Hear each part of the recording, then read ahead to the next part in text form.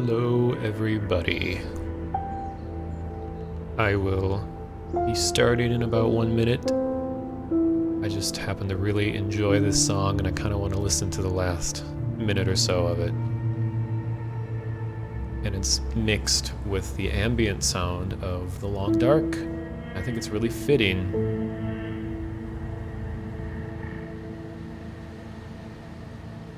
Why is my avatar 3 points? Well, there's the true story, and then there's the story that I would like the truth to be, which is that there are 3 O's in the Monotonist, and there are 3 dots in that logo, even though the logo came long before I used the name The Monotonist, and it just happened to work with my new name. So it's just kind of abstraction, simplicity, minimalism, the usual.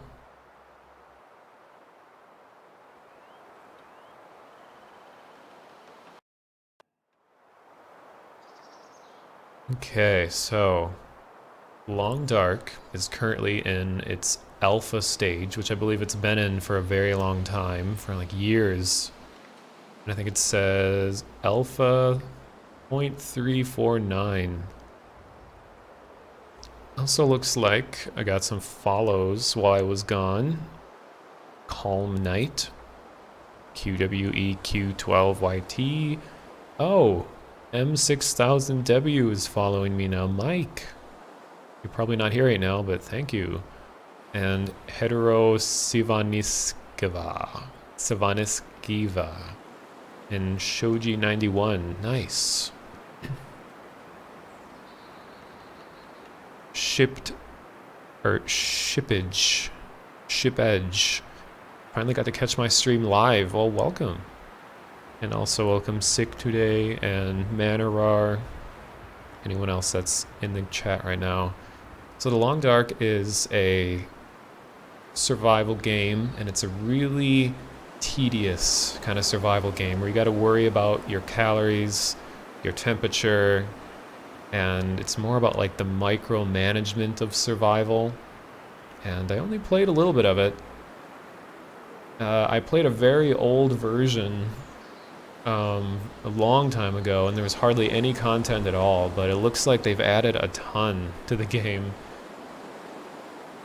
You thought my name was from my monotone voice. Well, that's it too. I mean, I came up with the name because it's sort of making fun of myself in a way, and it's also, it's like, I know I can be kind of monotone, but I like that. And it's sort of like, if I'm monotonist, the one who is the most monotone, I kind of, it's like, why would you want to be that? And then I like that feeling of why.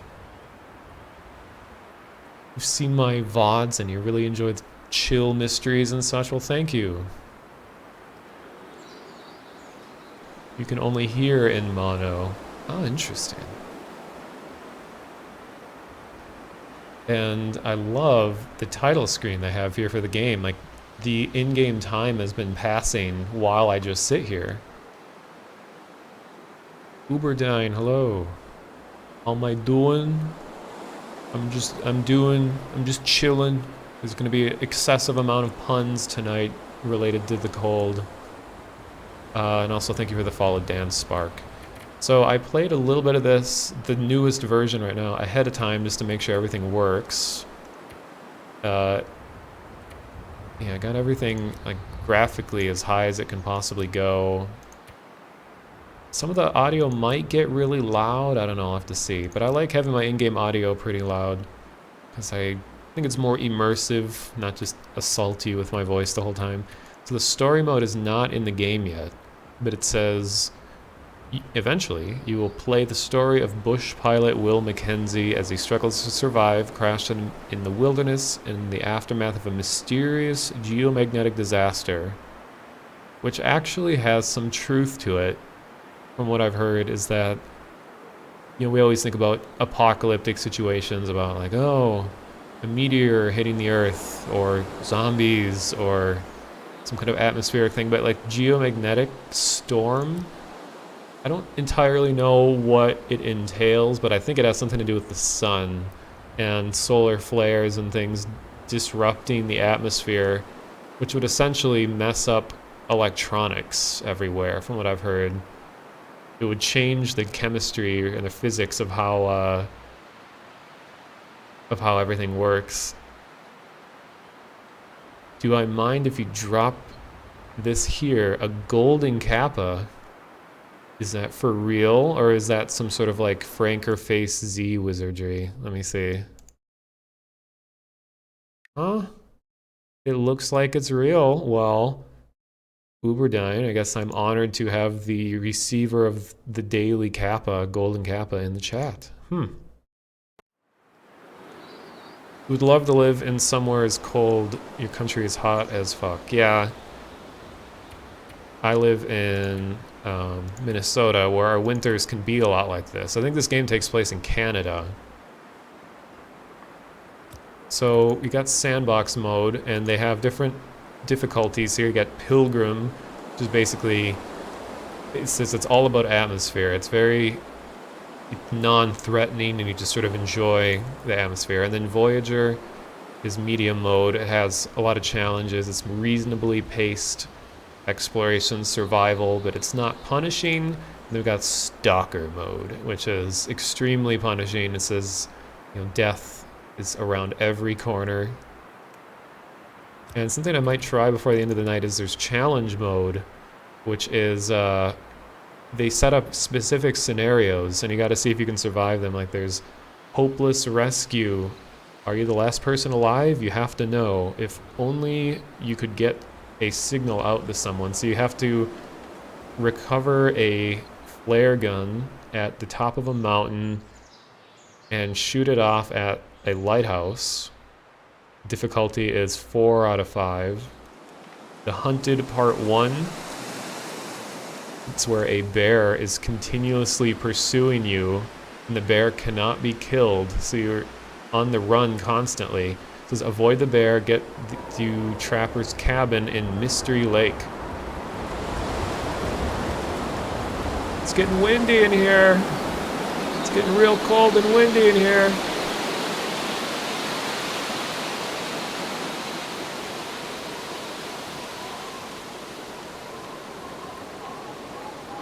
Mono means monkey in Spanish. Isn't it mono? I don't think it was spelt quite this. I thought it was like M-A and no?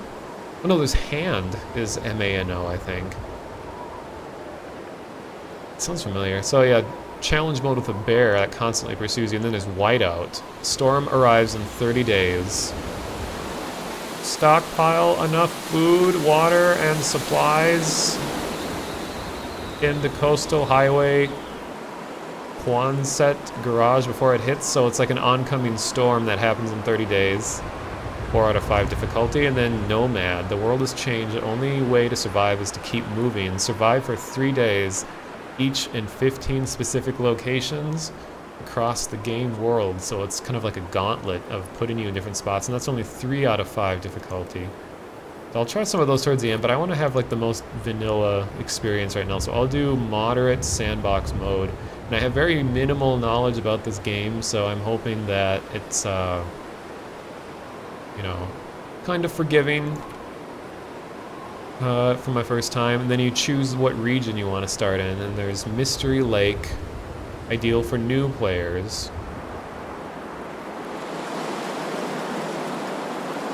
Coastal Highway for intermediate players. Weather-battered coastline, rich in shelters and resources. Watch out for wildlife. Pleasant Valley, advanced players. Very few shelters. Desolation Point, intermediate players. Hostile wildlife, harsh weather. Whaling industry, huh.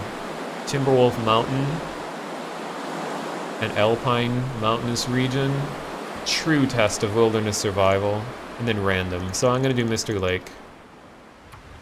And you can choose to be David Hayter or Christian Hale. I think that's her name.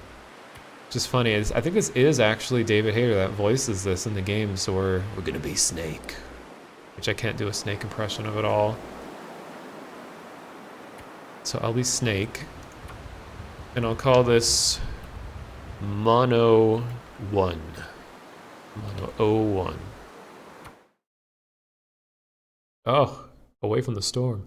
Mysterious geomagnetic storm has brought your plane crashing down into the northern Canadian wilderness. How long can you survive?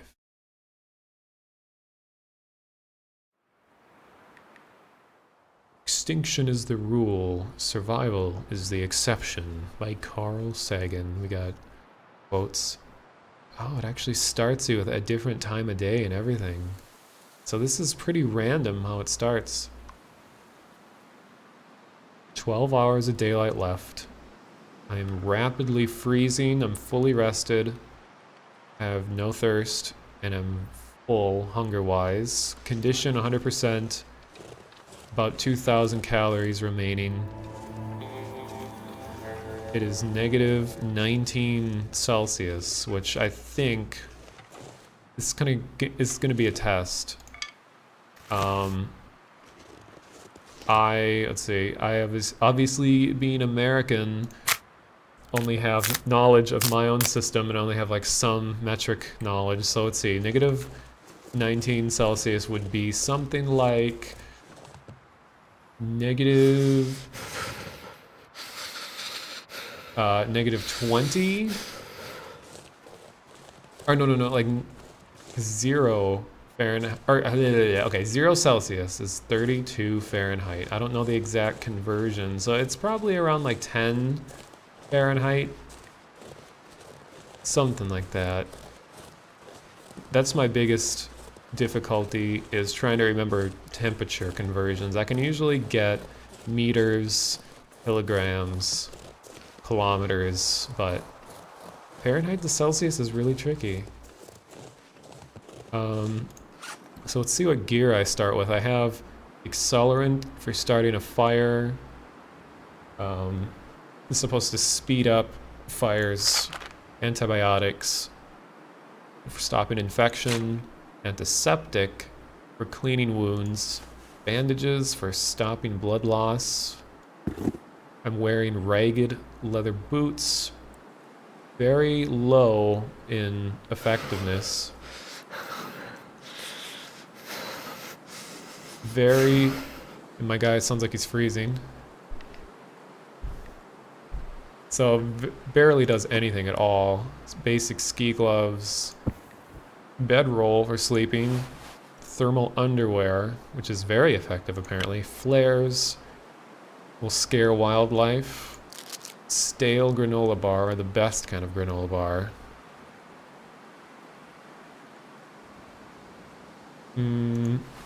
Worn jeans, banged up Pinnacle peaches. We got some banged up peaches. Can't feel my hands. Just a second, David. Mr. Hayter. Sewing kit. Stick. Wool sweater. Tinder plug. Ragged toque. It's a hat. Matches. And socks. Okay. I'm already freezing, so clearly the first step in winter wilderness situation is to warm yourself. So I'm gonna pick up some sticks, and I'm very new to this game, so chances are I'm gonna die very fast. I hate crunchy things. Well, you're gonna hear a lot of crunching. Damn, I'm freezing. Because of sticks. See a little cabin there. There's a lake, some deer. Celsius to Fahrenheit, you have to subtract 32 and divide by 1.8. Well, lucky for me, I'm awful at math, mental math.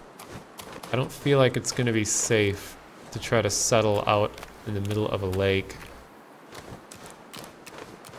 I'll go check out what's in here.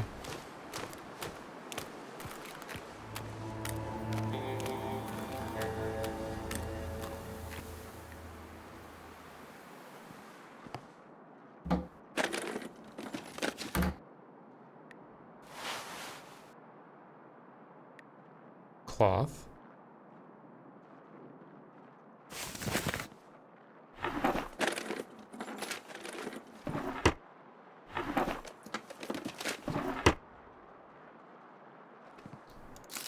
Nice.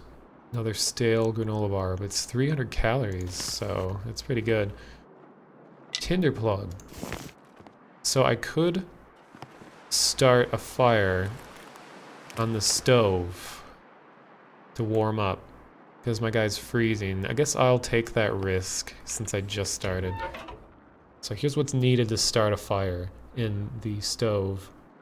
And because my skill is so low at survival skills, there's only a 40% chance of it even starting. 60% chance of success, 7-minute. I hear stuff walking outside. Sticks as fuel, 1 tinder plug, and then matches. So start this fire. It's not a horror game.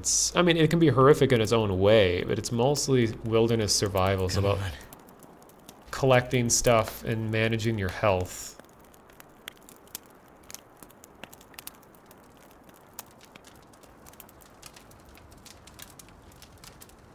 RNG always fucks you, yeah. I'm at least playing on really forgiving mode. Oh, there's fishing tackle here. I didn't even see that. Nice. Fishing hook.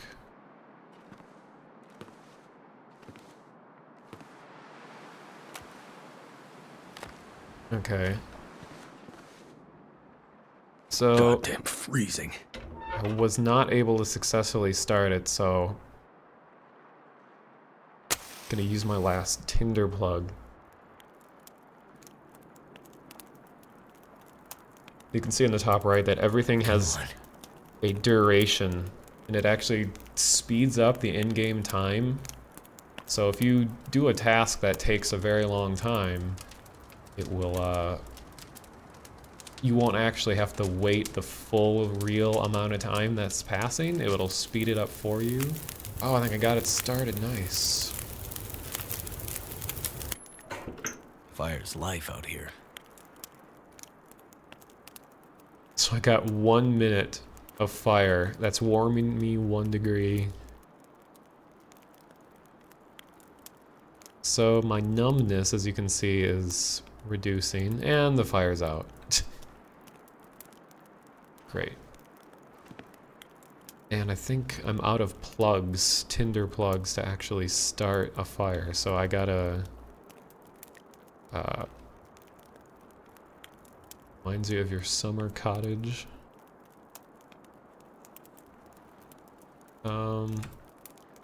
Tinder plug. Just takes 6 sticks. Is that what I'm reading? Oh no, just 1 stick, okay. You die of overheating this game? Probably. They've taken into account that kind of stuff. I've never felt so cold in my life. And I heard that part of the design of this game is that they really want to reduce the amount of HUD elements over time. The whole HUD has changed a lot since the first version, so I think they want to rely more on like visual and audio cues. So it's possible in the final version we might not see all of this text on the screen.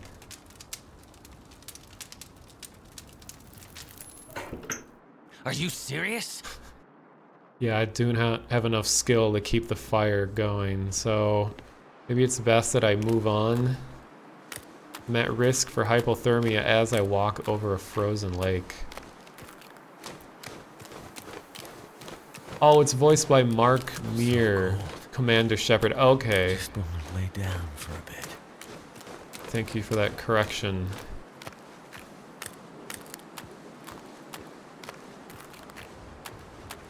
My Minnesotan instinct is telling me to not be walking over a frozen lake. Fishing line. What is this? Scrap metal. It's like half a pound.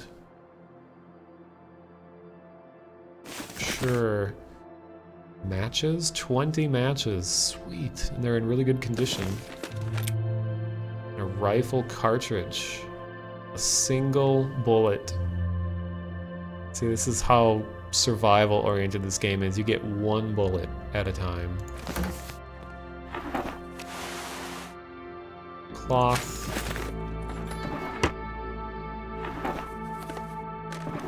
Okay, so we are not Snake, we are Commander Shepard. Tinder. Be swiping all day on my Tinder.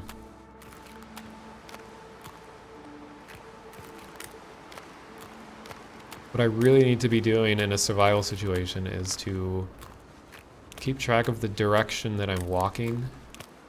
So I'm going to try to use that really pointy mountain in the distance as sort of my beacon.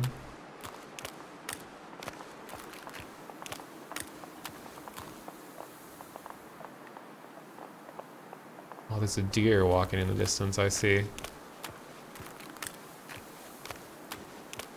Do I think there'd be possible making a survival game VR? What do you think will be the innovative aggregate?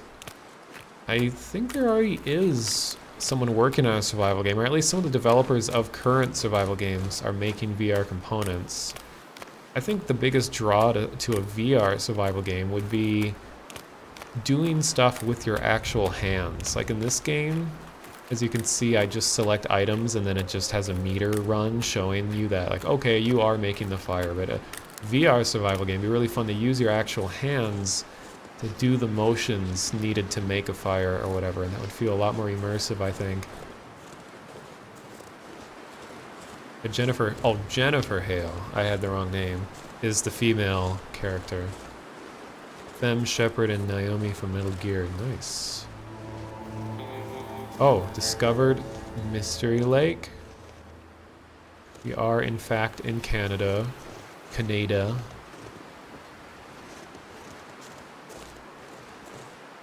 And because this is sandbox, there is a lot of randomness happening here. I don't think the layout of the environment is random, but what I find in buildings and stuff is. So this could be just nothing.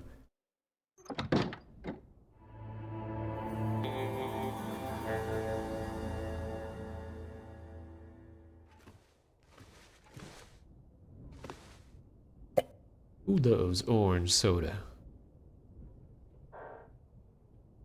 Did I just hear a dog bark?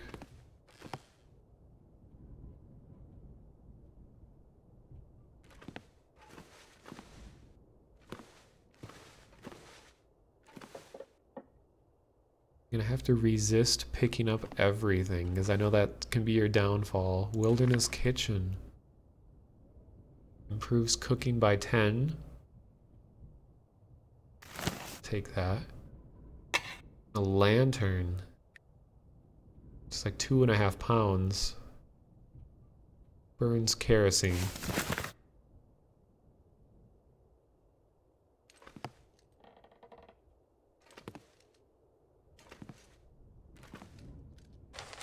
This is good for tinder.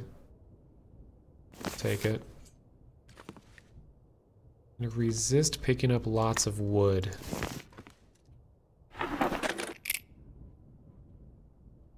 Another rifle cartridge.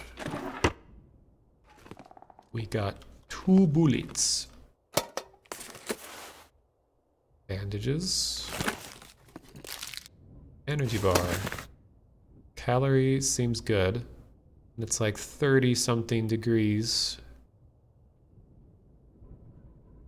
Half starving, half thirsty, and I'm not fully tired yet, so.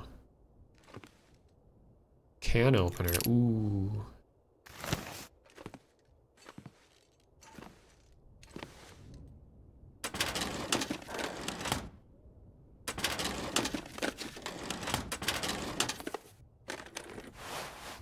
Cloth. I could use this. Package of fragrant tea. Restorative benefits for a more peaceful rest. I seem to remember from watching... Oh. Magnifying lens. Start a fire during the day. I seem to remember from watching people play this game that sleep is a really scary thing because so much time passes that you can die in your sleep if you don't prepare.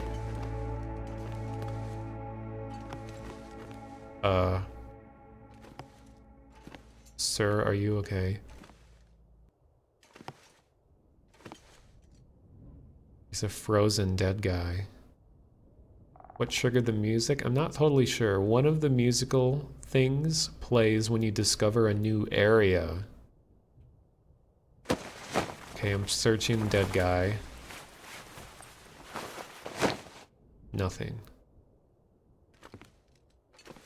You know, if you're gonna die, you can at least be a useful dead body. Huh, if I had a hatchet, I could break this shelf down for wood. Interesting. He just wants to chill out. I do like this game's use of sound effects. That really adds a lot. It makes it feel like you're, you know, you're really doing survival stuff, rummaging. So this looks like a really good place to live temporarily because it's indoors, there's beds, there's a fire downstairs. Oh, and there's a fire right here. Number one rule of wilderness survival, which these are totally made up rules that I'm making up on the spot, but they sound right, is never sleep on the first floor of a building. You should always sleep on the second floor because of the probability of someone or something breaking into your shelter. You want to be on the top, so you have a chance to react. Okay, 9 hours of daylight left. Let's see if I can warm up. So I got 20 matches. More than that, I got like 30 matches. I can burn the Wilderness Survival book. I don't think it'll come down to that. And heat rises, yes. So whatever sources of heat you have are going to rise up. So in the frozen survival, or frigid, you want to be high up.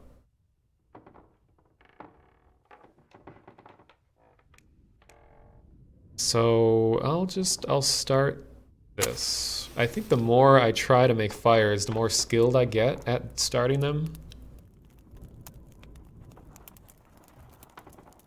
And this is a very comfy game. Kind of like how sometimes post-apocalyptic zombie games can be oddly relaxing. That didn't work. Failed to produce a fire. Come on, Shepard.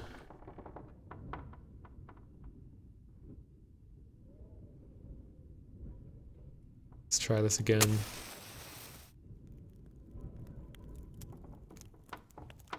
I like the ambient sounds in here too.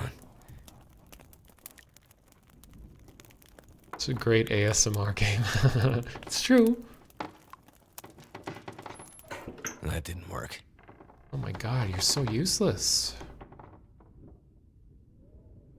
Okay, I am half hungry, half thirsty.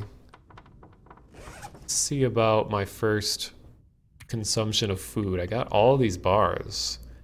Energy bar, which has 500 calorie. I'm gonna save that because that seems very valuable. 300, 300, 300. Got some tea, orange soda, and peaches. I'll just eat one of these bars.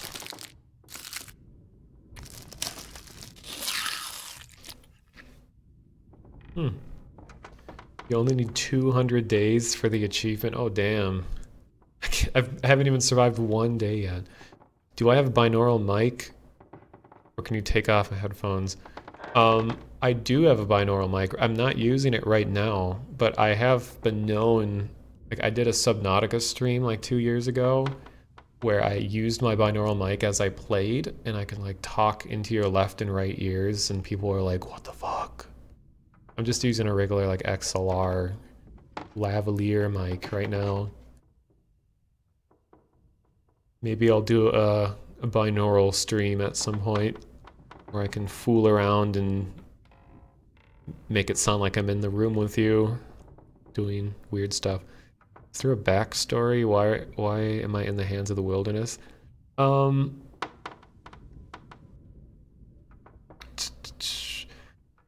I don't know if the sandbox follows the same story as the story mode, but it said something about that I crashed an airplane in Canadian wilderness.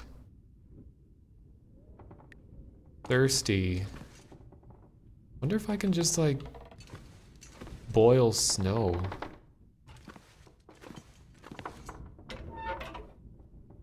Okay, let's try using newspaper.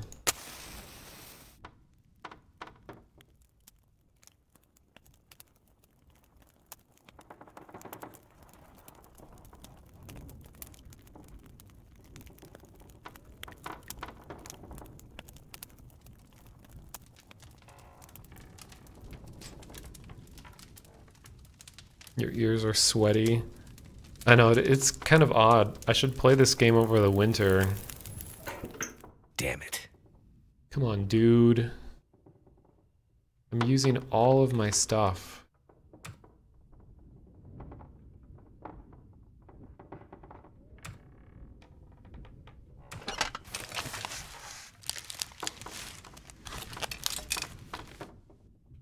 Well, I mean, there's still stereo audio of the game.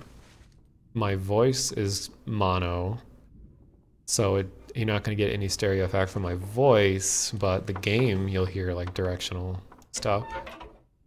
Come on. I don't understand how you could fail so hard at starting a fire when you have matches. I can understand if you're just using sticks. Come on. But a match? Come on.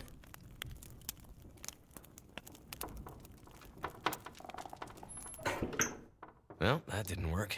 Good lord, this guy's useless. Well, I'm slightly warmed from just sitting inside. We will take the pork and beans.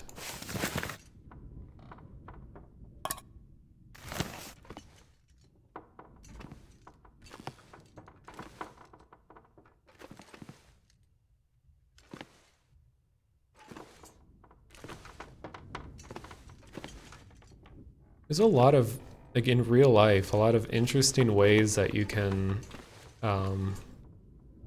light fires. Oh, here's some accelerant. I might have to rely on that because this guy can't start a fire for crap on a radio. Doesn't work.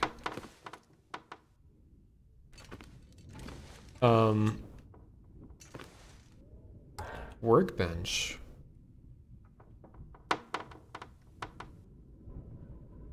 Oh, so I can make more complicated things with this. So I can make wound dressing if I have old man's beard lichen. I can make a torch with kerosene, cloth, and wood. I do not have kerosene. I can make a snare for catching small animals. Need cured gut and reclaimed wood. Can make fishing hook with scrap metal. Fishing line with cured gut, which I assume I have to kill an animal and take its innards out for gut. Fishing tackle, hook and line. Rabbit skin mittens. Rabbit pelt and gut. Deerskin boots, deerskin pants, wolfskin coat, bearskin bedroll, survival bow, maple sapling and gut, arrows, birch saplings. There's a lot of stuff I can make, jeez.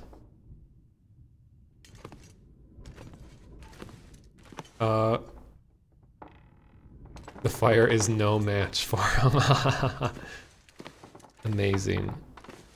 What makes Uh, what make the games have binaural hearing?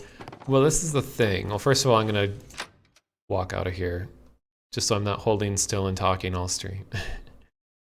Don't. Oh my god, the wind has picked up. I hear an owl.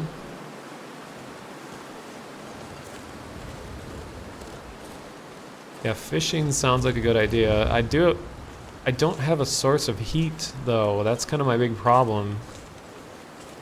I need to get some more sticks. But I don't... Oh, I'm getting really thirsty, too. I don't have a hatchet. I need a way of cutting wood. Oh, there was wood in the cabin, you're right. Well, I'll explore a little bit before it gets dark.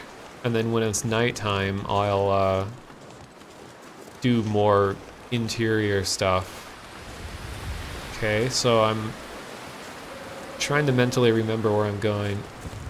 Yeah, I can break wooden furniture apart, but I think I need the hatchet to do that.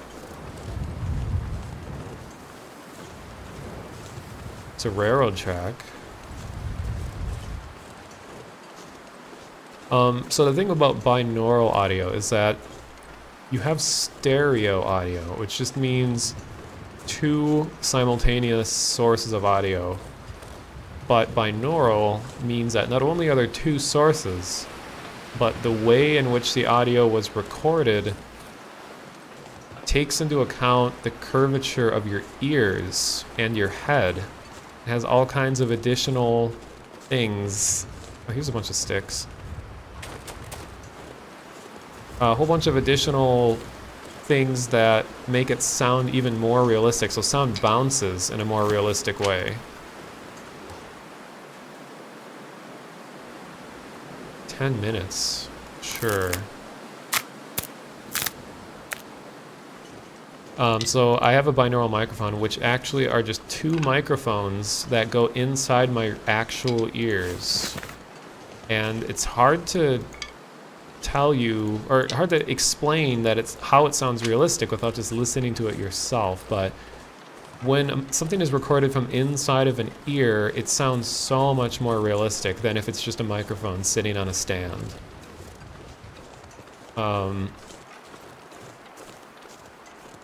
So yeah, binaural means the way in which it's recorded.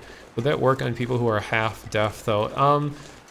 You would be able to tell the difference between something that is recorded binaural and not. You wouldn't get the positional aspect, like it wouldn't sound like that you could instantly tell where something is in the room, but you would tell that a sound is more convincing because the reverb and the way that it hits your ear would be slightly different. Discover derailment. So here's like a forum thread in the 90s. So you wouldn't get the positional stuff as effective in this, but I think you would be able to tell a difference, at least, in the method that it was recorded in. I can't jump. This game tells me your body temperature. It tells me the outdoor temperature, and the most my body temp is it just says I'm freezing.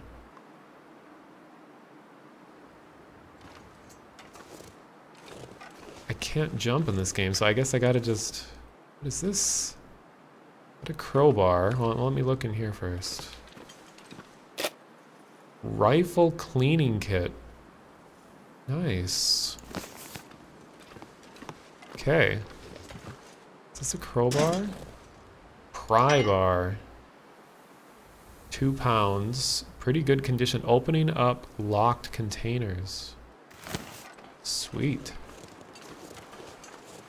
What really sucks in this game is when you get attacked by an animal.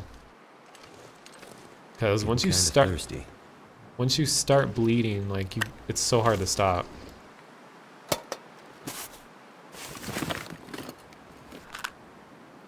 Purification tablets. Prevent dysentery.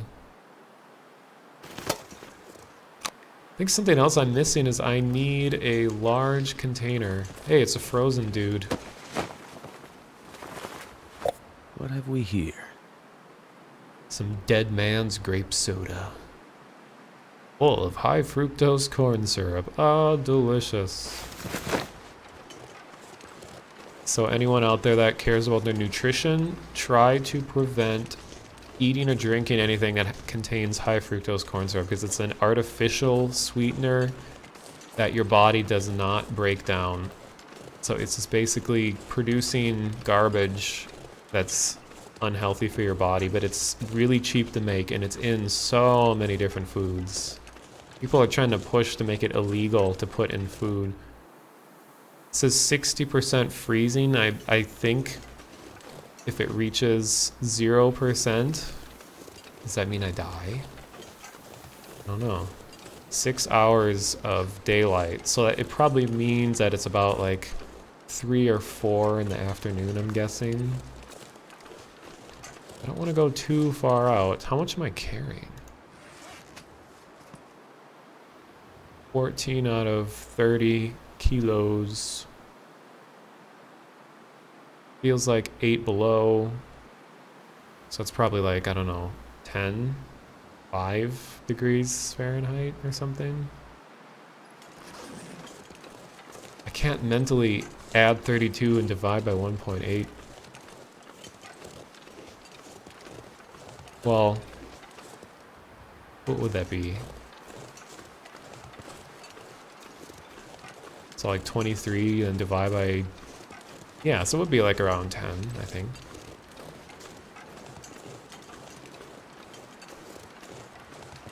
I don't know if running harms me or not. Which reminds me, I forgot to disable something.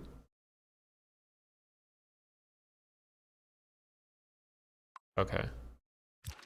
Whoops. Funny thing is there's a, Steam, come on, bro. There.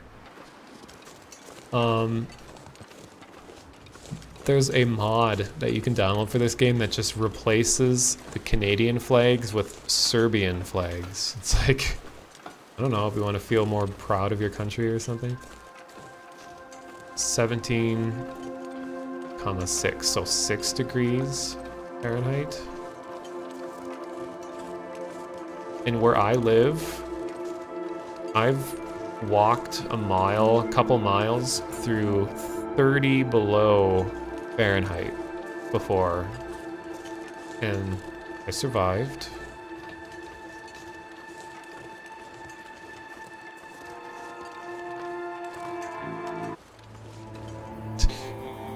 We interrupt this ambient music track for another ambient music track. Train loading area. Oh my god, I'm so thirsty.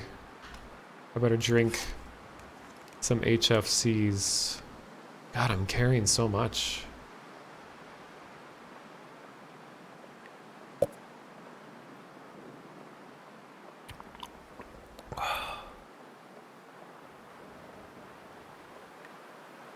I always assumed it was the forest without cannibals. I wouldn't really liken this to the forest. I mean, you're both in the wilderness surviving. This game's a lot more about the intricacies of surviving more than like building stuff. I mean, realistically, in a survival situation in real life, I don't think you would be like, dude, let's build a cabin. You would be scavenging with what's available. It would be such a waste of time and energy to try to build a huge cabin, unless you're like a total pro at it. Ravaged deer carcass. This deer must have been playing CSGO and got absolutely ravaged by the other team. He just gave up on life. See if I can do anything with it. It's 50% frozen, can't do anything with it. Interesting.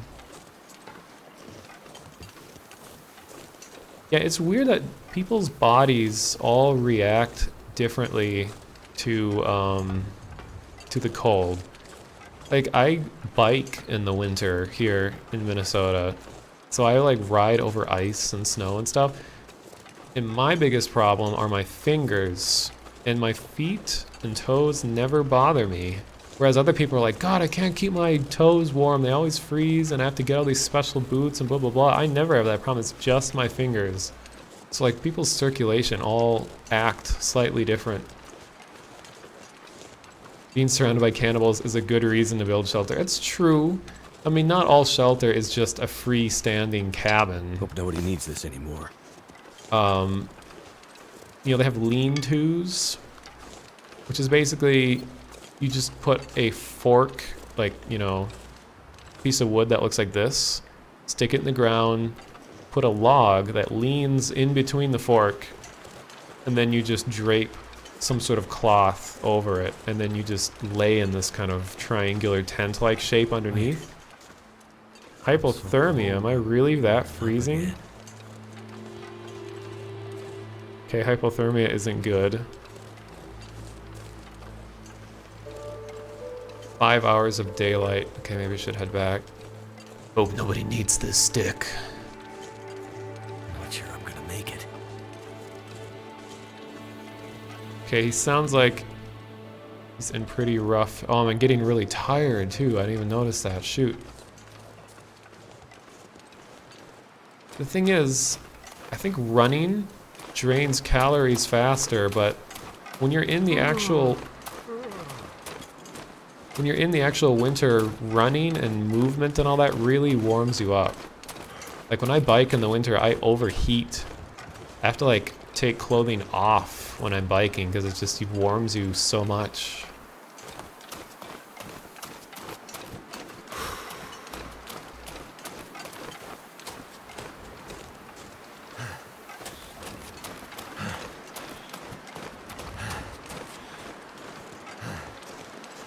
Oh my god, he's getting so tired. Okay, I won't run. Let me eat something.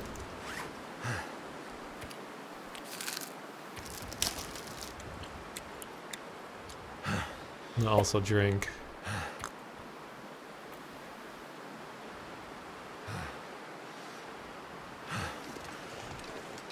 Yeah, and that is the problem about when you're sweating, is that the moisture that your body makes is very bad because water pulls heat away from what it's touching. So when you have your sweat or whatever sitting on your skin, it's pulling heat out of your body and making you colder. So it's kind of the irony of like you work out, do a lot of physical movement, and then you end up freezing more if you don't wick the moisture away from your body. Did any of it really matter? Oh my god, he's questioning life. Am I in that bad a shape? Oh my god, he's so tired. Am I gonna pass out? Shoot. I did not realize he would get this tired this fast.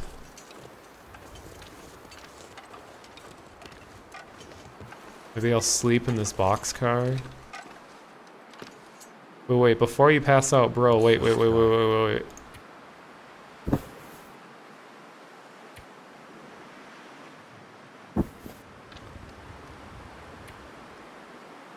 Let's just sleep for an hour.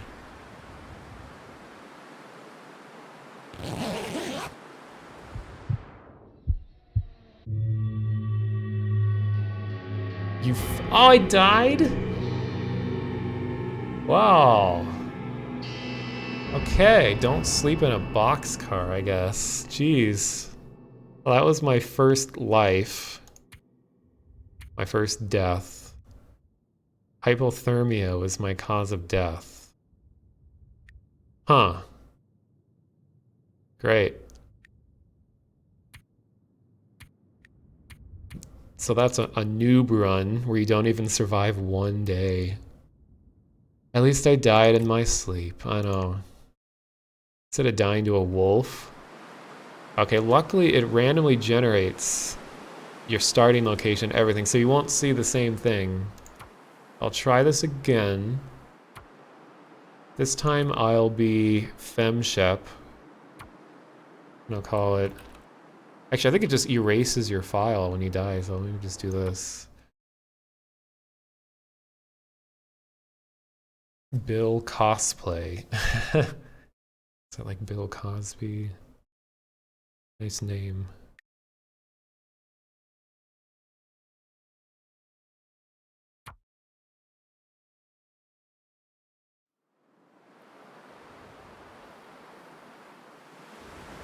I cannot read that quote fast enough.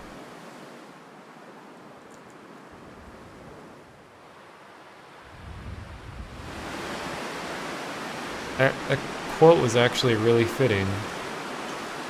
Okay, now it's very windy. I am freezing my ass off right away. It's daytime. Holy crap.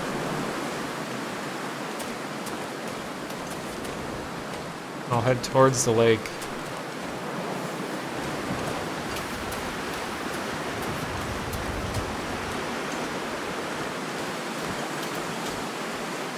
Let me check what I have.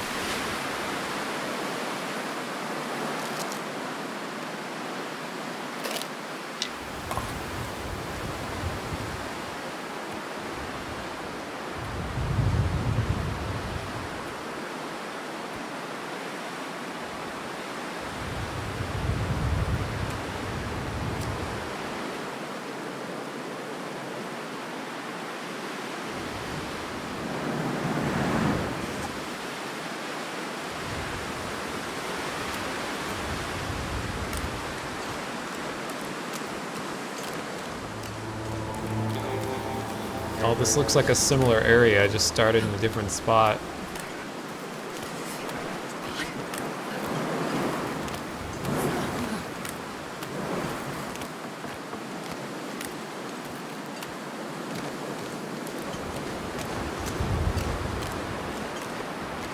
Oh my god, I'm freezing really fast.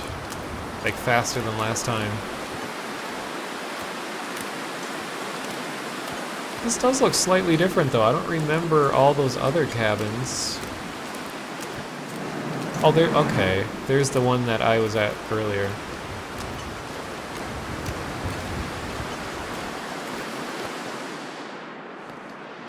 I do like that the sound changes when you're inside one of these. Newspaper. Sardines. Newspaper.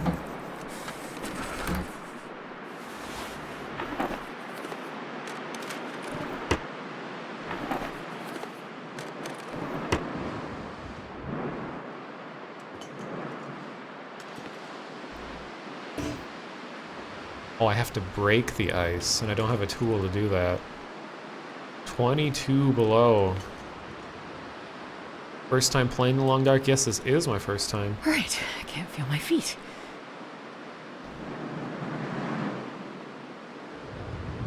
Would love to play this under DK too. I would like, I have a Vive. Wait, let me check. I don't think this has VR integration yet.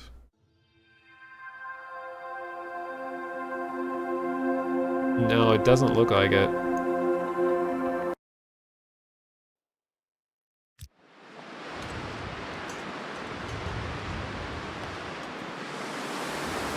I think I'm just going to run straight to the cabin. As long as I still have 1,800 calories.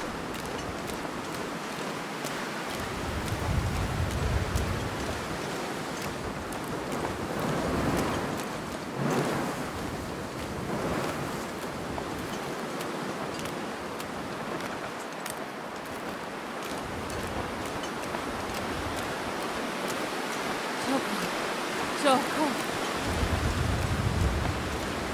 Dang, yeah, so this part of the randomness is that this started out much colder than my last one. I'm already almost hypothermic.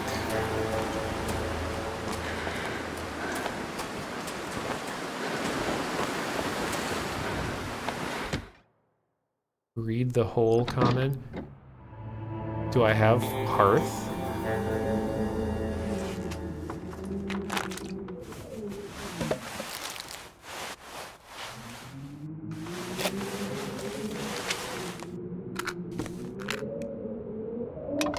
Is there a tool that I had that would let me break through that ice?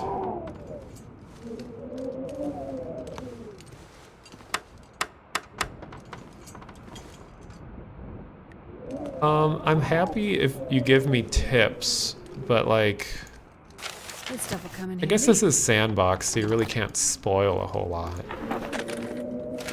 So tips are fine. Okay, so I guess what I'd say is you can give me survival tips, but I'd rather not have you like reveal the layout of the land. I kind of want to discover that for myself, but if it's just about like general tips, that's good. Whetstone, use the sharpened blades. A knife or a hatchet will let you break through the ice. Fish is the weakest source of food, huh? There was one in the shed back there. It's like a hearth is just like a fire, right? Yeah, I'll take some of this wood for the fire. Lantern, but I have no kerosene.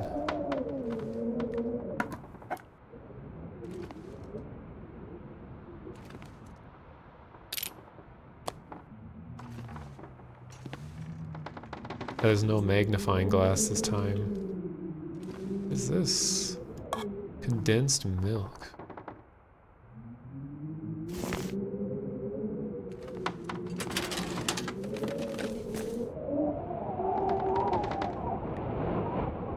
Got a hat. I think I'm already wearing a hat.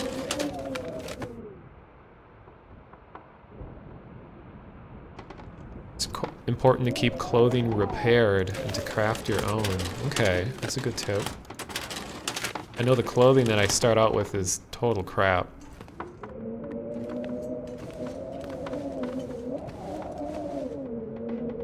$30 of game time to explore all the areas. Interesting.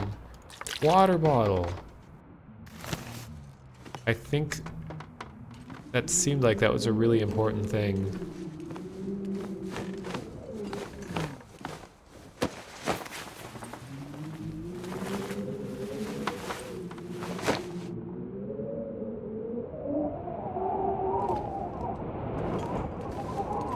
I love the fact that the ambient sound indoors here changes depending on how windy it is outside.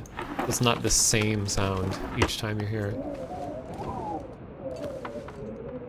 Ooh, another book. Oh, could end up being useful.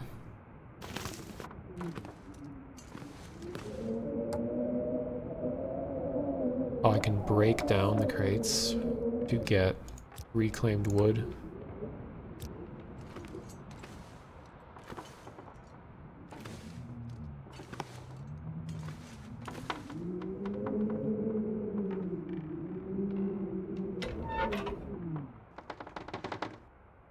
Oh, so that the amount of time it would take to explore everything is taken into account survival.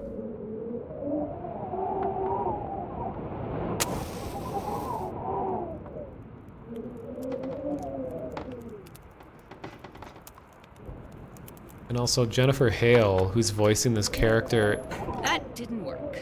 also did the voice of Zoe from Left 4 Dead. And the voices of the female citizens in Half-Life 2, I believe.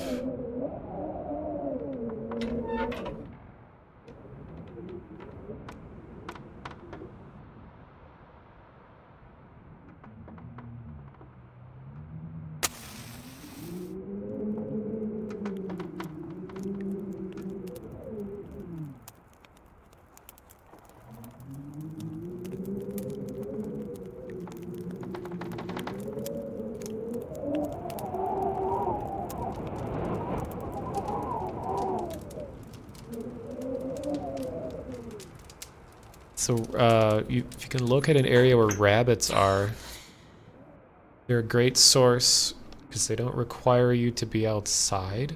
Oh, because you can make a snare, right?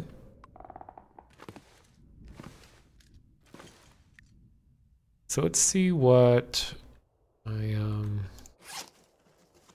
yeah, so the condition is very low on my scarf. Boots are 50, underwear is 40.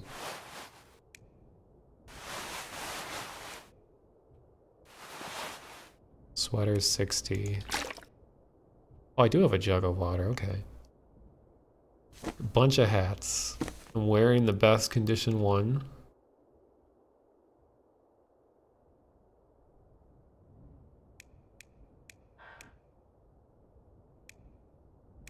Am I not wearing gloves?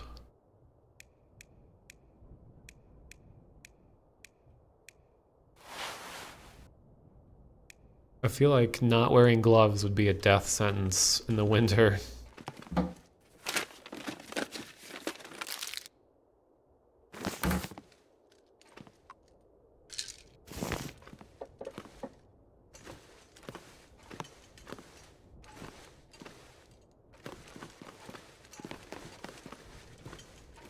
So, let me see.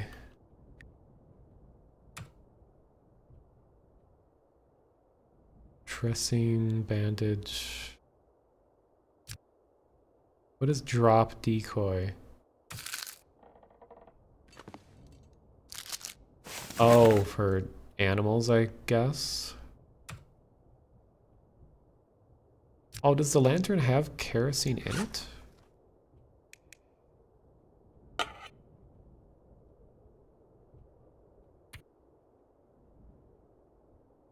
I can break it down for scrap metal. Interesting.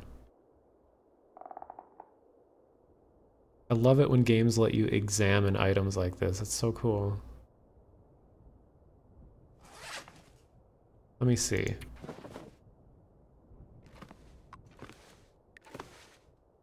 I can place it. That's cool.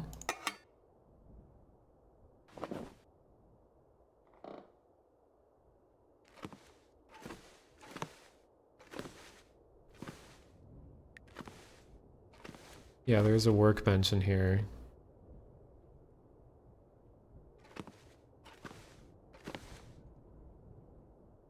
I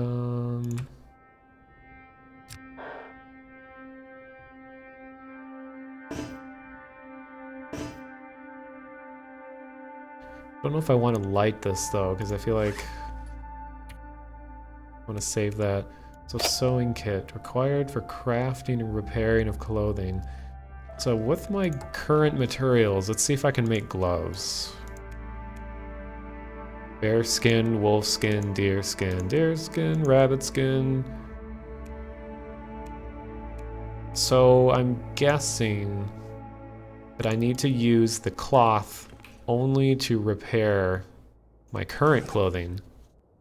So let's see what's in really bad shape. My scarf is in bad shape. So let's see if I can repair it. Takes one cloth, 10 minutes. So it's at 28 right now. 60%, 30 minutes to repair. 80% chance of success. Well, for science, I'll try repairing.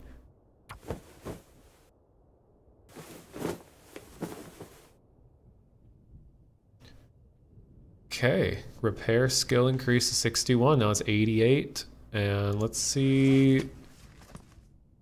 Oh, it does. It increases my warmth by quite a bit. So you're right. I mean, not that I doubted you, but you're right about repairing my stuff seems critical.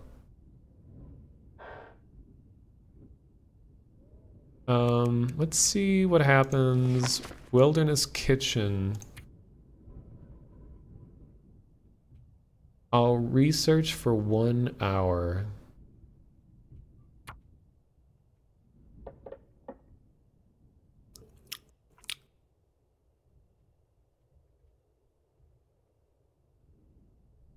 Improves cooking skill. Wait, is there a way to look at my skills?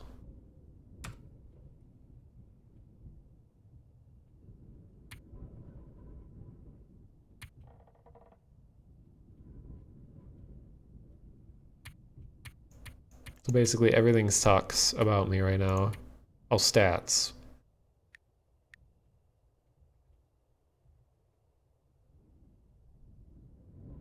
Crafting new clothes is the most effective way, but acquiring skins is not easy. I'm playing the female character right now, so technically girl. And you can pick male or female. I don't think there's a difference besides the voice. It probably will make a difference in the story mode though. 2% of the world explored in my current run. Been awake for 4 hours. Been indoors 3 hours. Oh my god, there's a lot of stats.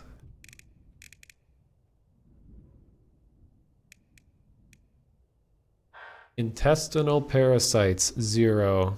Put that on a resume.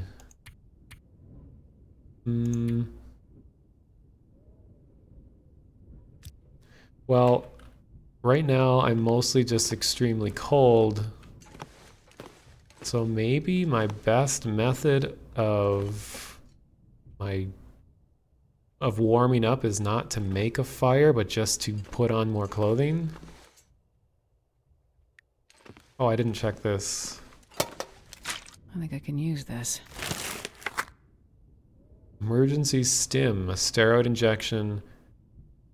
Use as a last resort. Energy bar.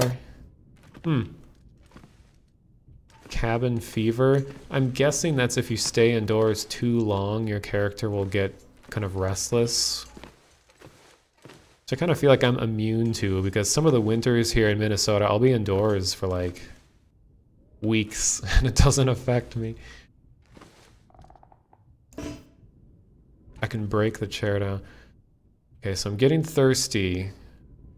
And I'm not gonna let my character die in her sleep again because... yeah, I don't want to venture too far out because I'm like half tired already. So I think I could break this hat down to get more cloth. Harvest for 1 cloth.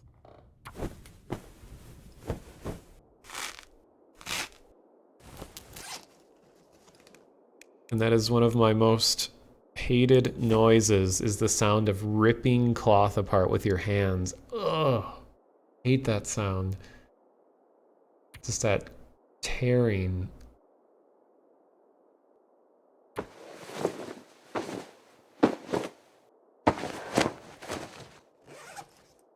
Cabin fever only affects you in real life if you're alone and isolated. I do live alone, but I'm not isolated. I live in a city with thousands, like 400. No, what's the population here? It's like 40,000 or something. I don't remember.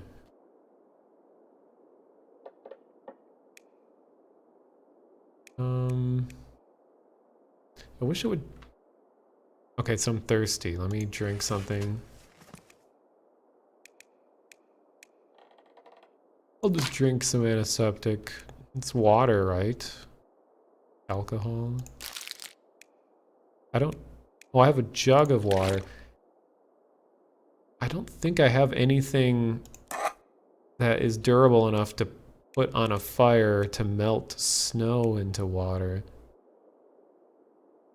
See, this is the challenge of the game. You're sitting here like mentally trying to wrap your mind around, okay, I need to do this, but I need this to do this, but I can't do this because of this.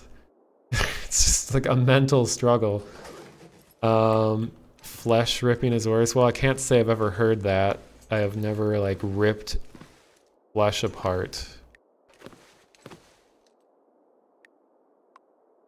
You can melt snow without an extra device.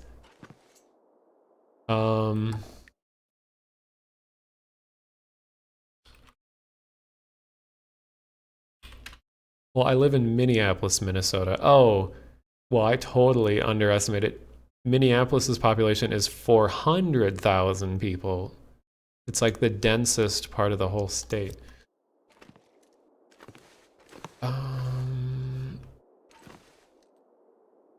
Okay, let me look around outside.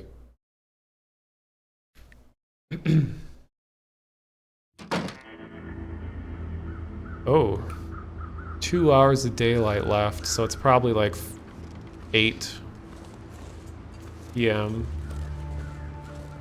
or 2,000 hours. Can I burn the Canadian flag for warmth?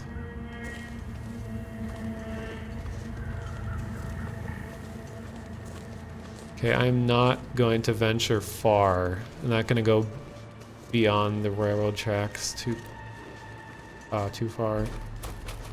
There's some sticks. Hello, Ethereal TV.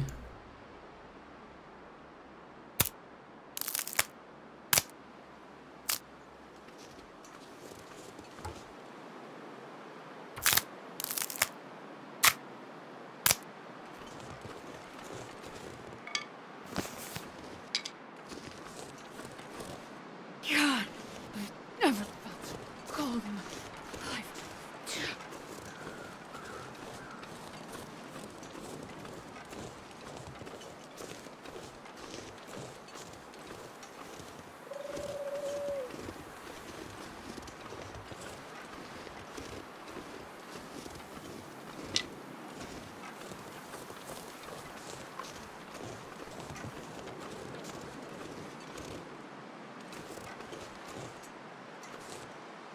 Extremely cold again. What is this?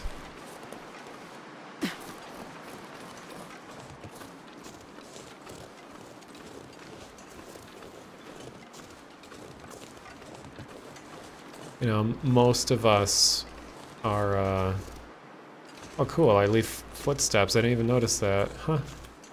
Footprints. Most of us in the first world probably have next to no survival skills. I mean, that's just a result of living in the society that we live in. But I think the closest to a actual useful survival skill that I have is that I once started a fire using only fire steel or whatever it's called. So not a match or a lighter. I managed to tear up a paper towel into very fine fibers, and then I scraped a knife against the fire steel, made sparks, and ignited a fire that way. But that's like the most hardened survival skill I've ever used. Just go to that little path that I was just at. Sure. So thirsty. Maybe I should just drink my water. How much do I have here? I got half a liter. It's like a pound of water.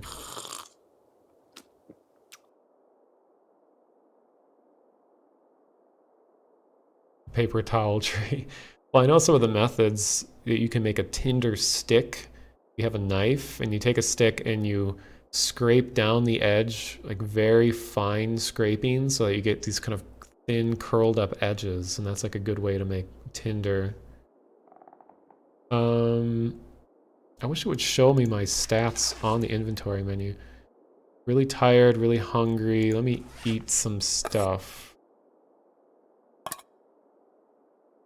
I'll eat this can.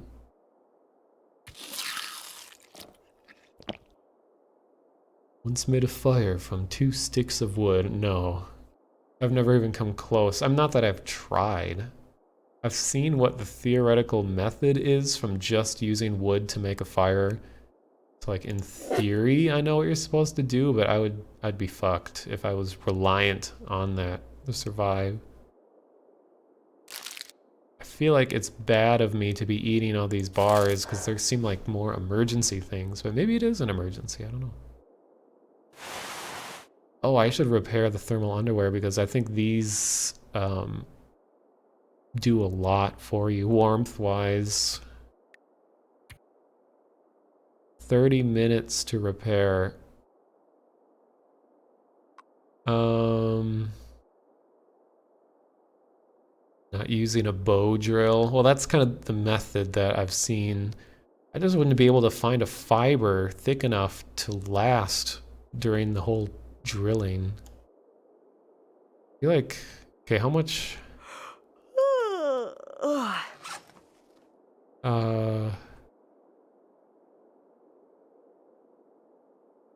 So it's nighttime, don't know how many more hours. I'm in pretty good shape. I think I can afford to use 30 minutes to repair these. Oh, you can watch your stats as you do it. That's good. Eating low quality food before it rots is a good idea. Well, it's already stale. A lot of food never actually rots. It just like, can't remember the name of the process, but it like, the sugars crystallize inside.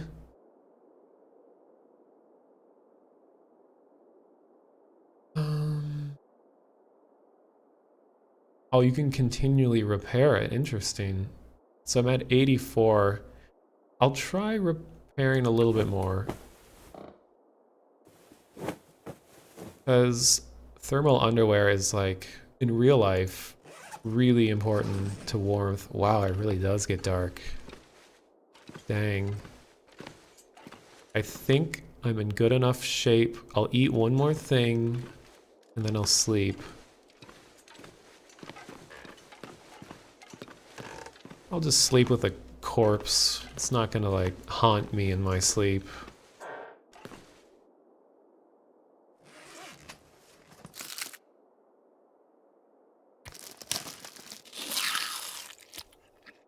That sounds more like I'm eating a bunch of Tic Tacs than eating a granola bar. Okay. Total darkness here.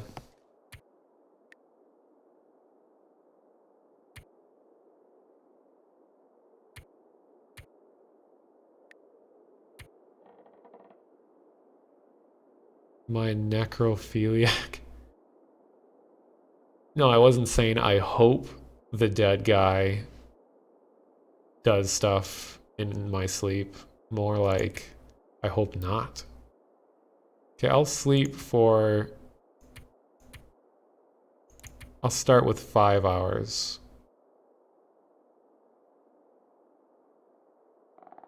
I'll be burning 300 calories.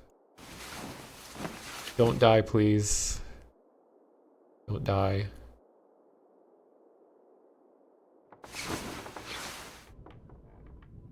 Survive 13 hours.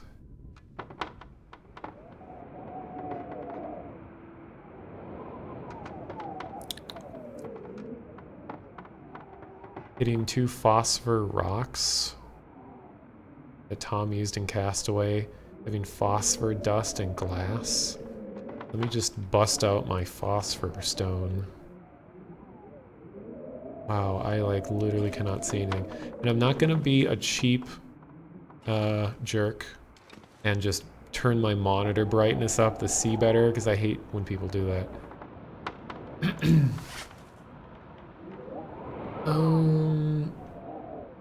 I already forgot what my stats were. I'm really thirsty, really hungry. And it sounds like it's pretty cold out.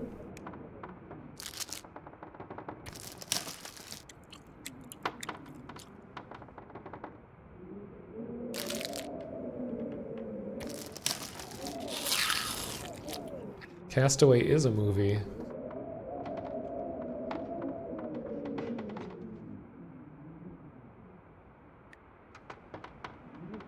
I've never seen it though.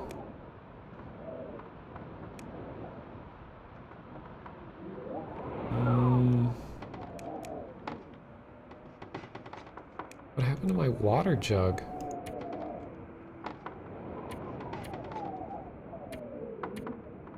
It didn't just throw the jug away when I drank it, did it? I feel like that would be a useful item. Crap, I think it did.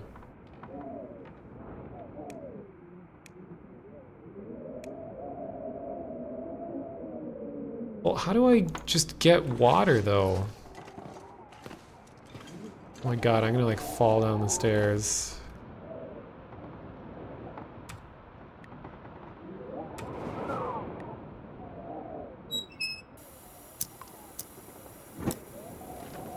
So I can light a lantern, but I can't light a fire. Oh, the jug appears when I boil water, okay.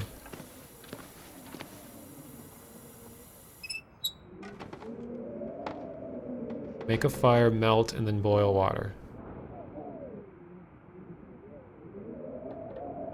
The game isn't that unforgiving, okay.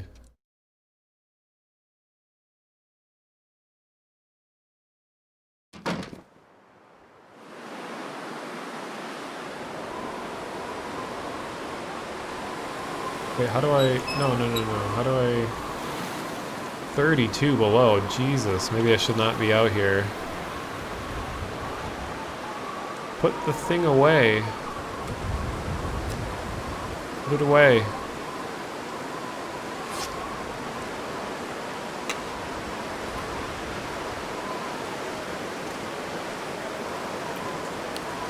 Okay, you know what? This seems like a huge waste of time to be out here when it's this cold.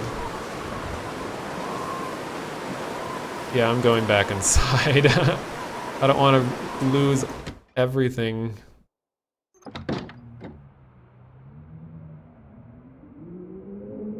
Let me just sit here in complete darkness. Oh my god, where is everything? Workbench. Here we go.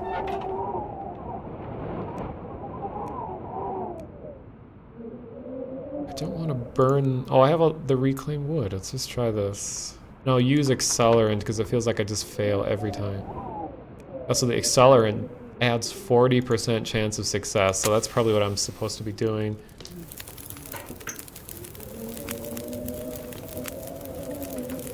So, with this, can I melt snow? Nice. Let's just get a liter of water.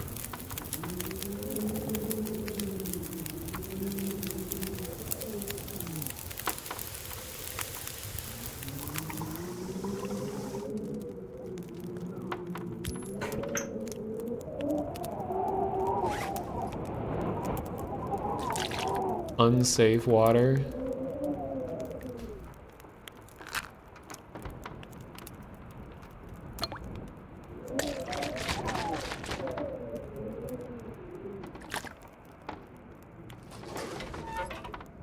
Wait.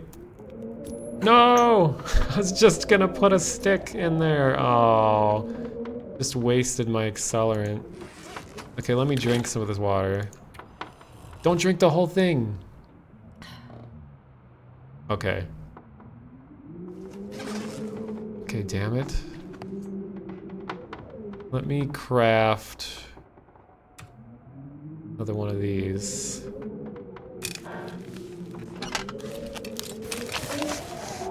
It's better to use newspaper and break it into tinder. Okay.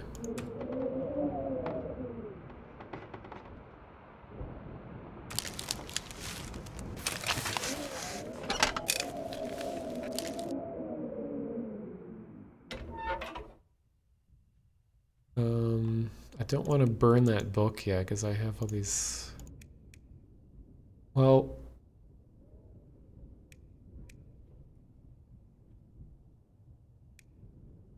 Okay, I'll start with the sticks. Only have one accelerant left. I'll risk it without the accelerant.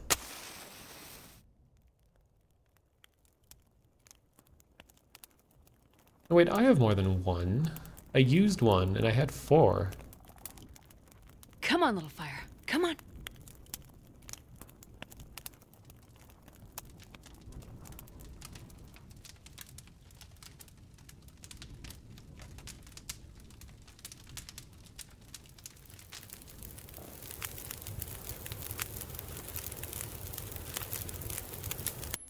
Perfect. 1 minute of fire. Go, go, go, go, go, go, go. Nice. Look at that clutch fire.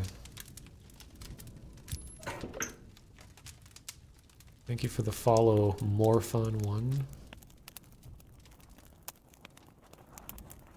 4 hours of darkness left.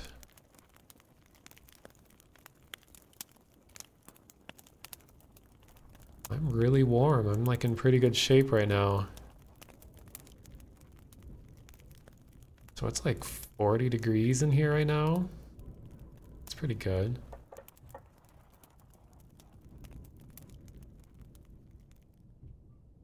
Okay. So what I'm gonna do... Keep pushing the wrong buttons first of all.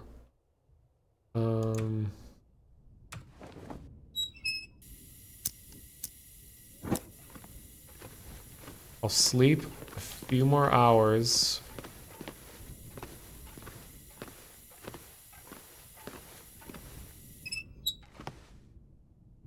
Until it's daylight.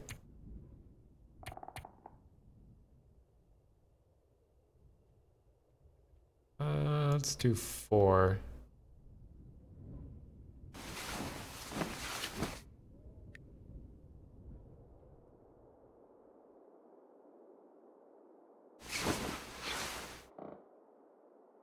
Slept with the lantern sitting out. Okay, it's light out. Mostly just thirsty and hungry. Let me eat.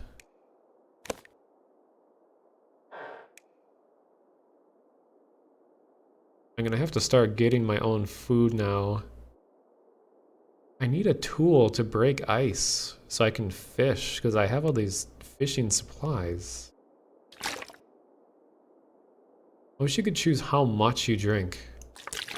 It's like she just drinks the whole damn thing.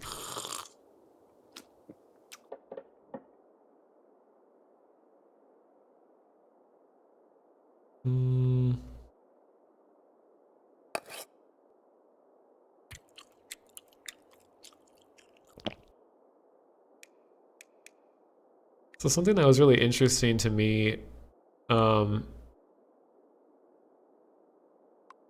is that, you know, if there were an actual scenario where you suddenly needed to live off of resources in your immediate area, you know, pretend like you don't have much to scavenge. And I was reading an article about like what sort of plant life could you eat and actually get decent food from, just like in a city. Like, can you eat sod? Pretty sure sod can just poison you or something. But there's specific plants that you could theoretically eat, but you'd have to eat so much that it might actually be better off not eating it, because you don't want your body to enter that sort of like digestion mode, because that burns more calories with your body anticipating food and not getting it than to try to eat plants and expect to survive off it. So it's like you're almost better letting yourself starve until you get adequate food. Oh, I can hit escape while drinking to interrupt it. Oh, okay. Well, that's right. I basically can't make anything right now because I can make a fishing hook. Okay, I think it's a good time to explore because it seems to not be as cold out, and I'm like full. A human meat, like the instant you, whoa. The instant you feel like you need to survive in the wilderness, he's like, I need to eat human. It's like a day after the apocalypse, you just immediately start eating people. I think there's something else going on in your brain.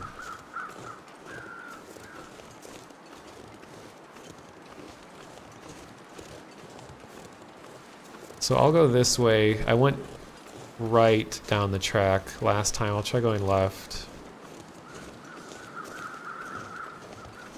Boy, I gotta just stick to the edge because I feel like with this fog, I'll get lost fast.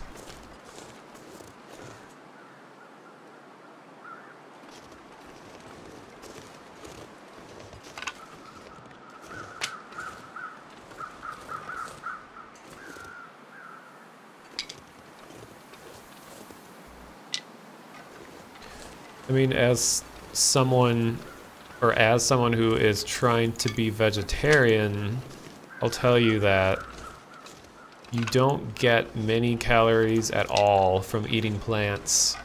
That's kind of the risk about trying to live off of a vegetarian diet, is that you gotta eat so much more to get as many calories as you would get from like meat and protein and stuff. So, and in the wilderness, it'd be rough to try to survive without meat.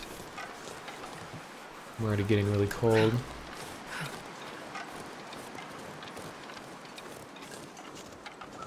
Yeah, and it's also better to not eat at all than it would be to eat something poisonous, because then you're dealing with sickness at the same time as hunger, and that just makes everything worse.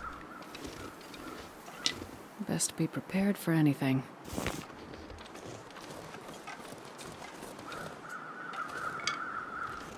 And there's this whole interesting test that I read about online about how to see if you have no beforehand knowledge about stuff that you're eating. A series of tests that you do to see if you could actually eat it without poisoning yourself. So it's like the first test is to rub it into your skin. Like you just sit there and rub it into like your arm for like 5 minutes and see if any sort of rash develops. And then the next one is to like, what was it? Like to touch it to your tongue and hold it there for like a minute and see if you swell or your body has a bad reaction to it. And then like the very last step is to actually eat it. And there were some other like things that you do. Starting to feel numb. I'm already getting really cold. Oh wow, it is really cold.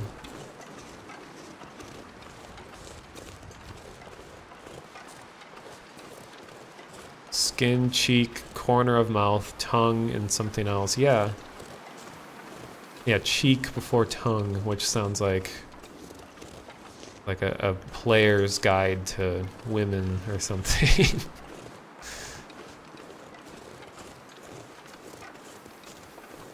Oh no, I'm gonna freeze so fast. I didn't realize it was this cold.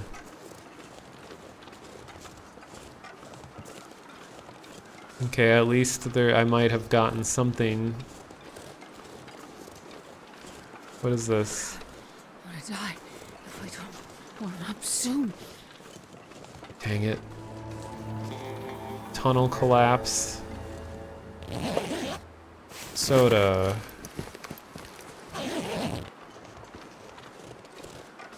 Okay, I have accelerant. Maybe I should just make a fire right here so I can further explore.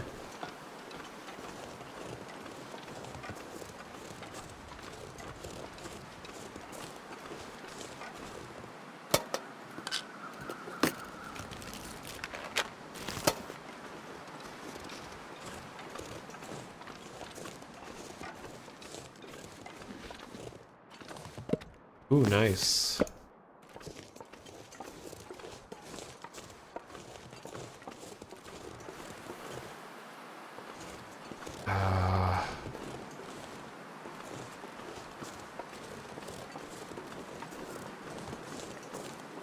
It's always the thing, like if I make a fire, I need to sit next to it.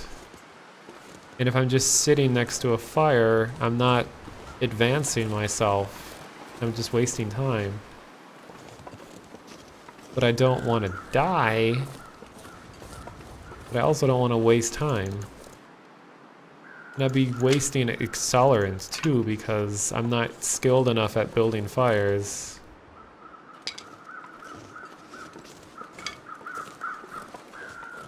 The mushrooms in my real life area are so rare, there's no way you'd be able to live off of it.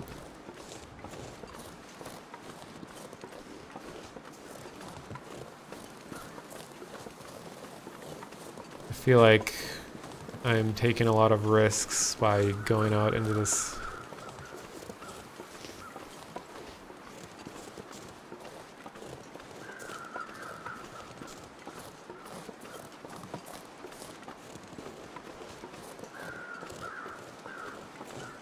Freezing. Okay, here's some mountains.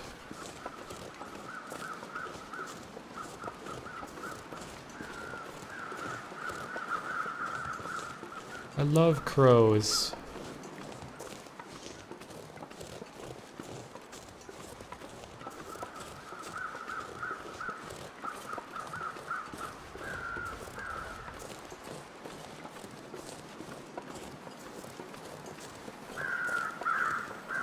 There's a dead body, that's a good sign.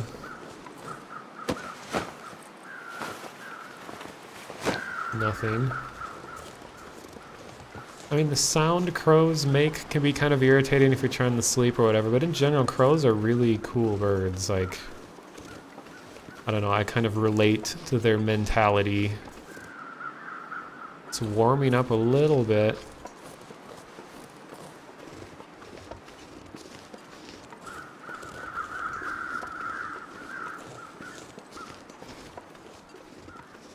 I don't know, I think maybe I should warm myself.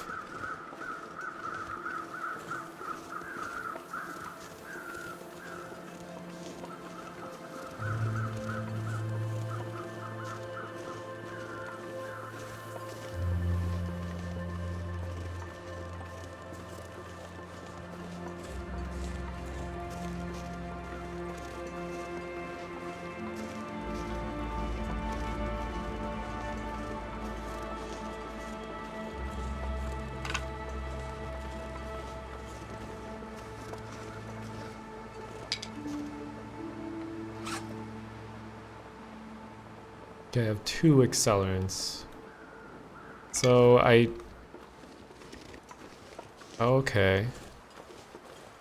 Here's a cabin. And some deer.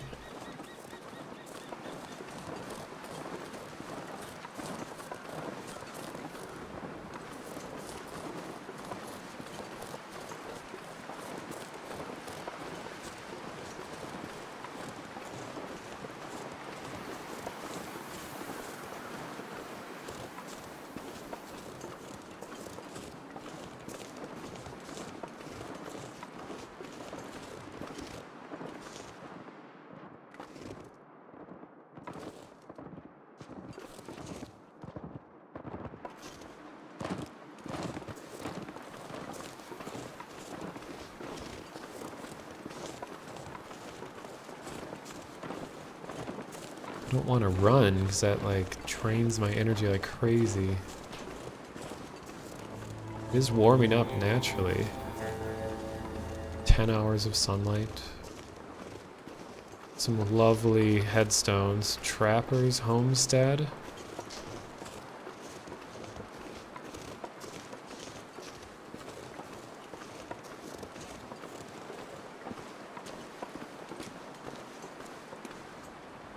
Some rivets.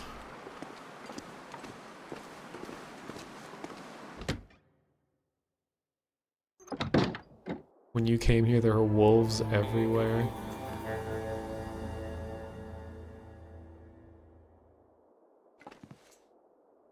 Jerry can, nice. Can opener, some soup. Tinder plug. I feel like this is a place where you'd like a hunting knife. Oh, sweet. It's the kind of place where you're like, oh, there's so many good things here, and you collect everything, and then the trapper comes back and shoots you in the face or something.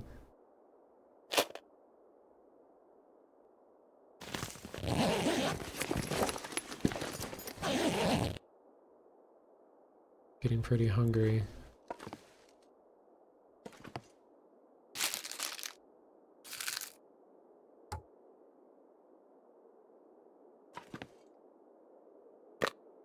Oh, this is what a snare looks like. Matches, 12 more matches, 20 more cardboard matches, granola bar, shooting guide, newspaper. Am I gonna be carrying too much?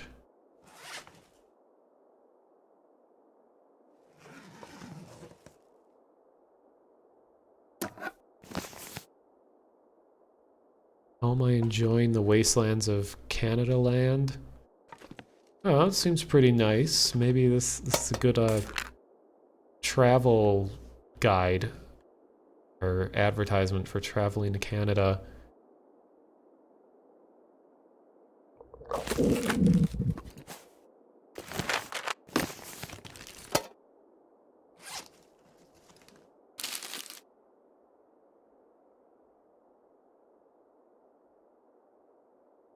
I'm gonna hang on to beef jerky because it says it lasts forever, so it won't go bad. Let me...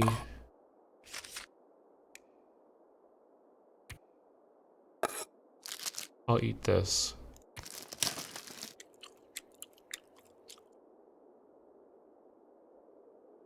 Getting low on water.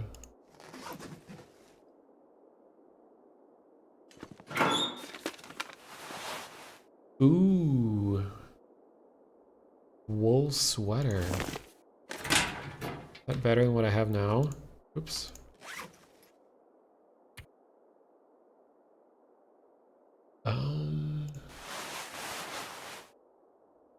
I don't think I have anything. Oh no, I do. I'll wear the new one. So compared to 0.6 degree increase, full degree warmer. Have I ever been to Canada? I did go to Canada once. And that was a long time ago. See, I live in Minnesota, so I'm bordering Canada already. And I went when I was like 9 years old, and I was actually stopped at the Canadian border because I was really young. Oh no, I wasn't 9, I was like 13. And I was stopped at the border and brought in for questioning because my parents didn't have any form of ID for me. I was not old enough to have a permit, and I did not have any high school ID. I hadn't yet gotten my middle school ID. So they questioned me and asked a bunch of questions about my parents, and then they asked my parents a bunch of questions about me, compared the two, and then they asked me if I was in danger, if they thought I was, or if I thought I was being kidnapped. Dog food. And I just said, like, these are my parents' names. I'm not being kidnapped. I feel safe. Kerosene, sweet. So eventually they were just like, okay, you're good. And then they let me through. Okay. Well, this is a pretty good place.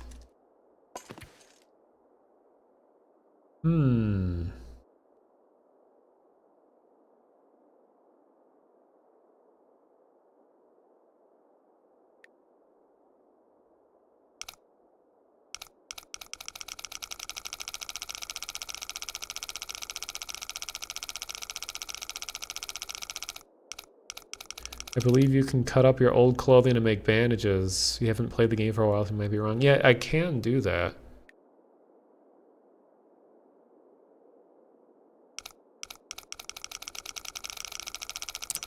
Oh. What was that, like 50? Like, let me start over. Oh, it doesn't reset. Shoot. Okay, so I'll reset.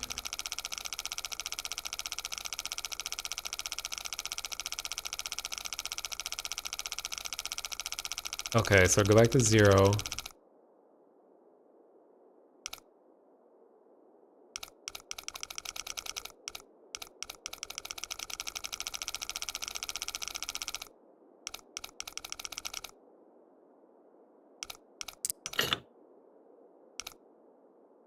So, okay, so like 56 sounds like the first number.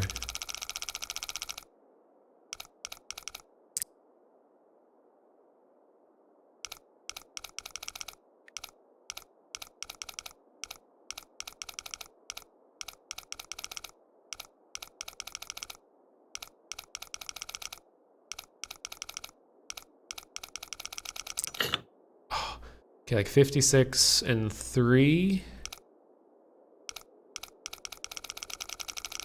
56 or 55. 3.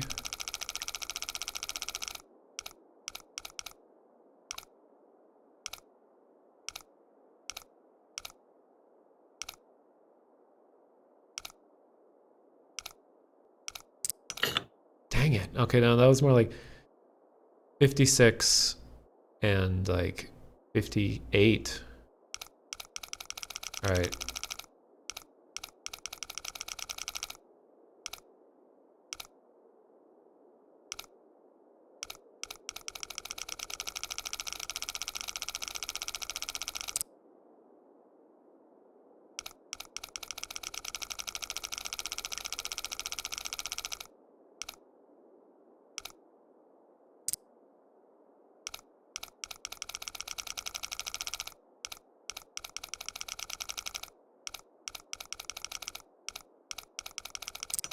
Oh, so 56, 58, and like 50.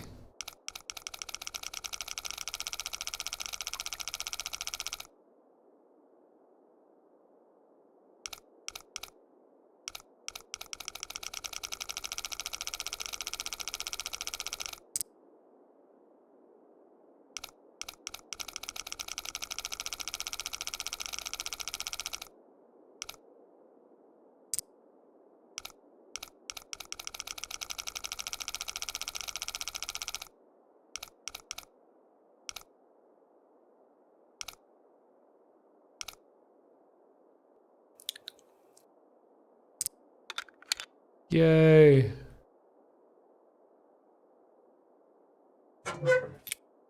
Just like real life. Rifle cartridge. MRE. 1700 calories. Holy balls. That was pretty good. So did I like starve to death while I was doing that? Okay, so I'm thirsty again. Let me make more water.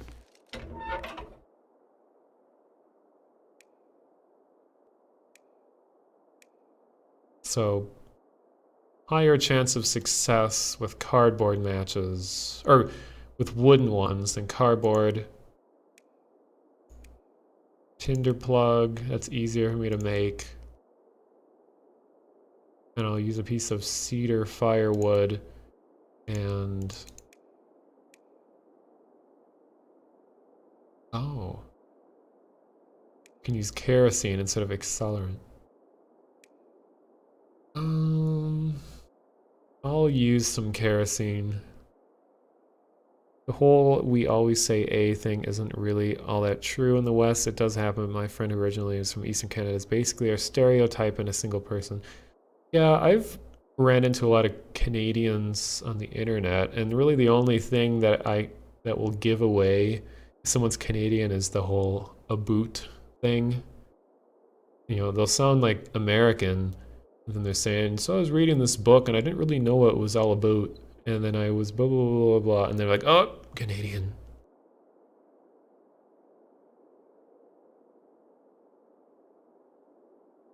All right, so let's try this. Should be like guaranteed success. Nice. So I'll make some water. I've got an hour left.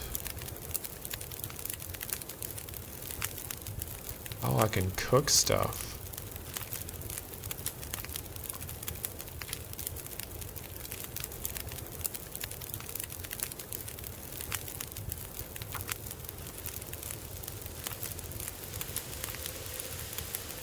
Oh, no, no, no, no, no, stop! No, no, no. Wood, wood, wood, wood, wood, wood, wood. Yes.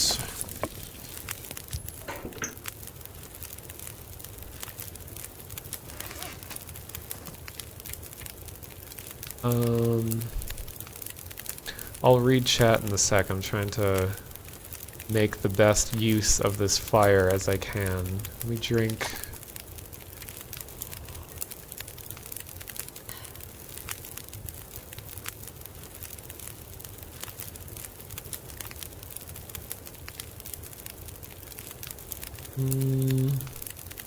Well, what else did I need? How am I still thirsty? I just drank like a freaking liter of water. Did I drink 3 liters of water? Holy crap. Oh no!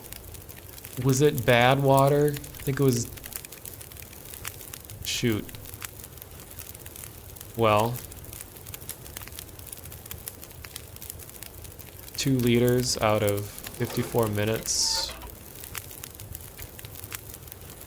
Well, let me just get like 1.5.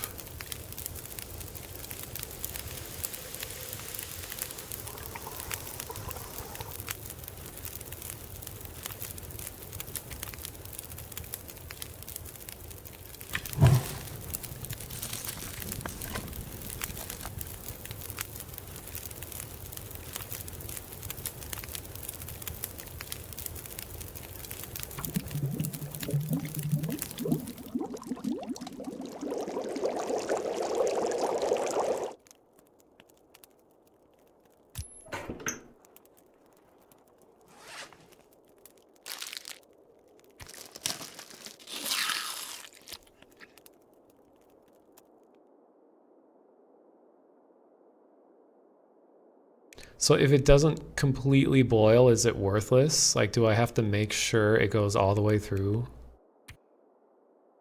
It says potable water.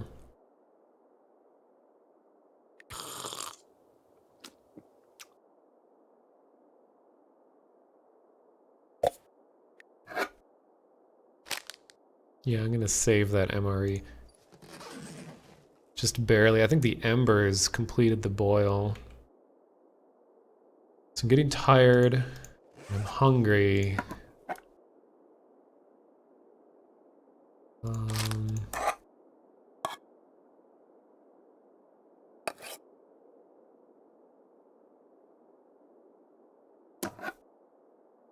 Let's eat some peaches. The can opener.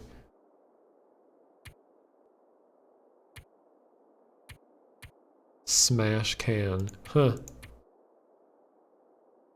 If you don't boil it all the way, it's worthless. Good to note. Have I had an MRE in real life? I have, actually, because through family connections, I managed to get some older version of an MRE. Was from like quite a while ago, and I actually really like the food. I have a weird taste in food. I love like minimal, bland, it's like non-complicated types of food, and it had a lot of that. Like I enjoy eating freeze-dried food. Oh, I missed this ammunition. I'm carrying a lot of crap right now. Maybe I should like leave some stuff. All my sticks.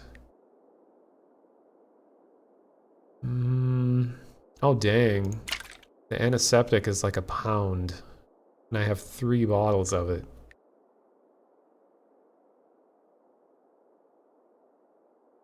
Let's see if I can like leave things in a container.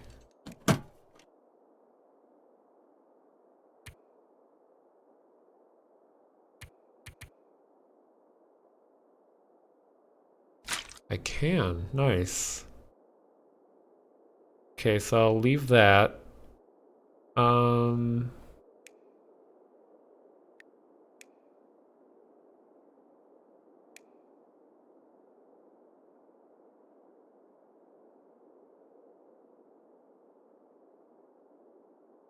I probably like Soylent then. Yeah, I've wanted to try that. That was an interesting concept. I don't think I'd ever be able to live off of it though. Okay, so these are all really light. So my heaviest things, wait, let me sort. Sticks, lantern, water, bedroll. Carrying a frickin' jerry can around full of kerosene. That's gotta weigh a lot more than that. It's like practically like a pound and a half. An entire book. A book's like a pound. Maybe I'll leave that here.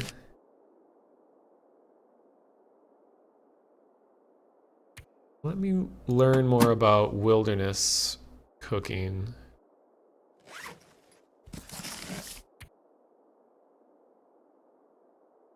I'll read 2 hours worth of research.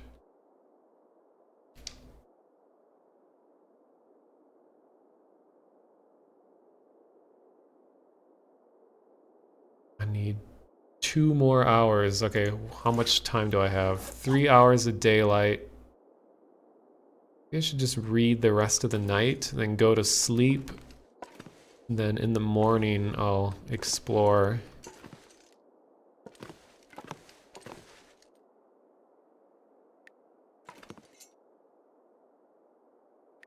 It's good for when I'm stuck inside during blizzards or at night, but sleeping won't regenerate anything. Let's see what temperature it is outside.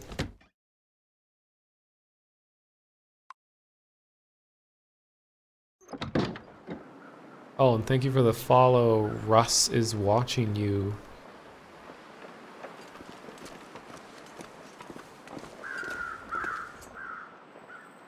Feels like 7 below. That's like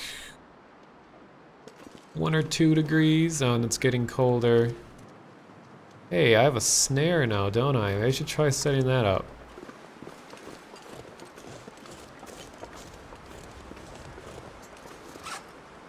Wait. Wait.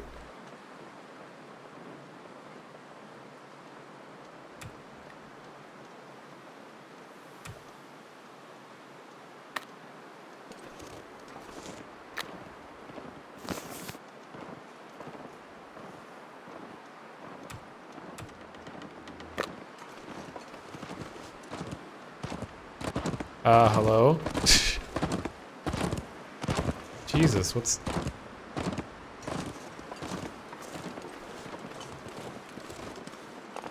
I like how mushroom discussion is like the #1 topic this stream so far. That's cool though.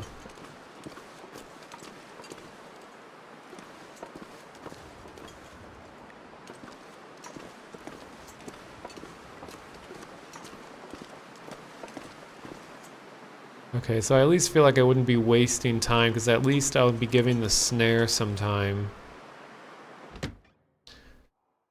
That sound was spooky for just a deer.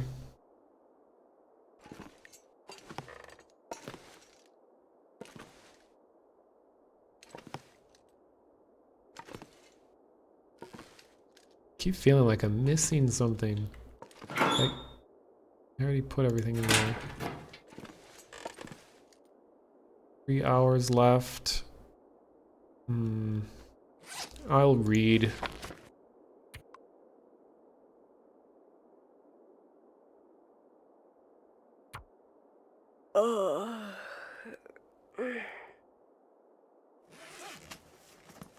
Okay, so I read all there is to read.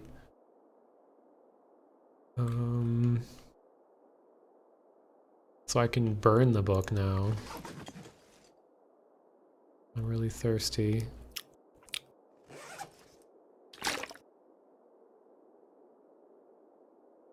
Wait, yeah, I'll drink.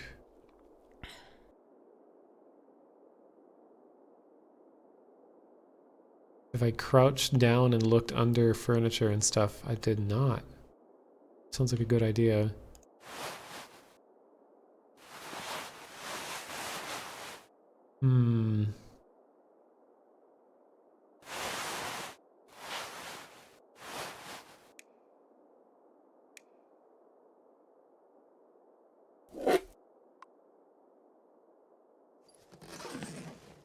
Guess before it gets dark, I should probably do that.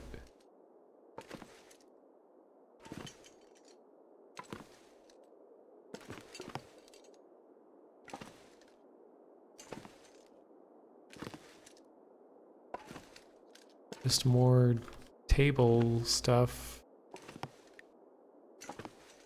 Crates. Check under the crib.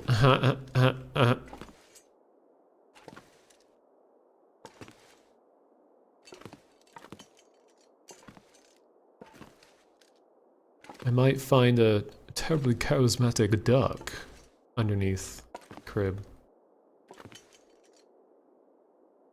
So I'll make a fire.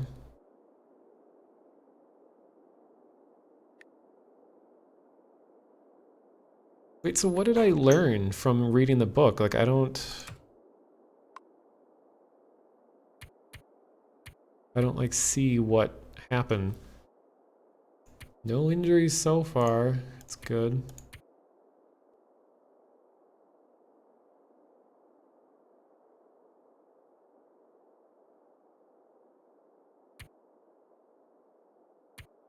Yeah, where do I... Like, what does the cooking skill increase do? Does it give me new things that I can create? Or does it just, like, increase the probability that I'll be successful in cooking? Learn how to make tea. I really want to just learn how to make fires more reliably so I don't need to use kerosene and stuff.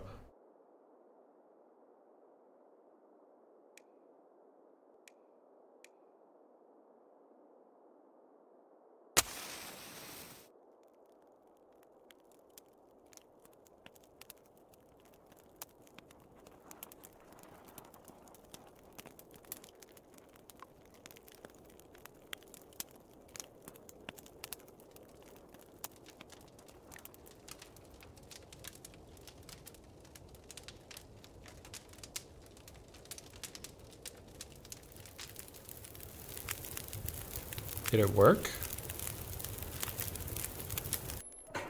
Oh, yeah. That's a good one.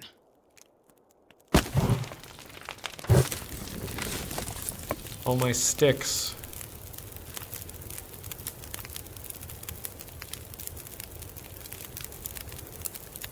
Alright, I'm gonna throw the book in. I'm gonna throw the book at it.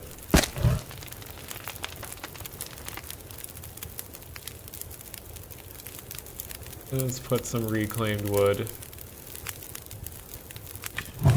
Okay, now I'll make some more water.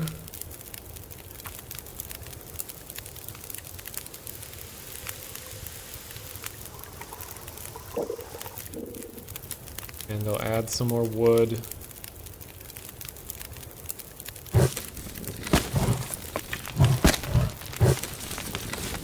And I'll boil 2 liters of water.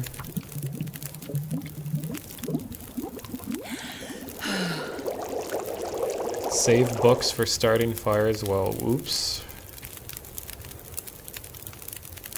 These are the mistakes I have to make. Let's cook some pork and beans. Open it up with a knife. No, I mean with a can opener.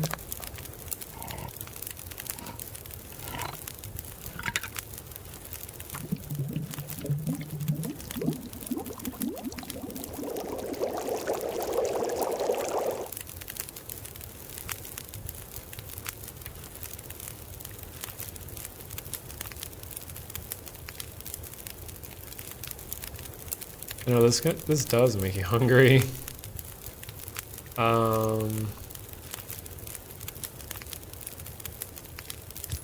think that's all I need to do.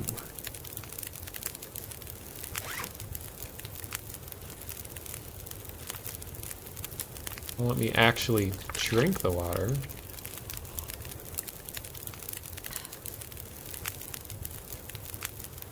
The can opener was invented after cans. That's true though, isn't it? Because it used to be standard thing to open cans with a knife.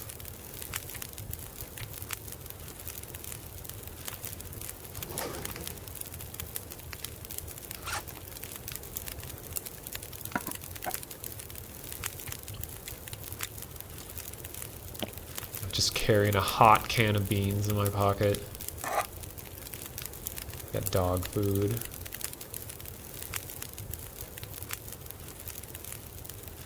Should be good for the night, so I won't die in my sleep.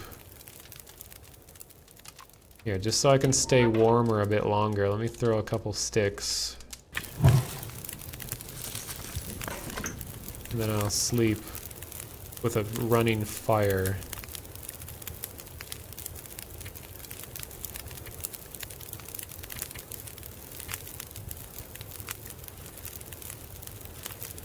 See you later,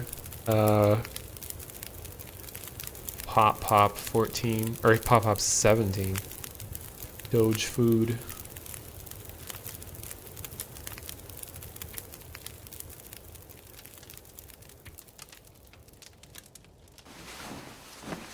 Don't die, don't die.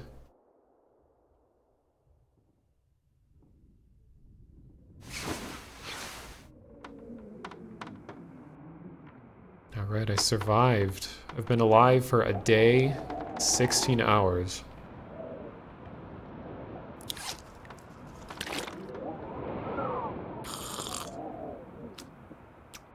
You don't need to keep warm while sleeping. The bedroll or bed is usually enough. Good to know. Rust is watching you. You're gonna head off too. Have fun and don't freeze to death. Well, thank you. You used to build 8-hour fires before you learned that. Yeah, that is good to know. Didn't seem like it was making my sleep any better. That was just kind of my own guess.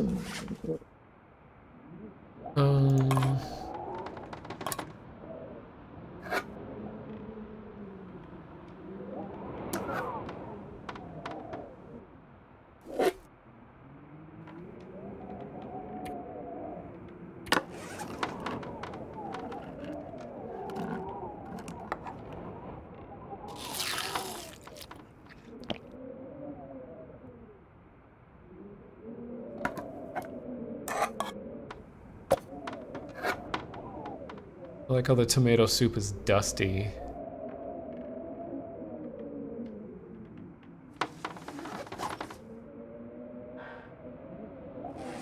Still hungry.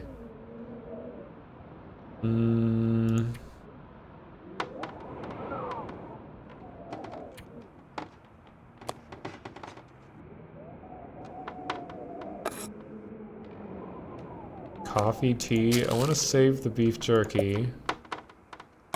Condensed milk. 750 calories. Holy balls.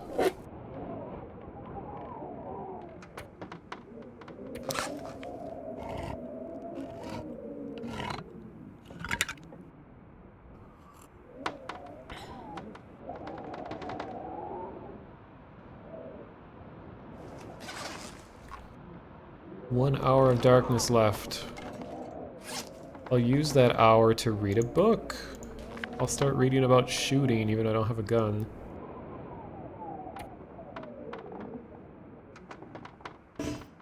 It's too dark to read. Oh, so picky. I don't want to burn the kerosene for that long.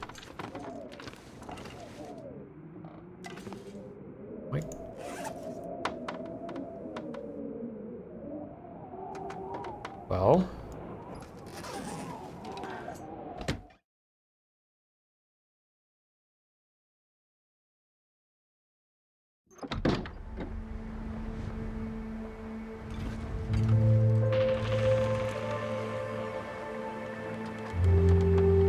Well, this is beautiful. Visually, auditorily.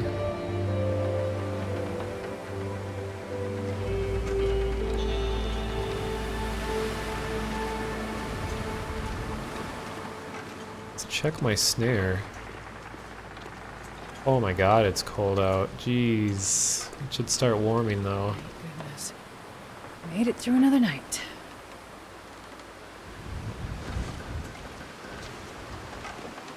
Where did I put that snare? I put it over here.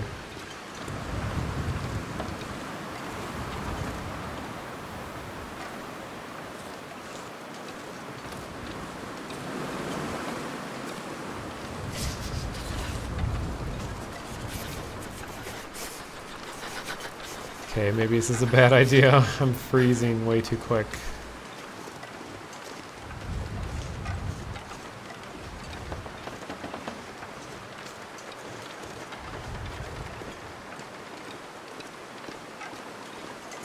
here's the snare.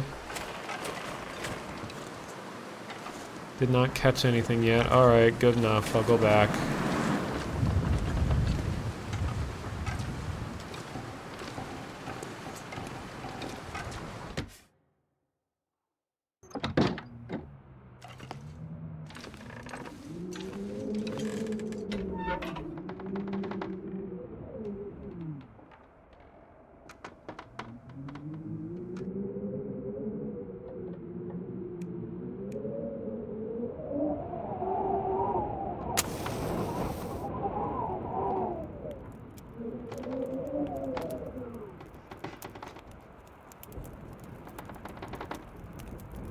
Come on, little fire.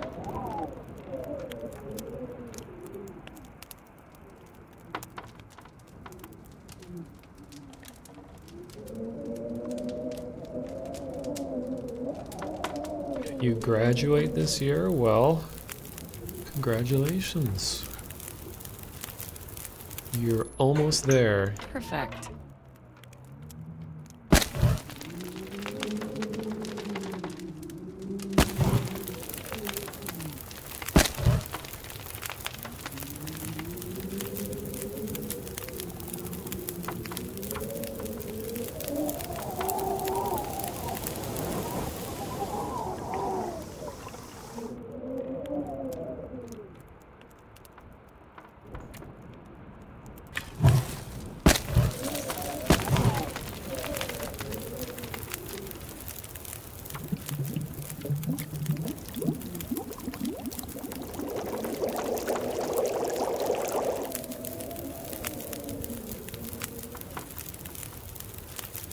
Alright, I got 3 liters. And female character so much less depressing to listen to. She is a lot more optimistic. The guy's like, Oh, I'm dying. Oh, damn, it's cold. Oh, it's like he steps into the snow. I'm freezing to death. Okay, so it should be daytime.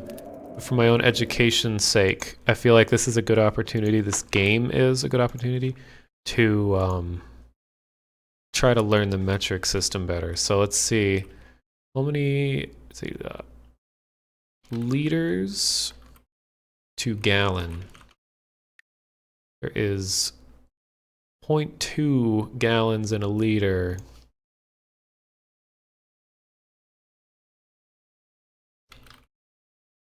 So 1 gallon is 3.8 liters. So a gallon is a lot larger than a liter. So I have to multiply liters by 3, roughly. Okay, by 4, roughly, to get how many gallons that is. 5 liters a gallon. So right now, if I have 3 liters, I just have a gallon, I guess. Roughly a gallon of water.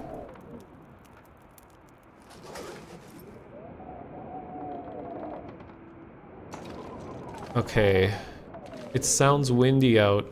Actually, maybe I should repair, because I have some cloth, I should repair some of my clothes so I can stay warmer longer. Thermal underwear is doing fantastic. Sweater's good, jeans could be better.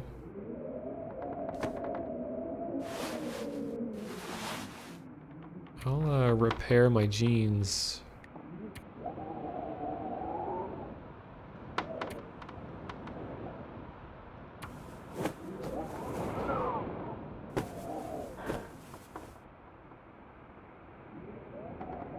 I'm at 99%.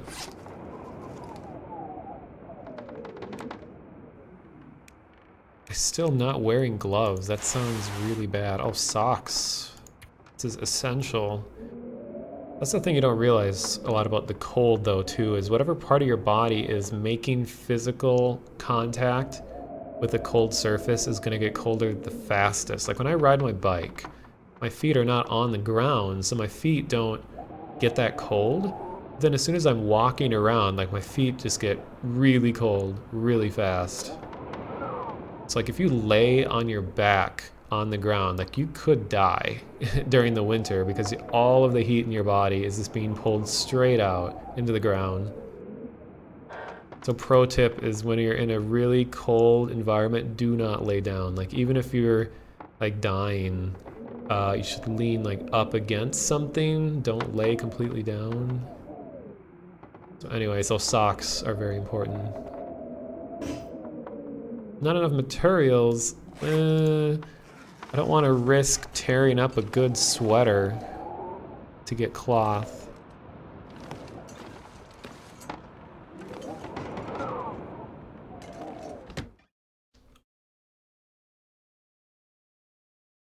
Kind of a sad story regarding the cold. Ooh, beautiful.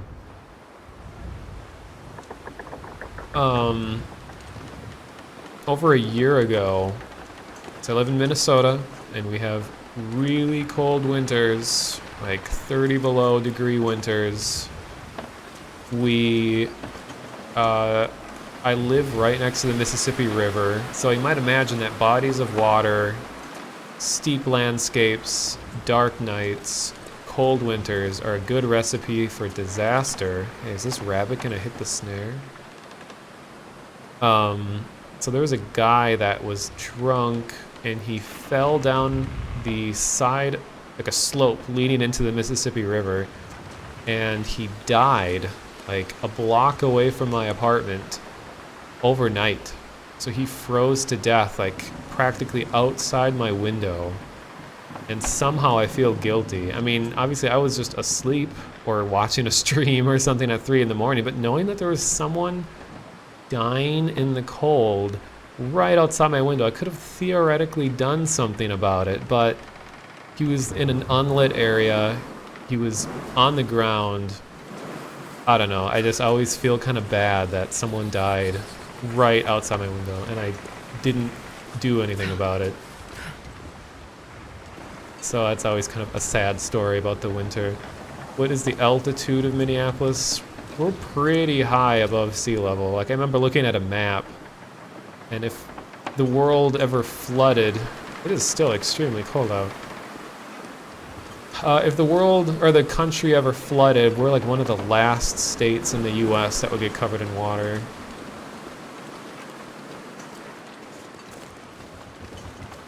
And I'm at the beginning of the Mississippi River, so, you know, the river is flowing south, so we have to be above the rest of the country for that to work.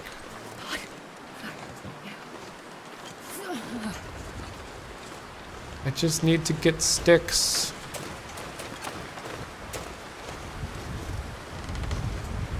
Guy around you froze to death on his porch. I know, that's the thing, is that you don't realize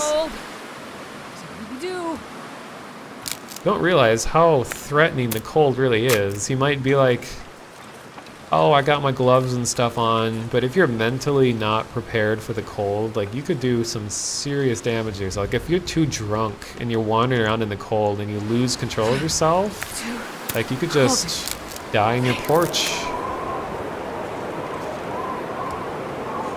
That happens all the time.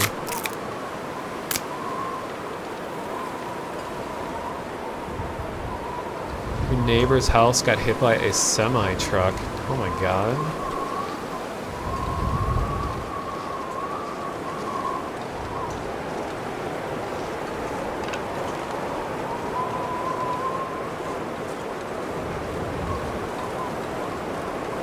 Okay, maybe I should wait for the storm to go by, or the wind. Because I'm like risking hypothermia again.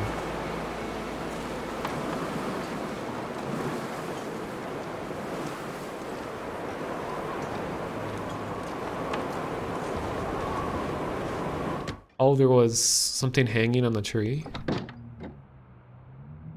Yeah, and the false warmth feeling from when you're drunk, yeah.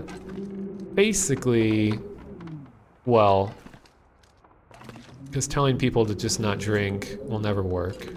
But When there's bad weather out, you should do whatever you can to not be out in the bad weather while you're drunk.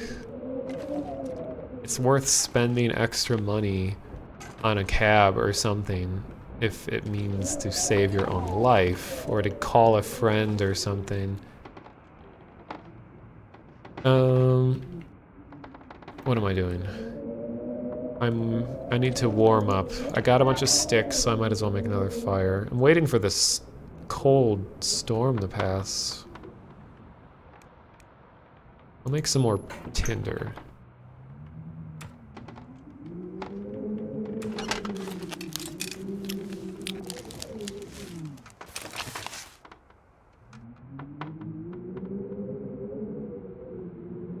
The whole reason the semi-truck crash happened is because they were drug dealers. What's going on in your town? Sounds kind of crazy.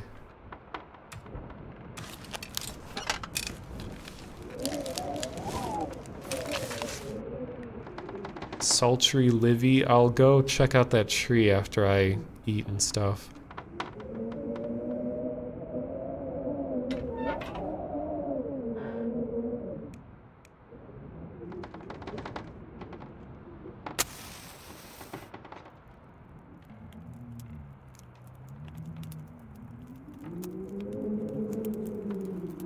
Mexico City's pretty high altitude, so you think mornings are kind of cold. Yeah, Minnesota definitely isn't the highest altitude in the country. Like Colorado, Wyoming, states like that have the highest because there's actual mountains there. Minnesota's That didn't work. Minnesota's relatively flat.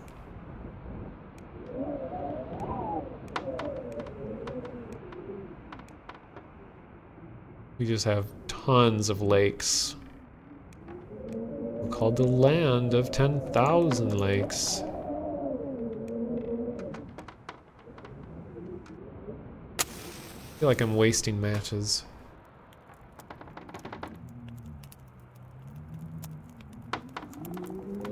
Come on, little fire.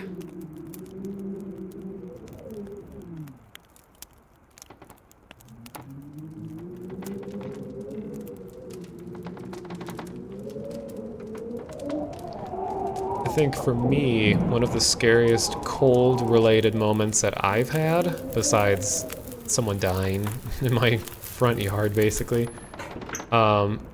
you'll find so many matches wandering about. Well, that's good. Wait, stick, go. Nice.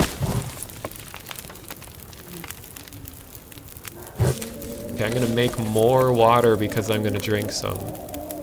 So let's just get like a half liter. So I don't want to use too much fuel.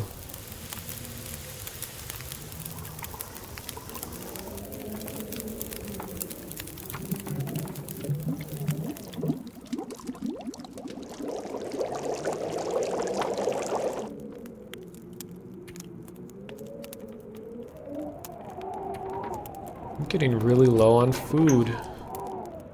I have an MRE.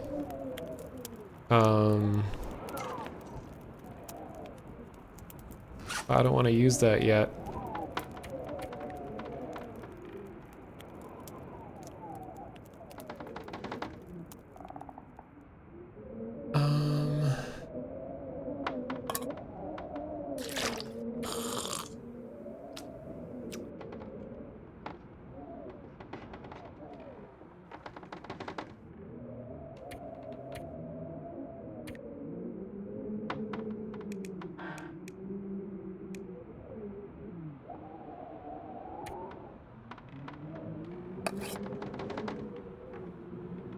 Guess I'll just eat the condensed milk.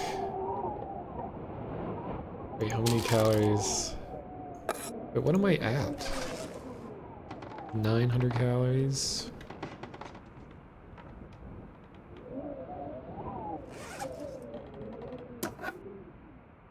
They eat the dog food.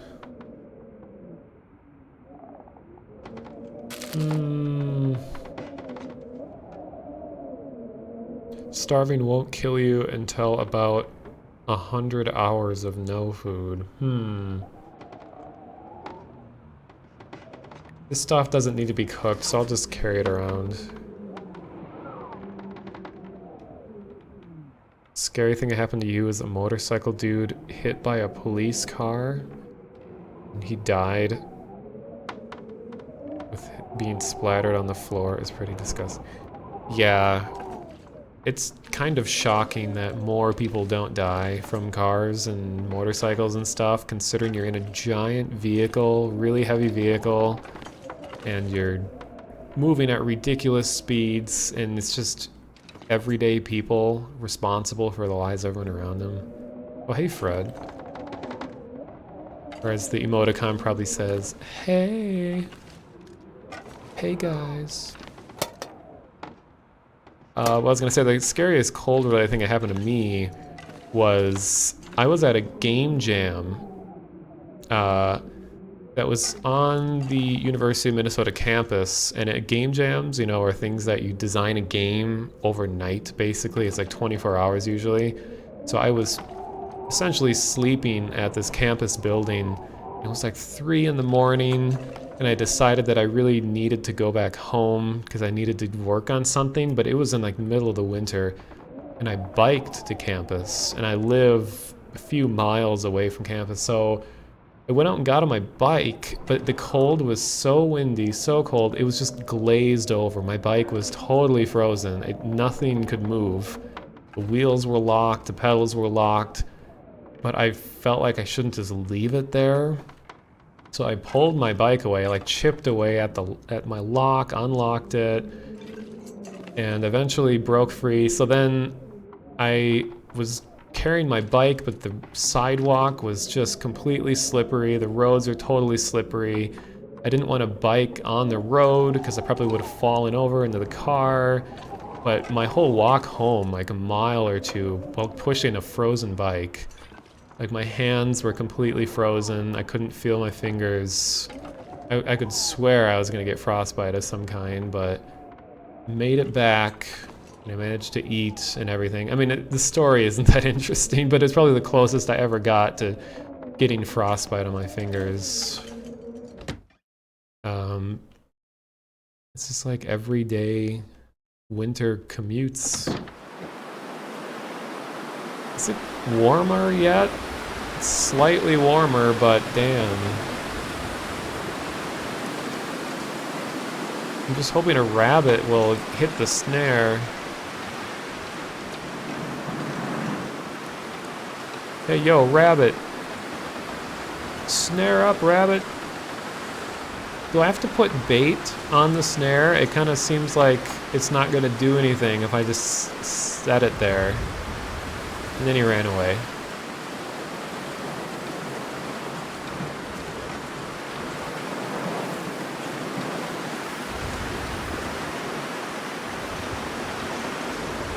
Move the snare up into the trees, okay.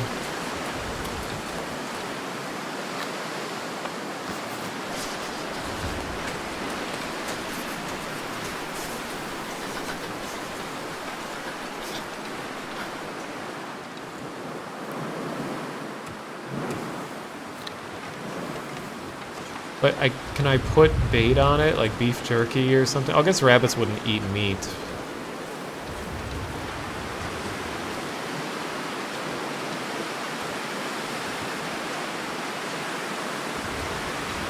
Oh, okay, this is the lichen you're talking about. Sweet.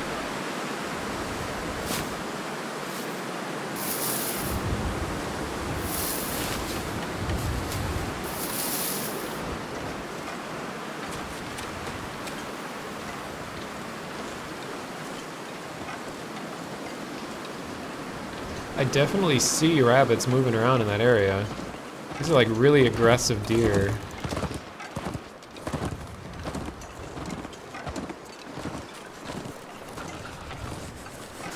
I don't really see anything else to gather in this area. I think I picked up all the sticks.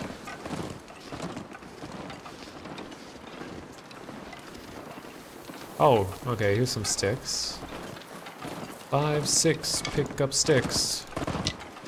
7, 8, lay them straight.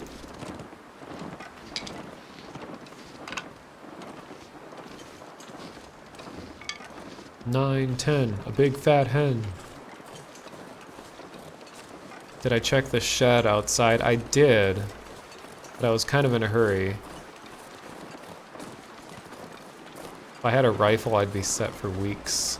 I have a bunch of bullets. Wherever they went.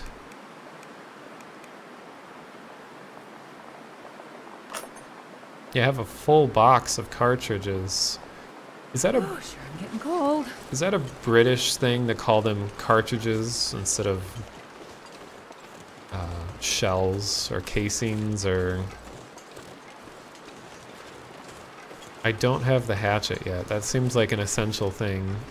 Oh, there was a hatchet in one of the ice cabins. One of the shanties.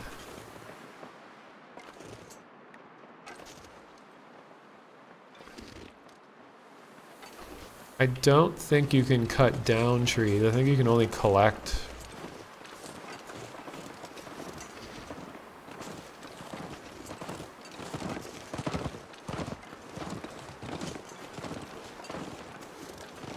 So I'm getting cold, getting tired.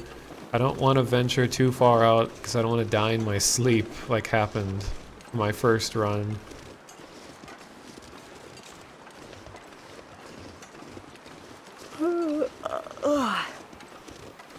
Keep an eye on that. It warmed up quite a bit. It's only like 1 degree, 0 Fahrenheit.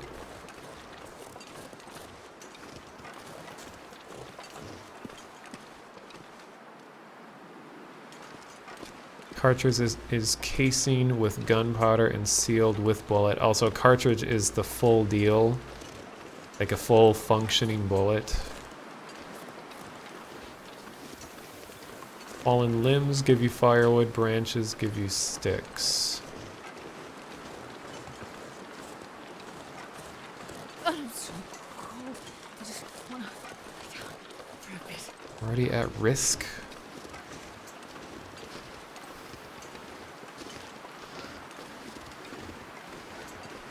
Well, I'm not gonna go too far. Here we go. Need a hatchet. Maybe that's my next goal, is to find a hatchet, but I at least want to get sticks so it wasn't a waste of time to be out like this. So I get 3 sticks from this. My hunger is ravenous.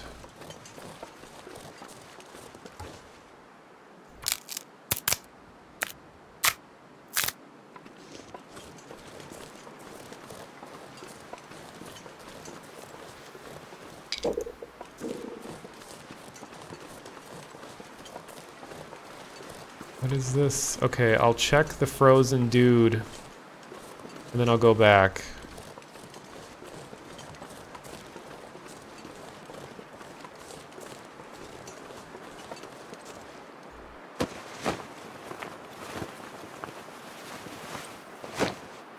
Nothing. Crow Probably useful. feather.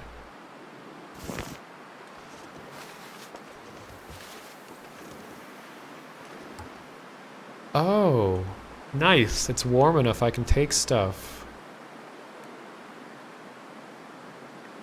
Oh no, this seems risky. Like how much time it would take. Could start getting hypothermia. Okay, I'll take the hide because I have a sewing kit. 30 minutes. Oh no. It will take too long. It will kill me. Okay. Good call. I'll come back.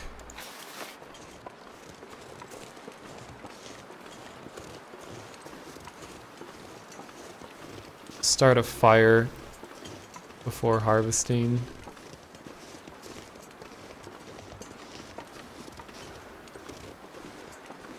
Oh, but it's like, it's warmer than usual out. I feel like I should take advantage of this. If I make a fire next to the carcass, will that keep me warm enough?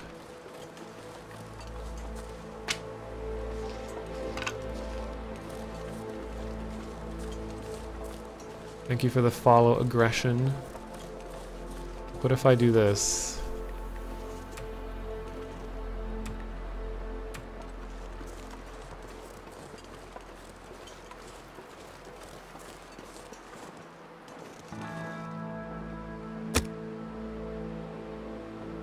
And I don't feel like I'll use my accelerant just because this feels like this is a really good opportunity.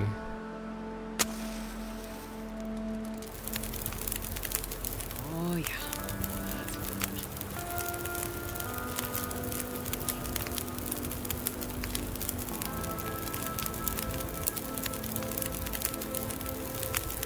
And just to be safe, I'm gonna eat something. I'll eat the jerky. Alright.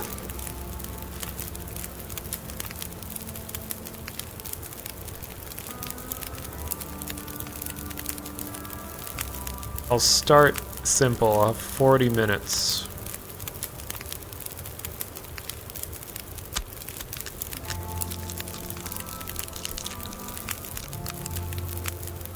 Alright. 30 more minutes. Oh, fire's out.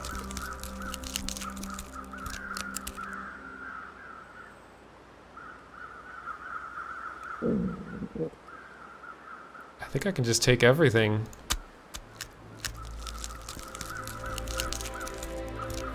I think this is good. I don't want to get too greedy. Can't take back any. Okay, well, that's good enough. Luckily, the windstorm is gone, so I should be able to like make do with all this stuff.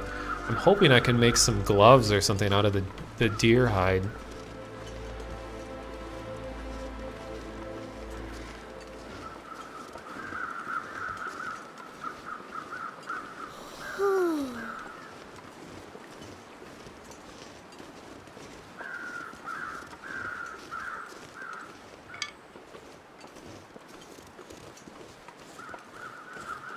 I mean, I feel like that's something that survival games don't get very accurate. Obviously, it's still a video game. People are going to exaggerate stuff, but realistically, when you're trying to survive, you're not going to be like I already said earlier, you're not going to be making huge wooden structures in the wilderness. It's going to be like 99% scavenging what already exists. So I think survival games should focus more on this kind of scavenging aspect. That would feel more like realistic. Realistic in a fun way. There's always exaggerations.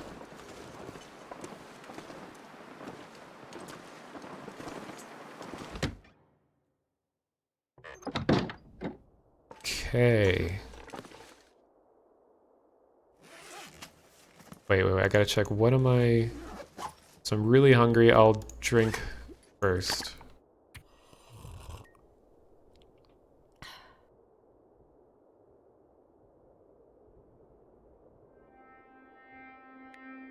So I have a little less than a gallon.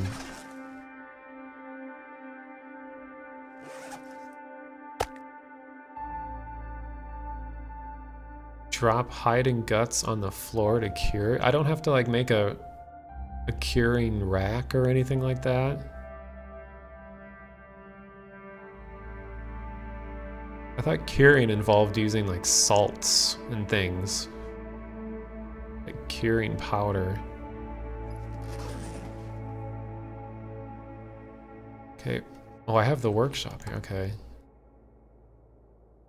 Survival bow. I need sapling.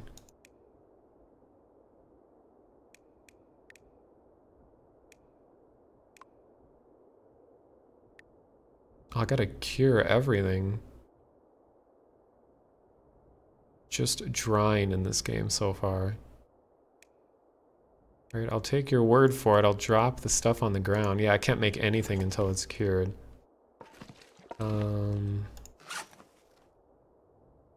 Okay, we're gonna drop the meat.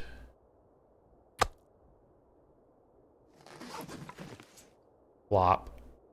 Moldy venison. So will it become cured if I just leave it here?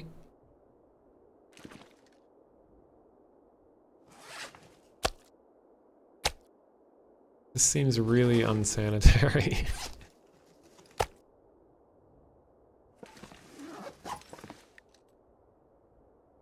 Cook the meat, cure the hide and gut. Oh. Okay. That's a lovely sound.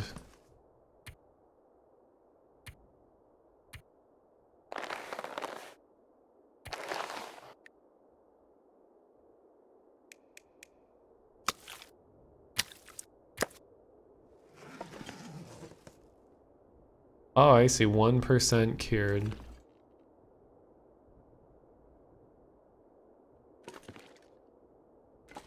Okay, so character is getting very tired, but I should try cooking one of the meats. Oops, that's not what I wanted to do.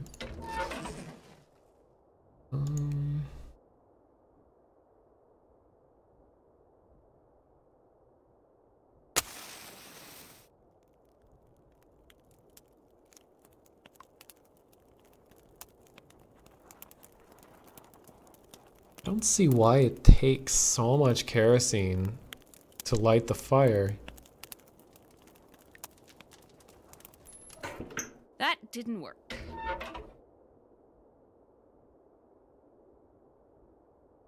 I'm gonna starve, am I? I don't like that it defaults to using the book for fuel.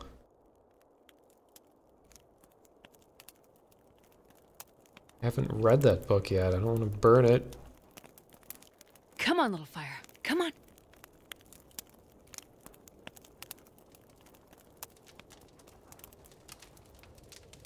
Oh, I need to find food. I'm working on it. Yes. Yes.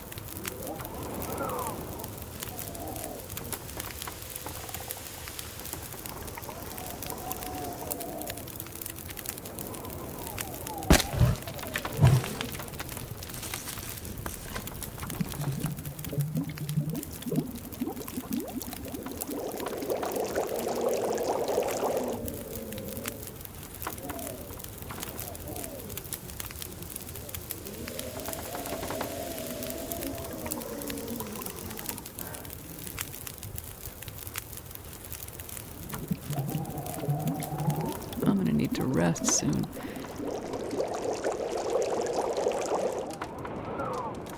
All right.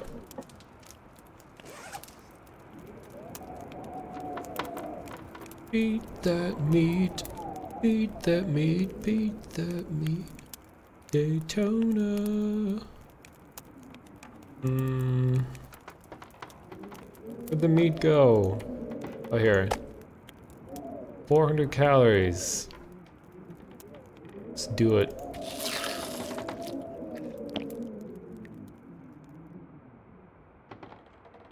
Have I been in any tech or conventions recently? I was. Let me make sure I've met my needs first. I'll wait a little bit longer until I sleep. I have been recently paid by a really cool dude locally who does stuff with recording 360 videos for kind of like virtual reality stuff. But I was paid to go to some women's basketball games because there's a Minnesota Lynx. So I was at one of their games kind of just outside in the concourses, showing off 360 videos that were filmed of the team. So we had a bunch of Gear VRs set up, and I loaded all the Gear VRs.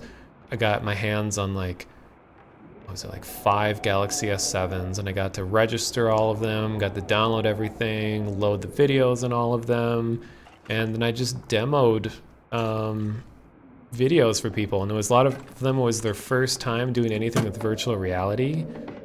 Oh, I should call into this book now. So they're just blown away by the fact that they've never tried Gear VR virtual reality before. Like, whoa! And then it was of like the basketball players and some local like Minnesota events. Like our state fair is huge here in Minnesota, and there's a scene where you're on the Ferris wheel, and the virtual reality is so convincing that as soon as the Ferris wheel starts, people are like, oh my god! And they're like looking down off the edge of the Ferris wheel, and it was too much for some people. Like, oh, basketball, this is great. And then Ferris wheel, oh my god! And then some people just like pulled the headset off, whereas others, I just said like, just look at the ground if it makes you kind of motion sick. So most people are okay, but some people were just like startled by the Ferris wheel. It was kind of weird. Oh my gosh, my character was so weak. Is that because I'm hungry? I'm already encumbered. Oh, it's probably because I'm tired. I don't know, I'm kind of scared to let my hunger get that low. I know you guys said that you can survive pretty long on low hunger. I think I'll just eat dog food before I go to bed, just kind of like real life.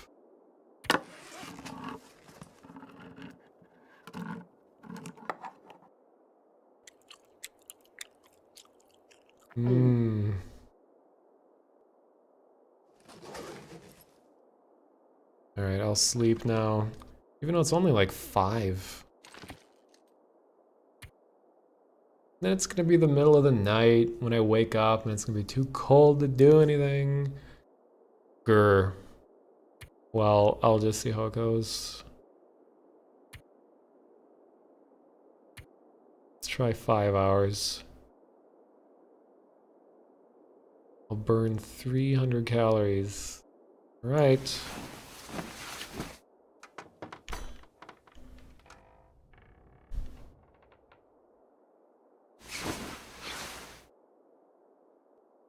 Now it's total darkness.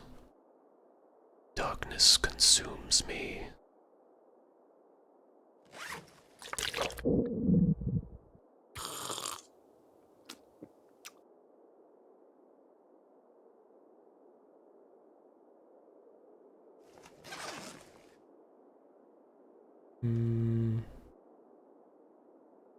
Okay, well, so 8 hours of darkness left.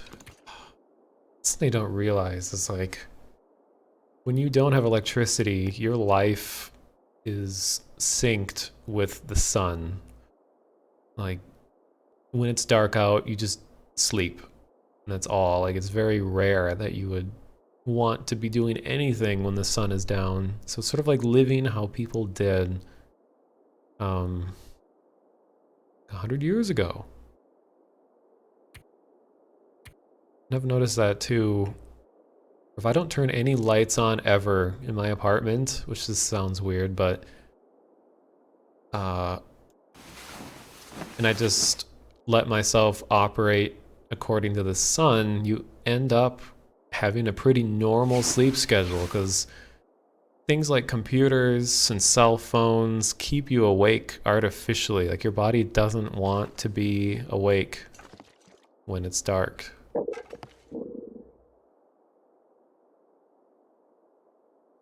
Okay. 9%. Wow, this is going to take a long time for this to cure, isn't it?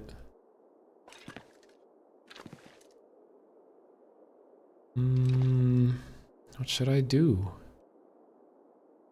Maybe I should cook some more meat while I'm waiting for daytime.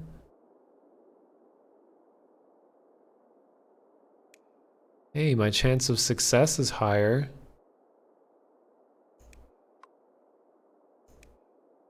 Oh, it's because I'm burning a book. But I want to burn the book. Wait.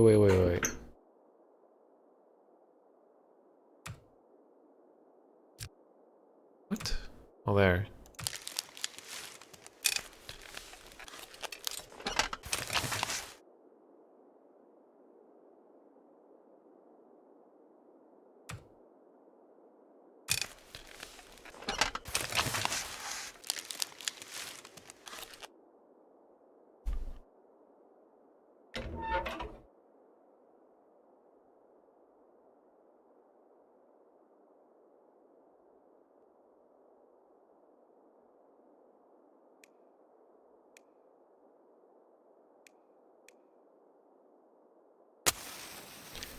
When you fuck up your sleep schedule, you feel sleep between 11 a.m. and 5 p.m.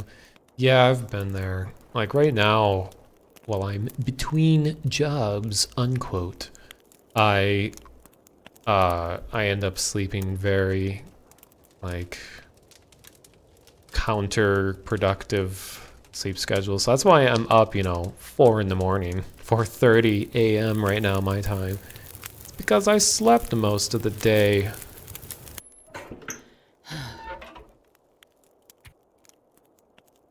Wait. Stick.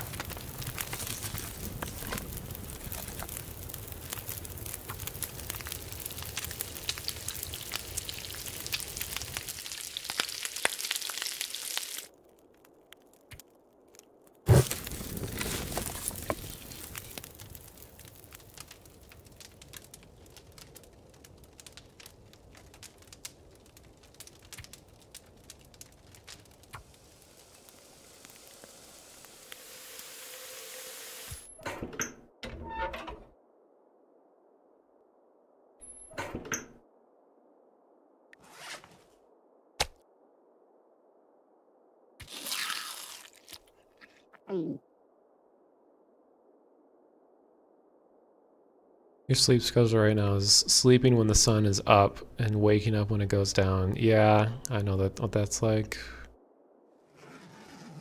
I mean, there's just sort of such a peaceful feeling about being up late at night. I mean, that's a definite kind of first world thing, I live in a really safe place with electricity and heating and air conditioning. So being up at night feels safe because I'm indoors. Is it daytime yet?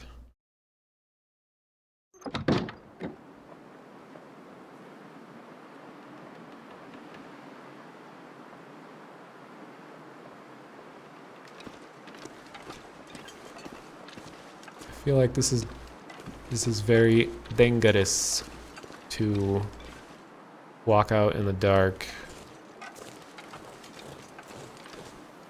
Well, I cannot see anything.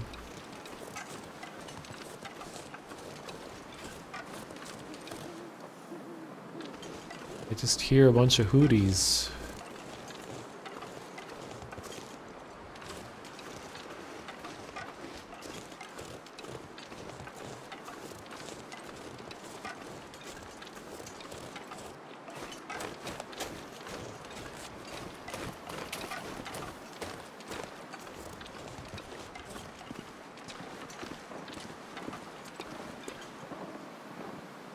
I hear footsteps. Alright, it's a deer. Oh dear. Okay, I'm just gonna wait. I think I can go to a bed and just say wait. Wait, let me drink something first.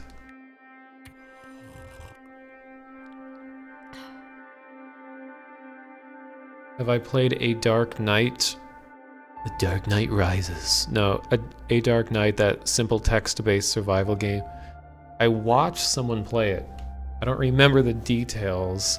I remember thinking like, text-based, that sounds boring, but it was surprisingly interesting. You're heading out, Ethereal TV. Have a good night.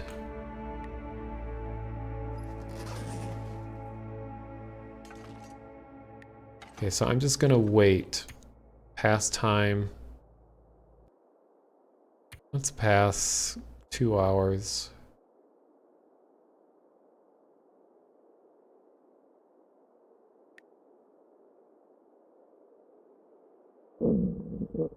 Still not day.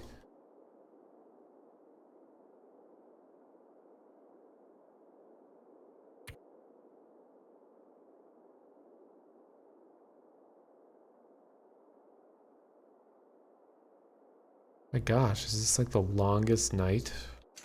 Is this the long dark?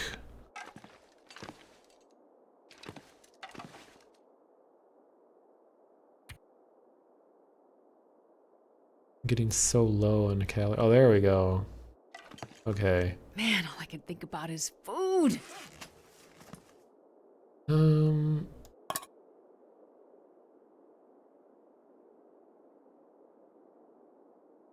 I think I'm gonna eat the condensed milk because that's a lot of calories. Ugh. But just the thought of drinking 700 calories worth of condensed milk sounds so unappetizing. Ugh. Right. Well, I'm pretty good for a while. Step all over these intestines laying on the ground. Did I check this? Yeah, I did. Let's go check that snare.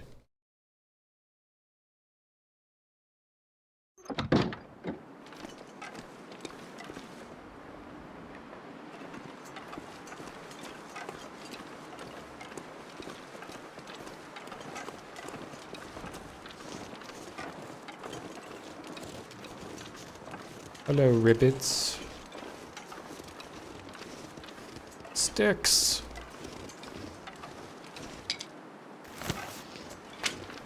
The river Styx. Oh. A ribbit. Yay.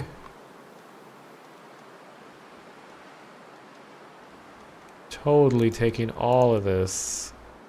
50 minutes. All right. Whoa, whoa, whoa. Oh, that was cold. Okay.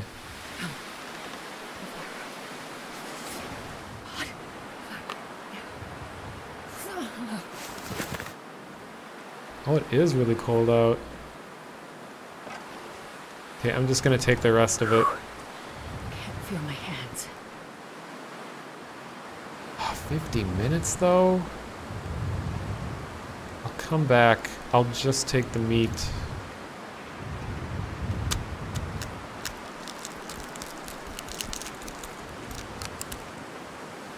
Damn. Freezing.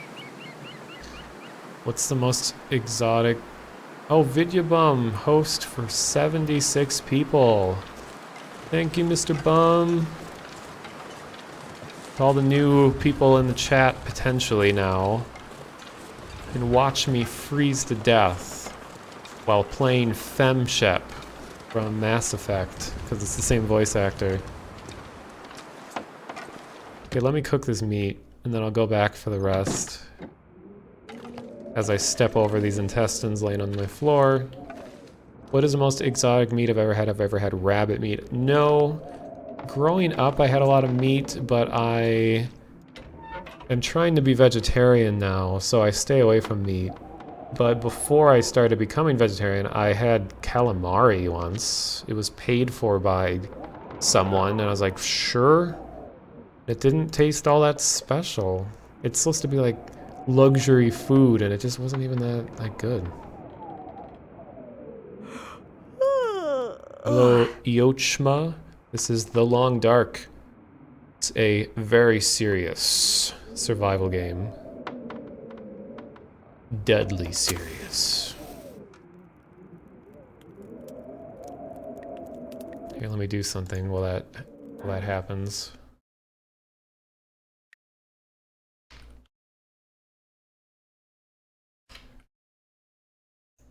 Because Vidyabum, so kind to host me, you guys should go follow Mr. Bum or Jeff or Reds. He streams this time of night Come on, too. Multiplier. Come on. So if you like this really late night stuff, he's also a good streamer to watch. He does a lot of shitty horror games and then good horror games, and he also does Monstrum, which is like a procedural horror game that's really entertaining to watch. And hello, Seravo. Oh my god, just start, please.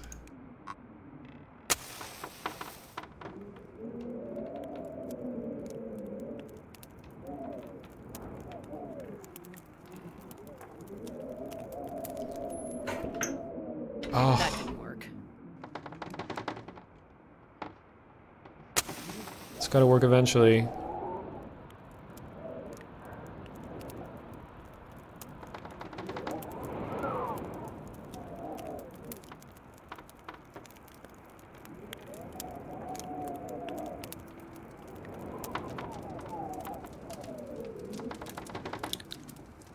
But the state fair in Minnesota where I live is known for its just weird foods.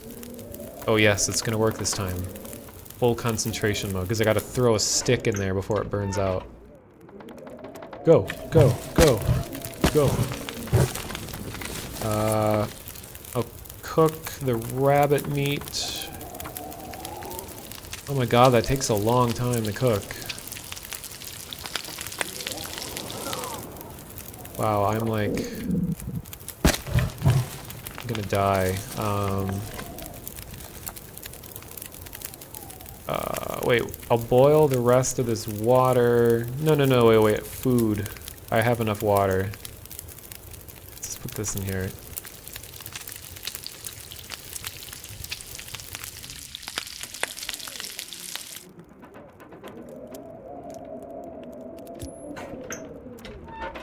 I'll keep it going. Oh, burned out. Well, I cooked a lot of stuff. Ooh, I love that sound. The sound of wisping winds. Okay, fresh venison, 400 calories. But what I was saying, the state fair here is known for its very weird foods. So they had like goat meat, they had alligator meat, they had ostrich meat. My dad just loves meat and he just ate all of it. And I think he enjoyed it. What am I trying to do? I'm trying to stay alive. This game is about the intricacies of survival. It's not running around and saying, friendly, I'm friendly, and hoping people don't shoot you in multiplayer. This is about balancing your calories, keeping track of temperature, wearing warm clothes. It's like micro survival. Thank you for the follows, Saravo, Iochma, and Bernard Grapple. I went vegetarian for about 6 months to see what it was like and taste the difference. Yeah, I've friendlies in Cherno. I've been doing pretty well. I have not avoided meat 100% being vegetarian, but I'll only eat meat like once every few weeks, and it's more out of necessity because some of the most cost-effective food near me tends to contain turkey and things like that. But in general, I mostly just eat lots of beans and rice and quinoa and grains. I bake flaxseed muffins, almond milk, use like coconut butter or coconut oil and canola oil instead of Crisco and other animal fats for cooking. Raw meat. Oh, that's what I was gonna do. Shoot. But it sounds extremely cold out. I was gonna go out and get the rest of my stuff. They're planning on having VR, I think, in this. But I'm currently not. Oh my god. But this currently is not the VR version of the game. Jesus, it's like 10 below, 20 below. I think I might die if I stay out in this too long. Where was the rabbit? Is it up here? Hey Fred, how's it going? It's very loud, very cold.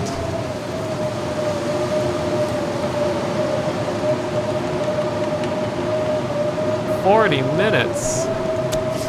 Holy fuck. Okay. Okay, almost froze to death. Let me go back.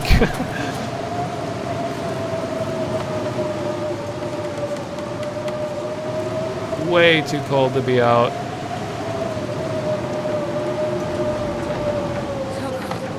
So cold. Okay. Seaweed is nice, but it's an acquired taste. Oh, I really cannot stomach seaweed. I've tried so many times. I've had sushi wrapped in seaweed, and it's just, ugh. I think one of the most disgusting things I ever ate was seaweed juice. It was like drinking grass, really salty grass.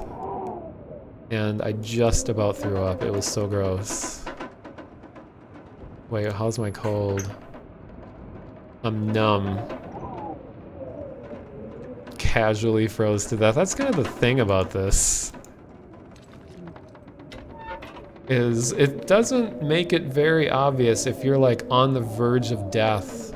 You can look at the meters and you see that they're red and flashing, but your character should be like, ah, I can't move, I can't go on. Or like, oh, I'm starving. Instead, it's just kind of, I'm hungry.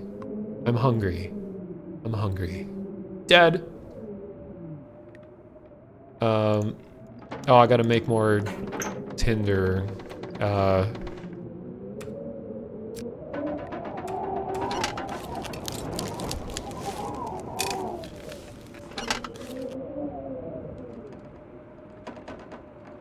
Just chilling. What's with all the emotes? Hey, Yochma. We don't need any more Hot Pocket emotes. Okay, I gotta get more matches soon. Yeah, it does make sense. Come on, little fire. It does make sense that you'd be able to die without realizing it in a realistic sense. But I feel like gameplay-wise, it's really important because I can't feel the cold. I can't feel the starvation. So they need more cues telling you if something's happening for me to like catch on and do something about it. If I were her, I feel like I'd be a little more aware of my starvation than as a player sitting on the computer. Oh my god, it ran out. You don't always have to build a fire to warm up, just being indoors is enough. Well, I can drink.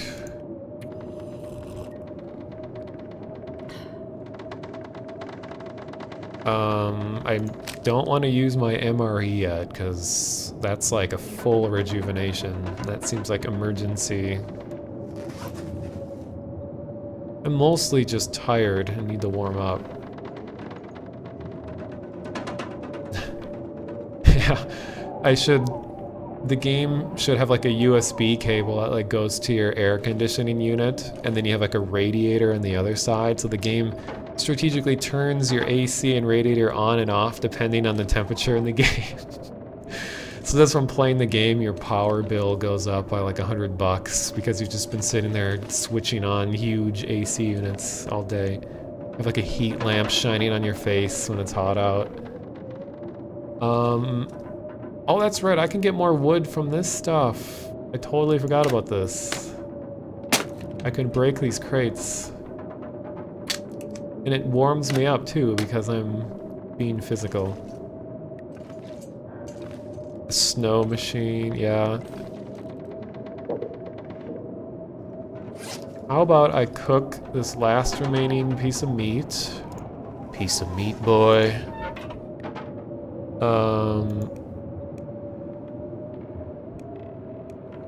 I don't want to waste the kerosene.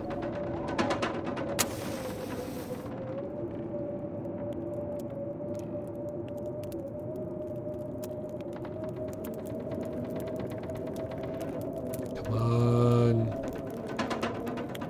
No! I don't know what's worse, if I waste my accelerant, or failing making a fire so many times that I waste matches.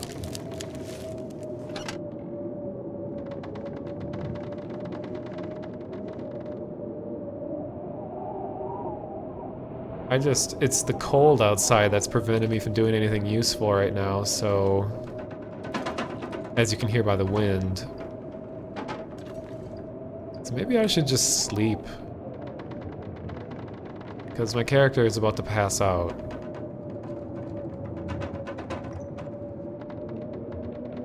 There are those moments in survival games like this when you're too efficient and hold all the good items for too long and then you die because of it. That is the... that's definitely true. It's like, it's a human mentality to feel like if I got it, I gotta use it. So then you don't stock up on anything at all. But on the opposite end of things, if you're trying to feel like you're being strategic and planning too much, then you don't use anything ever, then suddenly you'll just die carrying all the supplies in the world. So I suppose that's the challenge of a survival game, is you gotta strategically figure out what you're willing to risk, what you're willing to waste to stay alive. So like right now, I'm just gonna sleep. Ah, but then, if I sleep too long during the day, I'll wake up at night, and then I can't do anything at night because it's always cold out at night. These are these difficult questions. Okay, I'll sleep in hopes that the storm will pass.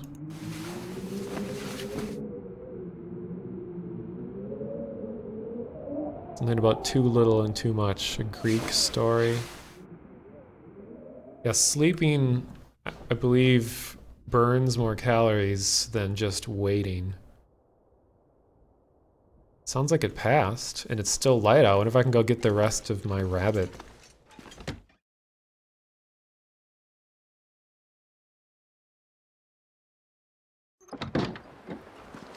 Nice, it's way better out. Just waiting for there to be a wolf outside my door, it just instantly kills me as soon as I step outside. So many things to keep track of. Yeah, that's the challenge of the game. That's the gameplay, is trying to balance all the factors. It's alive! No, that was the wrong one. Okay. This shouldn't kill me this time.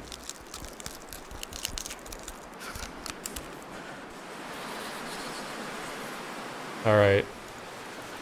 Rabbit is now depleted. Oh, I should drop my snare again. Seems like a good spot. Wait.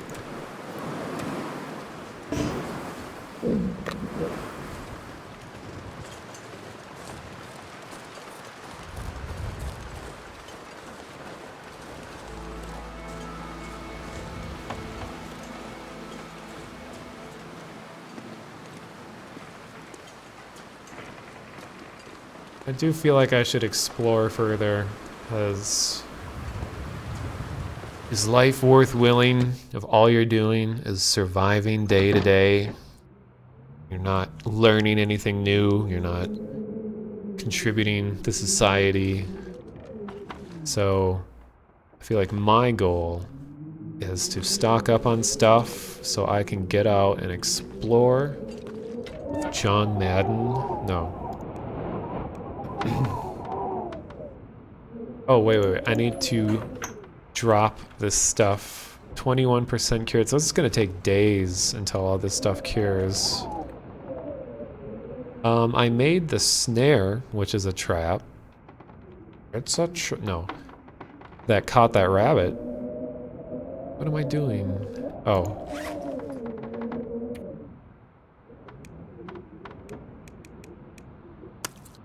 Gut. And rabbit pelt.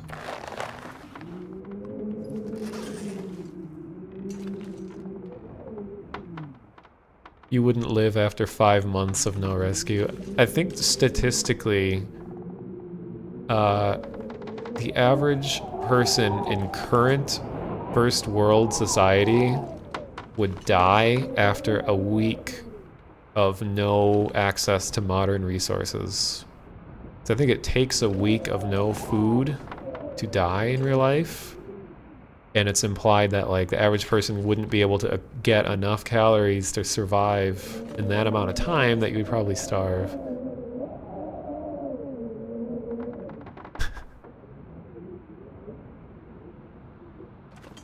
If you played this game, you would die in 2 minutes. Well, you should have seen my first run. I died after like 12 in-game hours because I tried going to sleep outside and I like died in my sleep.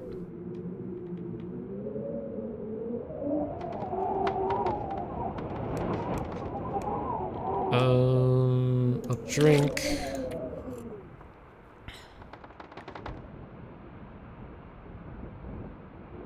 It was like 1 or 1.5 weeks for the average person. Hello, Silent Nil. You just returned from a bicycle trip. Well, that's cool. Did you have a particular goal, or is it just for like exercise, or what? I should watch Alone. It's, they basically barely get any food, and the average person, the show makes it at least 2 to 3 weeks before they quit. In season 60, Jesus. Almost everyone made it close to 2 months.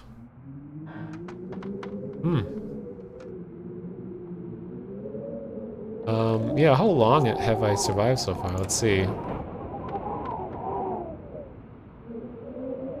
I've experienced 4% of the world rested. Oh, this is the day. Where's my, like... Where's my full summary? Okay, I've survived 3 days, 4 hours, 11 minutes. Expended 9,000 calories. Traveled 8 kilometers, which I believe is about 6 miles? 5 miles?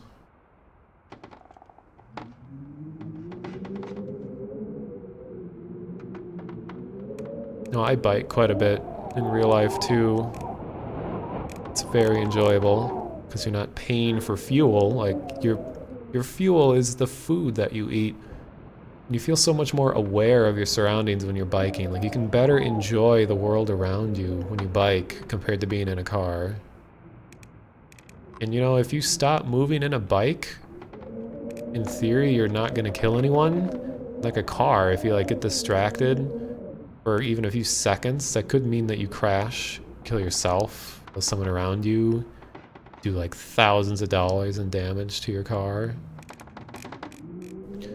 Okay, so for the sake of making this more interesting, I think I should sleep, eat the MRE, and just explore.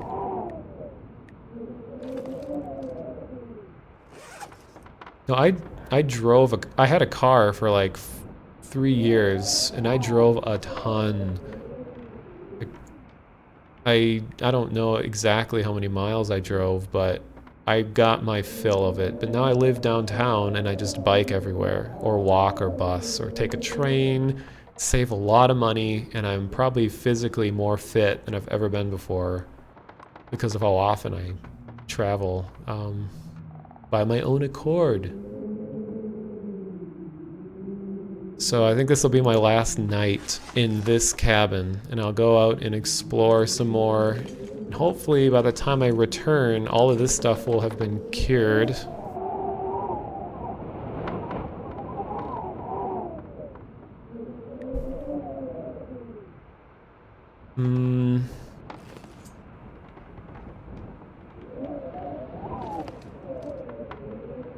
So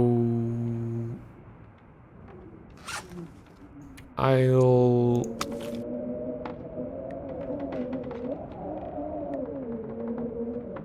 Okay, I'll...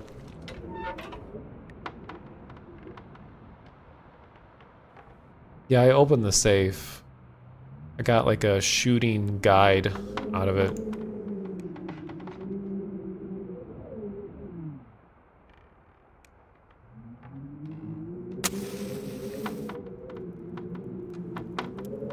Well, I mean, not everyone can rely solely on a bike. Come on. Like you said, if you're someone who needs to drive very far to go to work, to visit family or whatever, I mean, you'll need a car. Unless you are part of a car rental service. Or car share, I should say. Yes. Worked. When I visit family, I just take the train and bus. Because they happen to live close enough that that works.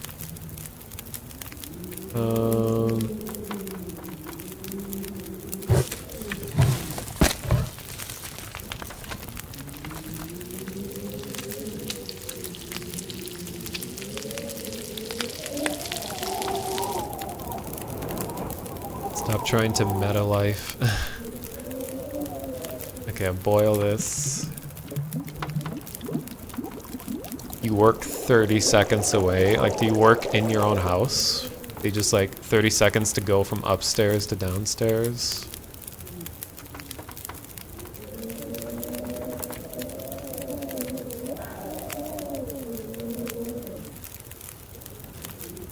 Alright. Man, I could eat anything. I'll use the rest of this fire to melt snow.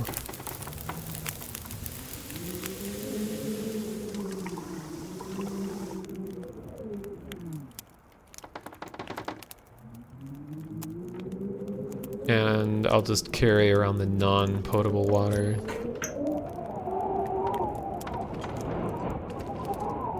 Okay. I'll eat this meat.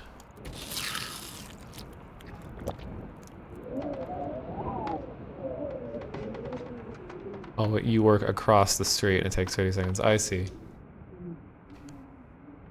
Yeah, when I bike somewhere compared to walking, I can half or halve the amount of time it takes to get anywhere. If I walk, well, my previous job, I could walk to work in like 15 minutes. I could bike to work in like 6 minutes. And I tend to bike like double the speed of the average person. I go like 11 miles per hour or something.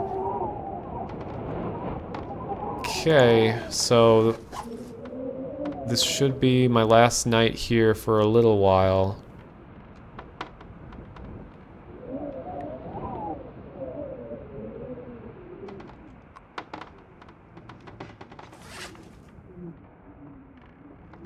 I'd like to see, do I play Dark Souls? No, I don't. I like watching people play Dark Souls, but I don't really enjoy that type of game, playing it. This is gonna sound weird, but it would be hilarious to watch someone speed run everyday things you do in life. Like, all right, it takes me about 10 seconds to get from my bedroom to the basement, but I can go for the world record. So someone like, I bet I can get down to my basement in 5 seconds. And the video is just them like throwing themselves over the railing, falling on their back, and like personal best as they're like on the floor with a broken spine. Is this the first time I've ever played this? It is. Well, okay, I played the very first release, which this game is vastly improved since the first release.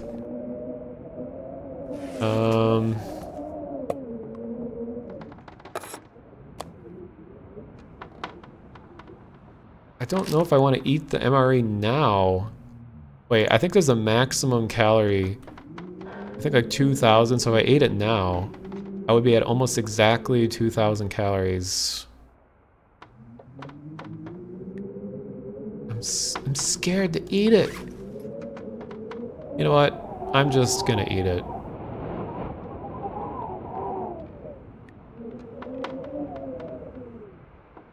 The original release of this game came out like 2 years ago, I think.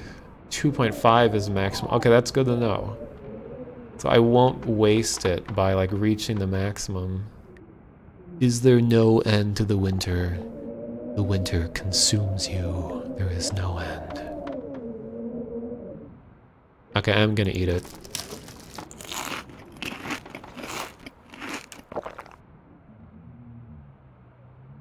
Average biking speed is 15 miles. You sure that that's the average speed? Because I actually measured myself and I was really pushing it and I was going around like 12 to 13 miles per hour. I feel like the average speed would be like 10, 11. Or I mean 10 or like 9. But I live downtown among a lot of people, so I'm sure the average speed is different when you're among cars and avoiding obstacles. But then now, if I sleep, I don't want to be traveling at night because it's going to be really cold and I won't be able to see anything. How about I pass time for a couple hours?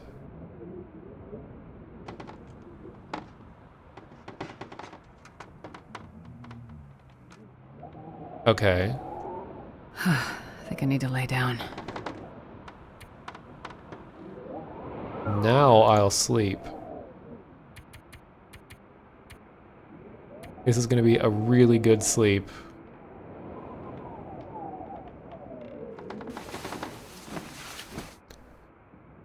Oh, you meant kilometers per hour. Okay. I was going to say.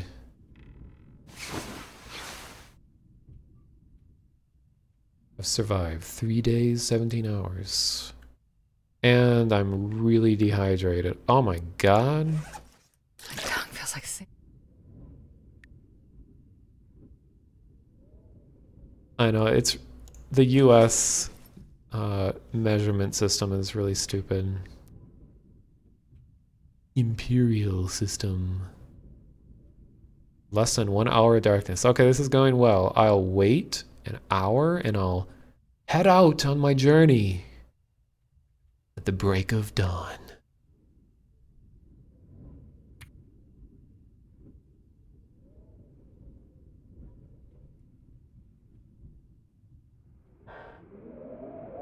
Oh no, is there a storm here? I mean, a weather system?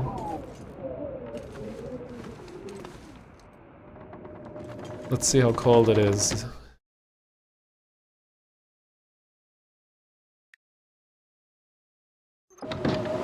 Oh. God damn it! I just want to go on an adventure. Jesus.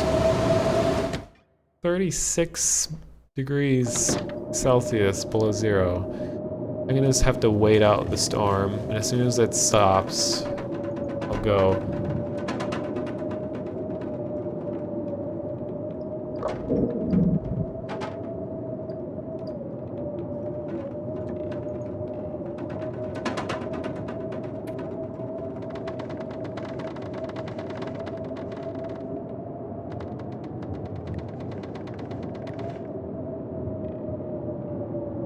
I know, weather always has other plans.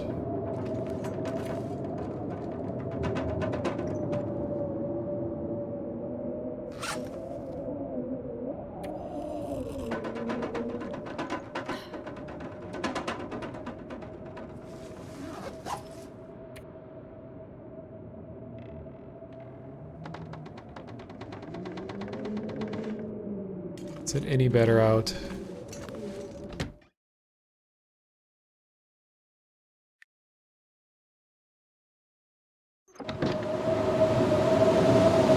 Oh my god.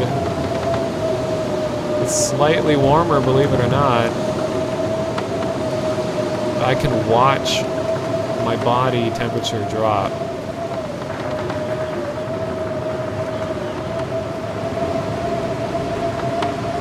Okay, I'm gonna wait 1 more hour. Yeah, the atmosphere, I mean, I love the fact that it's so loud and so vigorous that makes it seem foreboding. Like, I wouldn't have to check the in-game temperature. I could just know that those are conditions I don't want to run around in.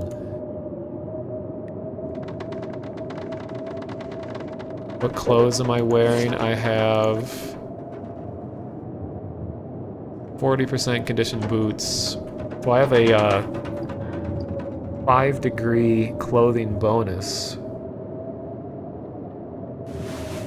New jeans, new thermal underwear, new wool sweater, decent toque, decent scarf, worn socks.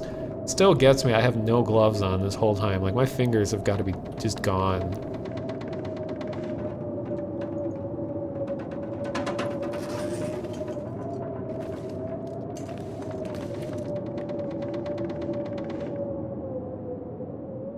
Dang, that MRE sure didn't last long. I'm already almost starving again.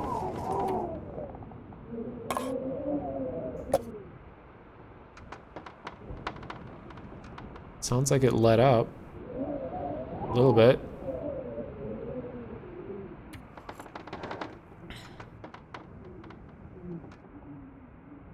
Well, I'm officially out of food, so I think I don't have a choice.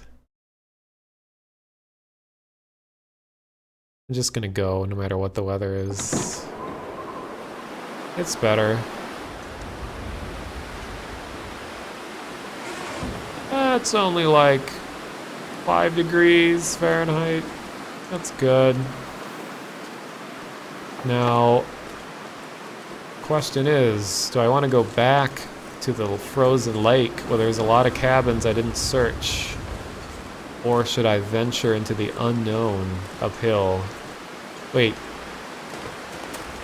Let me check the snare real quick.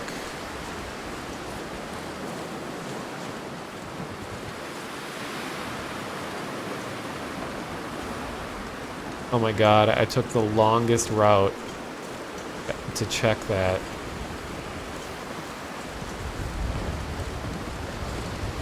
Thank you for the follow, RTZ. Oh my god, fan guy.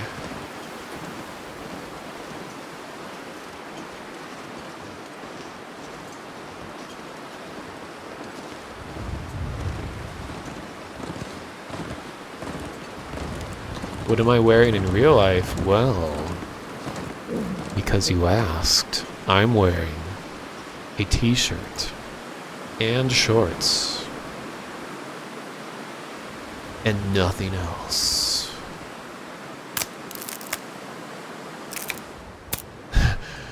RTZ, oh my god, fan guy, that's his new nickname.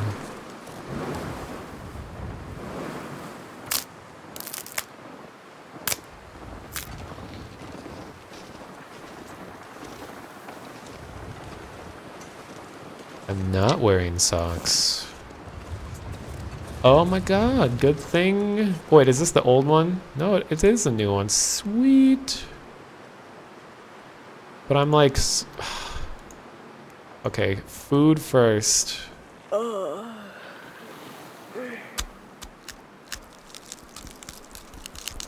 Asmar. I'm gonna take the snare with.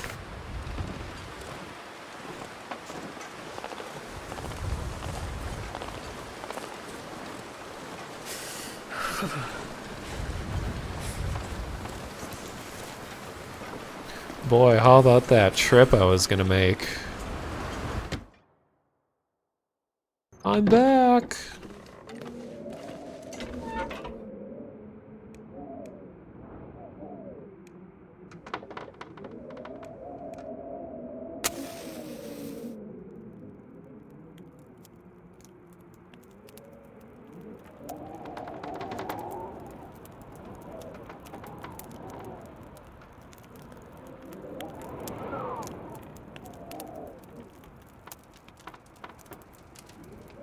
I really hope repeated fire attempts improves my skill. So your tip is to just start starving, it doesn't matter. You drop down to 60%, just eat the rabbit.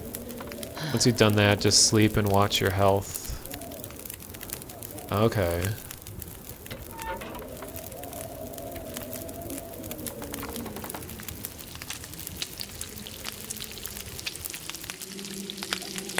No!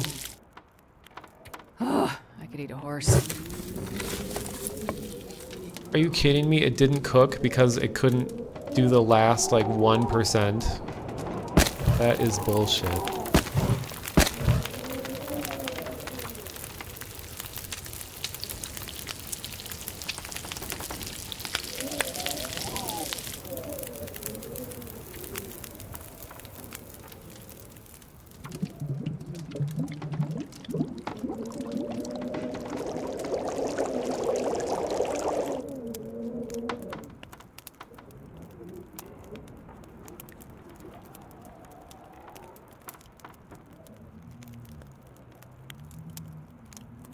Yeah, you cook everything or you cook nothing. It's a very like totalitarian, no, it's the wrong word, very harsh fire. It lays down the rules.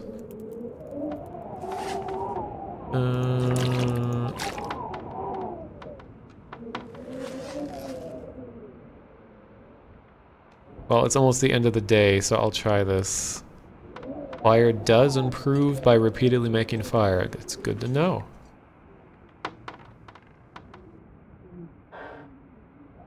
I'll get some more wood.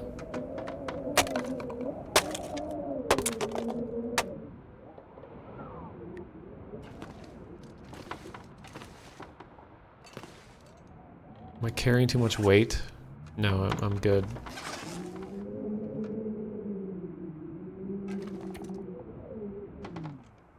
Okay. So I'm gonna go by advice.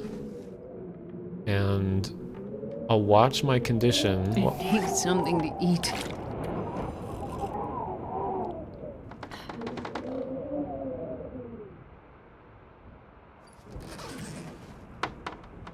So I'll see what...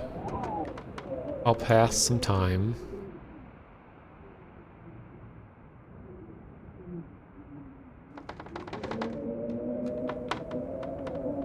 Oh, it is light out. Yeah, I could read the book.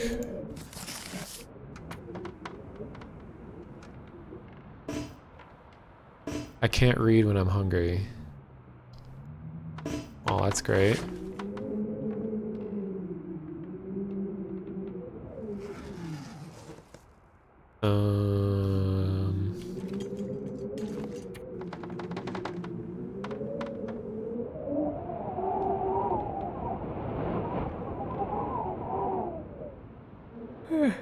Getting tired.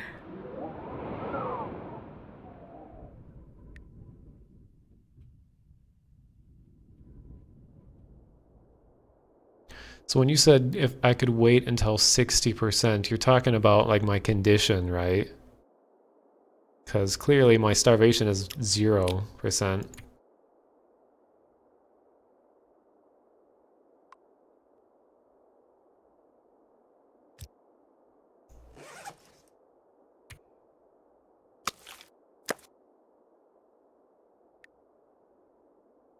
Okay, I'll watch just the condition then, in order to maximize my like energy consumption. I'm burning non-existent calories right now.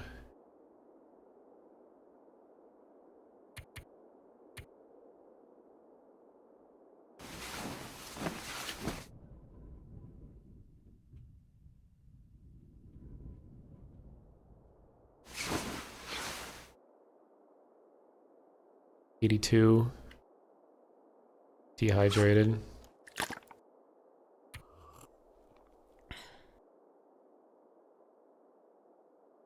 Put the snare up again. Yeah, I'll drop it before I leave.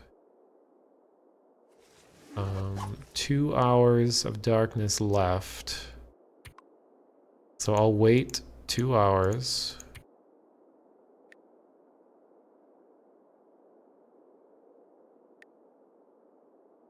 And I survive through the sleep. Doesn't sound like there's a storm out. This might be finally the day.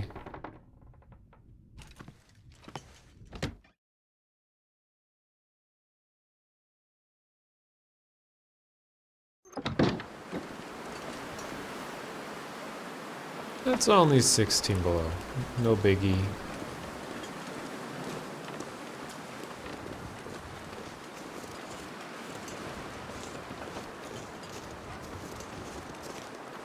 And I'm carrying some meat with, so I'm packing meat. but I'm carrying it with so I can eat that when my condition gets low. What am I doing?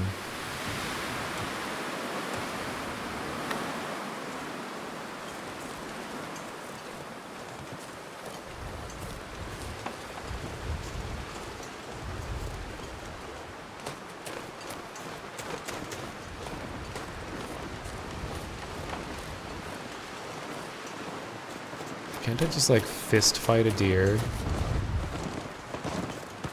I mean, they're already like running at me.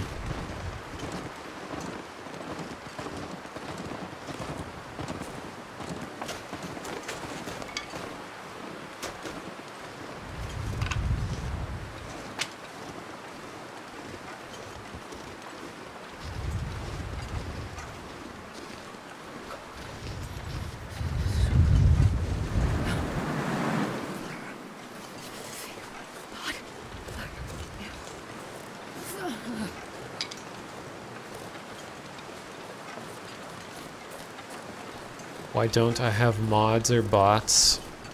I'm pretty small time. I don't really feel like I need anything, any extra assistance at the moment.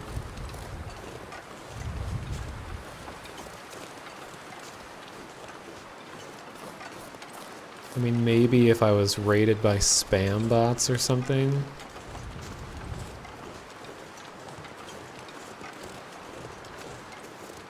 But I feel like it's part of my personality to remain small.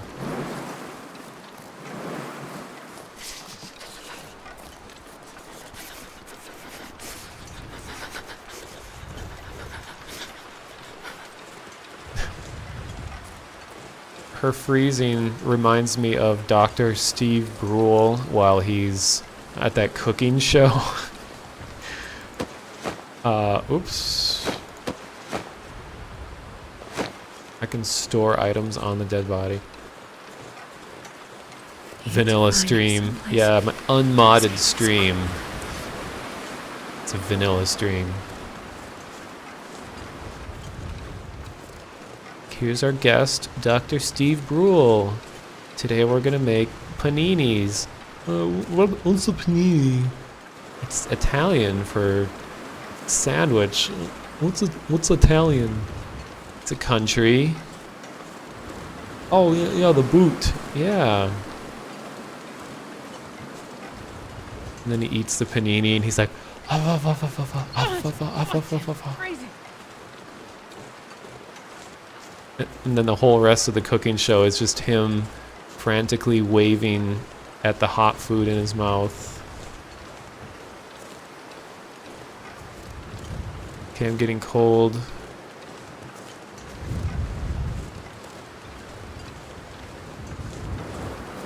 What country are you from, Italian? Okay, I think I should make a fire soon to warm up.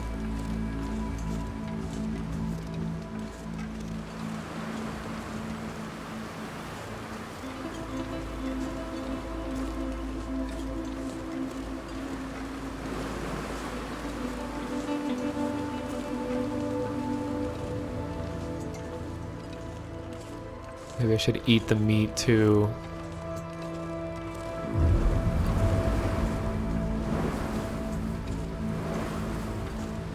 There's a cabin. A deadfall area. Nice. Is this... Oh, it's a mushroom. Large edible mushroom.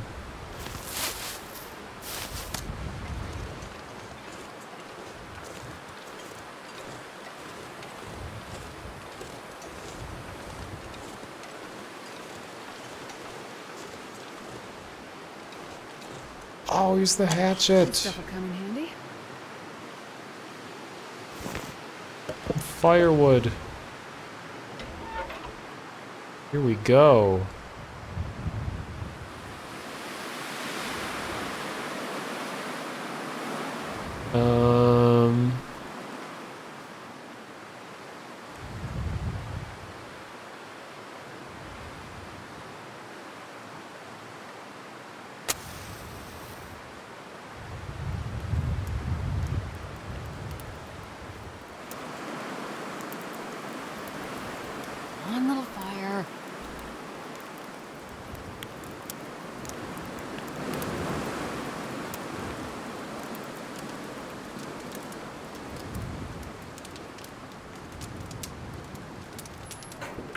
you serious? Really? You know what? We're cooking the books. Cooking the book.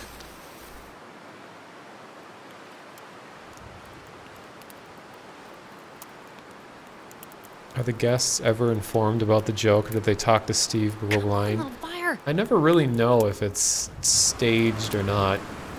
I mean, I know the Steve Brule thing, he's kind of known for his improvising, so it might be real.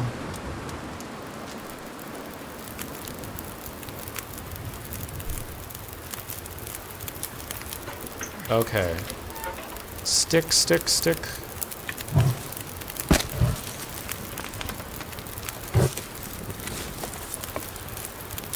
So I'm gonna eat. Right now I just need the warm.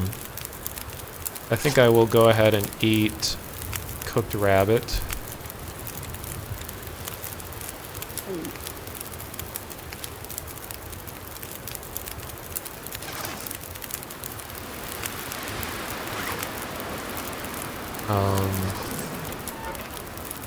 I'll get some more water.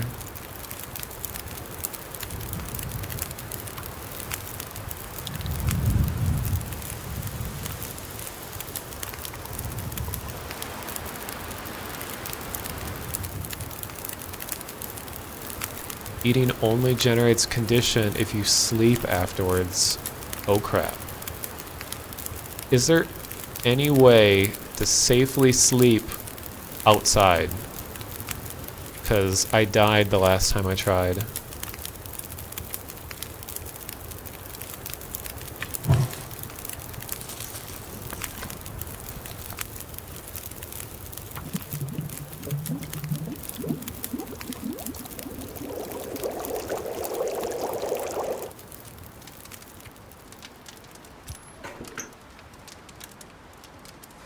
If I sleep near a fire, I don't know if I'll have enough fuel to keep a fire going very long.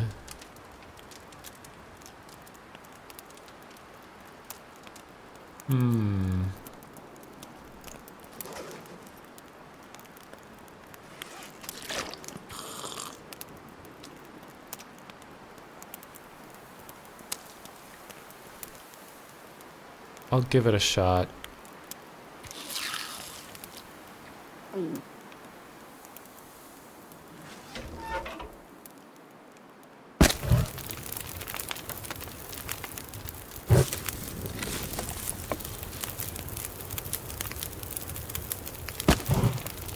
There we go.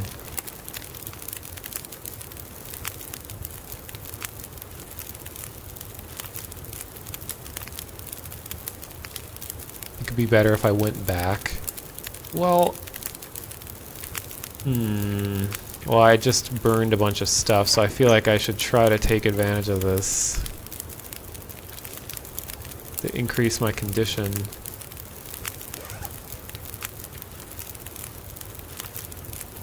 Sleeping in these conditions will not generate much. Well, damn.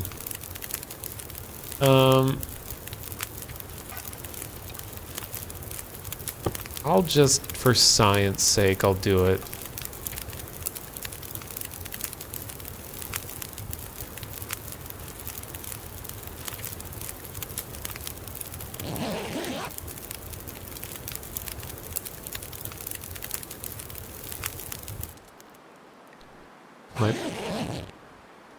I survived. I got like 3 condition raised. Am I planning on making this a series or just a one-off? I don't know, I might come back to this because this kind of fits my streaming style. You know, I'm not playing Overwatch or something. This is an unusual game. Now you have a fire, so I got it, yeah. Well, I warmed up. I'll head out. And it's still got a bunch of daylight left. I believe that cabin was on my right. Yeah, so this is the direction I was going. Can you eat trees? Sure.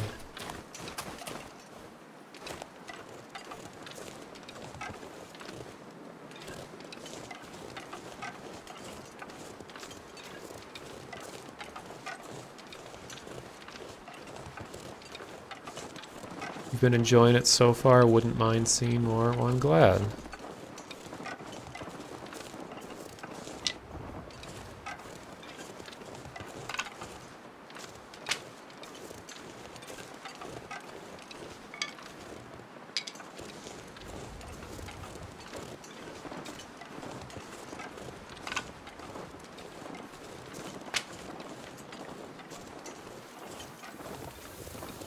The stream is very chill. Just want to chill out.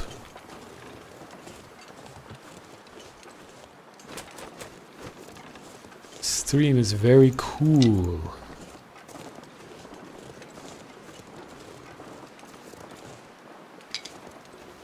Yeah, the devs, I agree, the devs seem like they genuinely love their game. They're not throwing it out there in hopes of making it big. You know, they just want to make a game that they enjoy, that they want it to be about entertainment and not about profitability. You just love my voice? Oh, thank you. Sound like hydraulic press. Welcome to hydraulic press channel. Is my voice single? Well, I have one voice, so I suppose. Yeah, the studio that made this is Hinterland Studios, and they have a Facebook page. It's like HINTERLAND Studios. I don't know what... Are they based out of Canada? I don't know.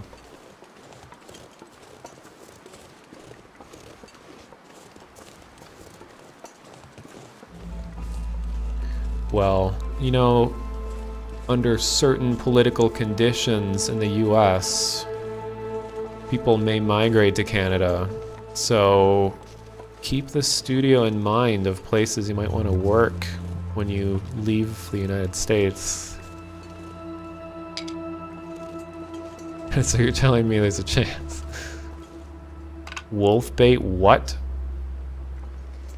Got an achievement? I hope that wasn't like...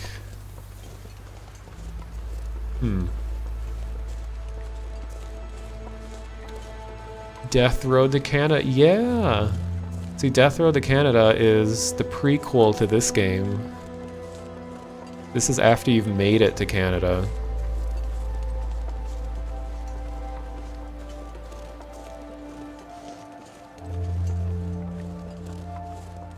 I feel like this may lead to my death if I keep wandering, getting colder, getting hungry.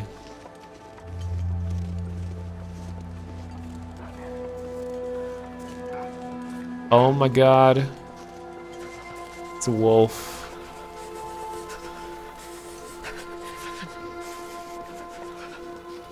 To be honest, if I do die, I won't be that disappointed because I'm curious about the other modes, the challenge modes.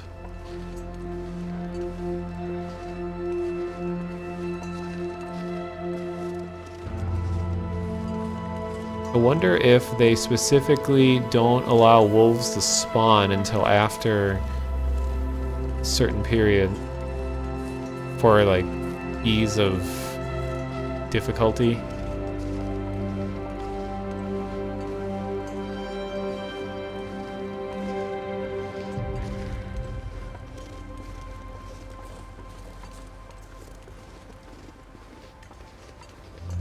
Yeah, you love the immersion of it, that you actually feel cold while playing it. I agree. It's pretty hot in my apartment right now, and it's not just me. And this is kind of cooling me down by playing.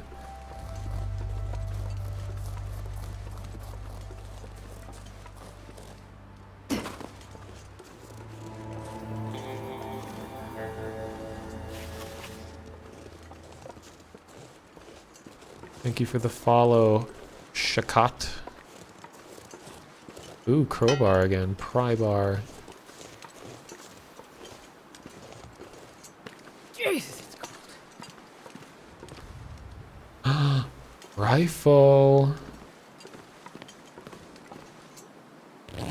just as I'm about to die. Decent scarf. Sneakers. Never thought I'd be dying from starvation. Can I carry all this? I feel like I'm gonna be over encumbered. .303 caliber bolt action. We'll bring a deer down, maybe a wolf. I don't think I have any bullets.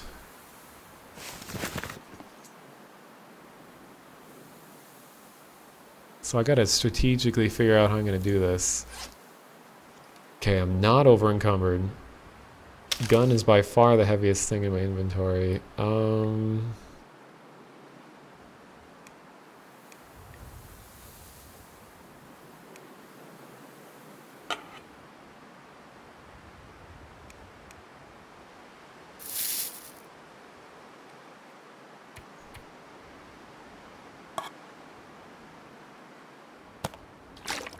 Well, I can drink some water.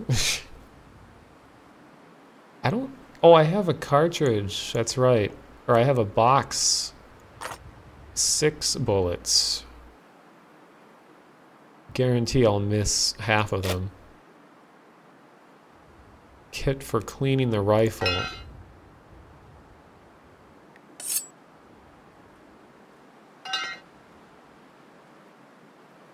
The story mode is not finished yet, but there's a challenge mode, or it puts you in specific scenarios, and you gotta figure out how to survive. There's one about being pursued by a bear, so you have to continuously move. I die if I don't warm up soon.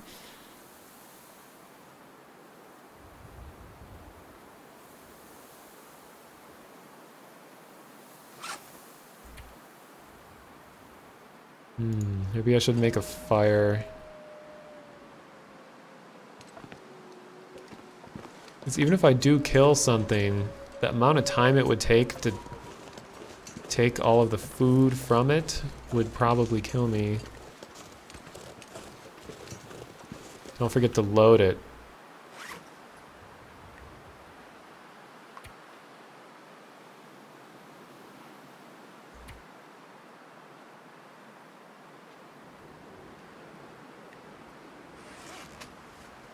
I think it's already loaded. What?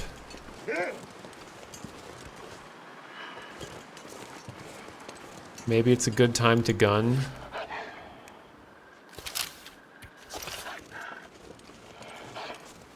Oh my god, that's a stock wolf sound from EverQuest.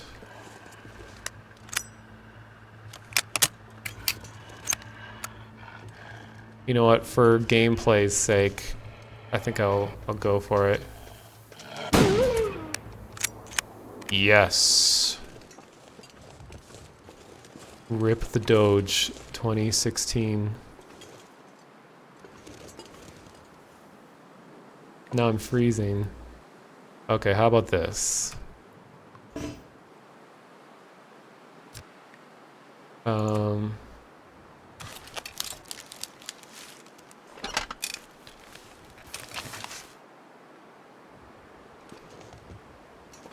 There is no PETA here.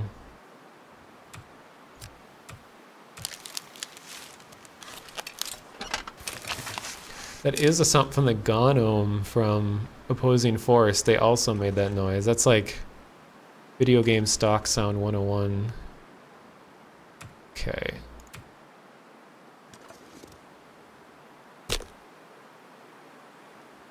Yeah, I'm gonna start using my kerosene because I need this fire to survive.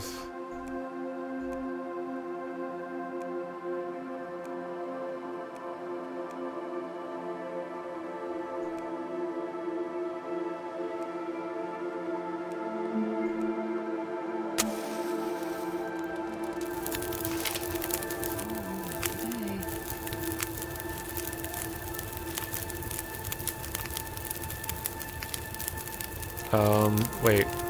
What?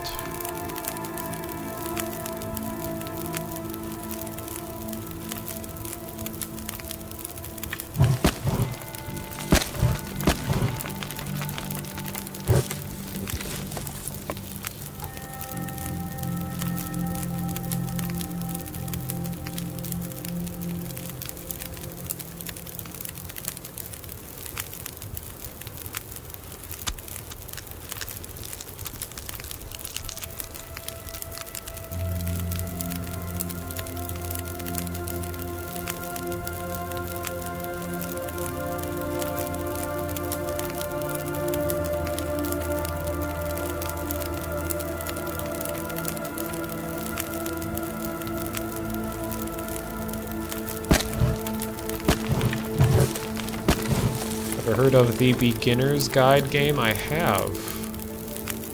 If it's the one I'm thinking of.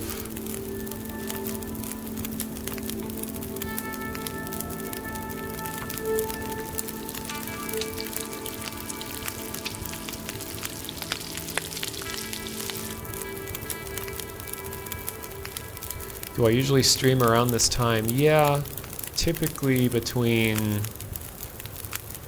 like midnight to 6 a.m. Central US time. Occasionally I'll stream at like 8 p.m. CST, but more often than not it's gonna be like around midnight. I'm gonna have to get a lot more sticks to get a hold of Charon and the river sticks.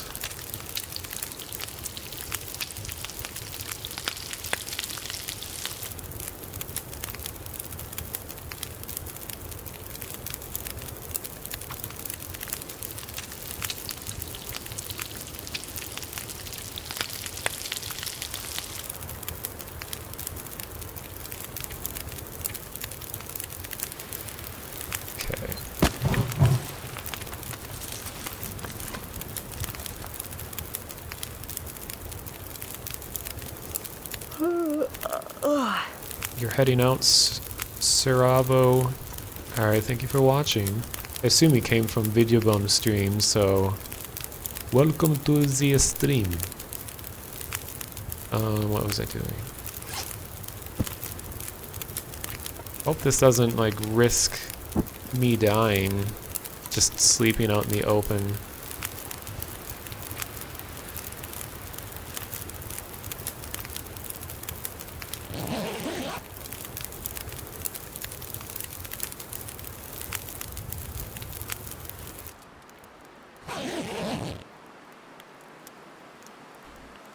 I do stream on weekdays occasionally too.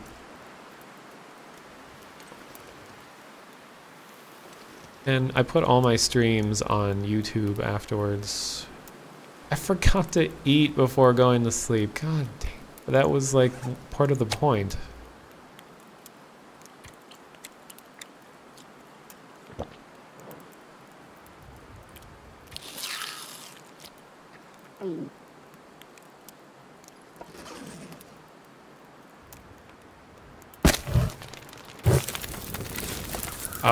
Don't have any more fuel. What am I doing? Sticks, sticks, sticks.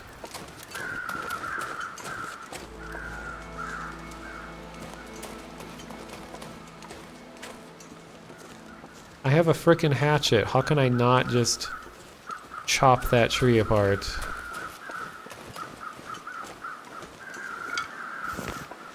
Will sleeping in the train car actually help? I mean, in real life it would, but like in the game, does it take that into consideration?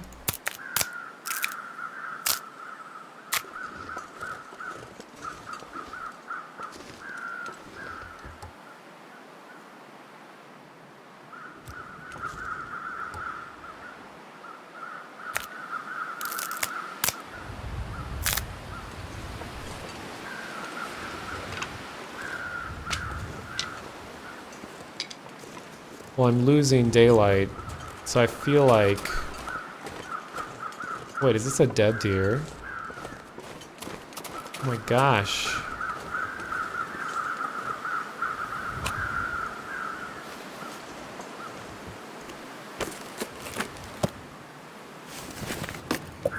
Soda! And another knife.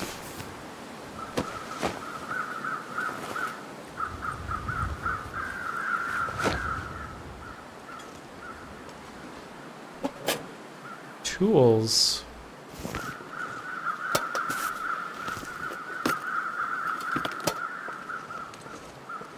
My gosh. Can I carry all this?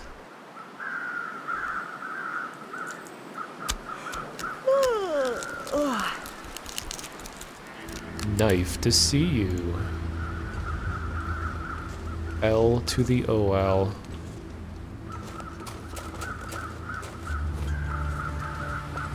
Yeah, I am really close to the frozen lake. I feel like I should push through and get the rest of that. Wait, can I salvage it? No. Yeah, temperature's dropping. How much? Oh, I can't carry that much more, especially with these tools. Well, these are crows. I don't think crows are like, what are they called? Vultures?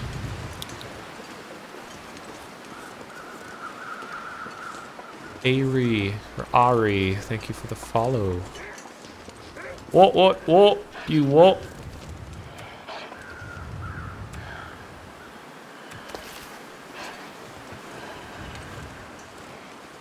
I gotta warm up somehow.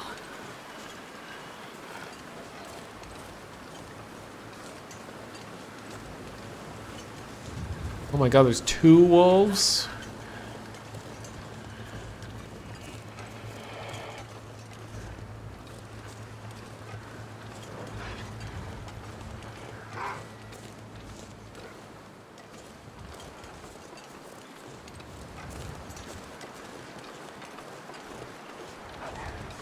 I'd like to avoid confrontation if possible.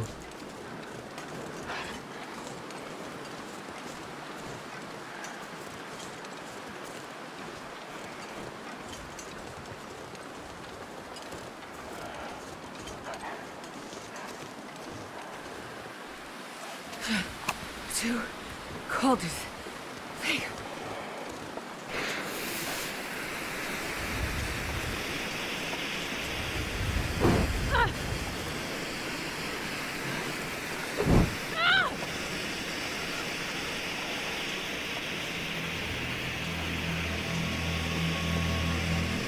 I thought I was able to throw these.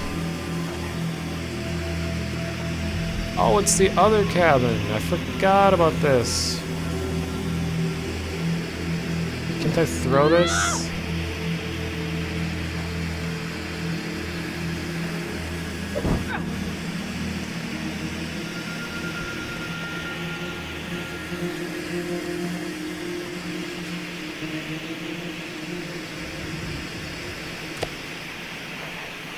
Shit.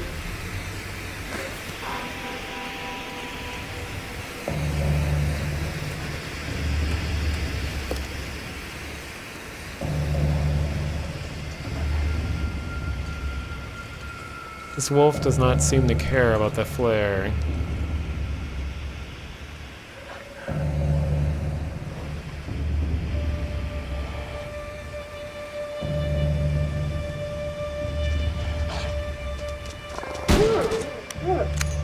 Well, it was in self-defense.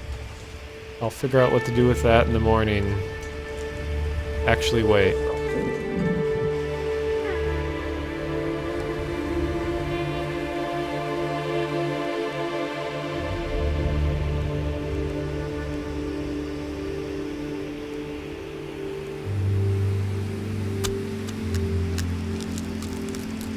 Headshot. Oh, I would do anything for a drink right now.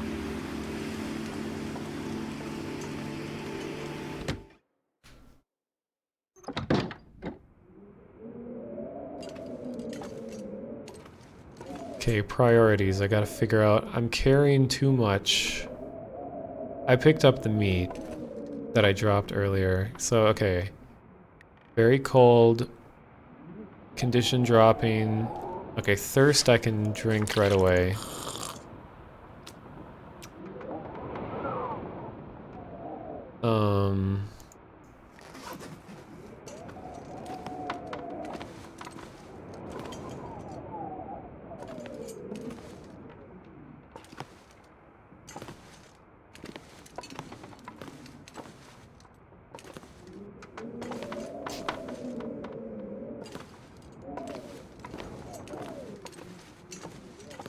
I think I'll cook all that meat. I might even go outside and get the rest of it, because I'm already carrying a bunch.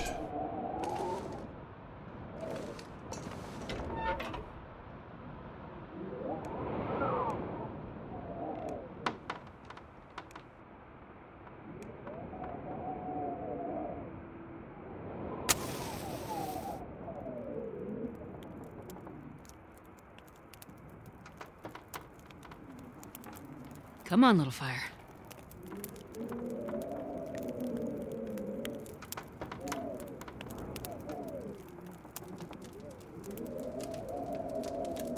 Don't forget to look underneath the beds. It's true. I'll do that once I cook the meat.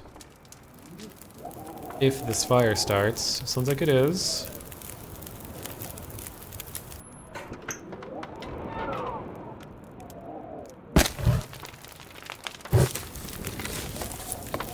Actually, I should use these crates.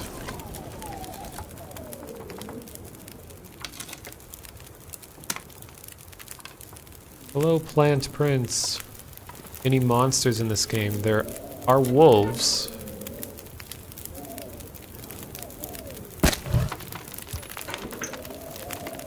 Monsters under the bed.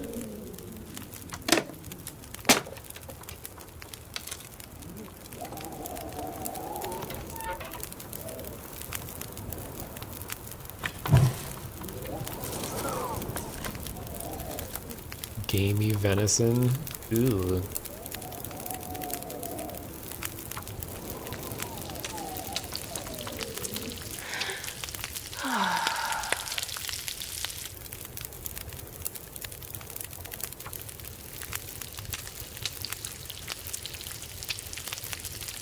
Wait.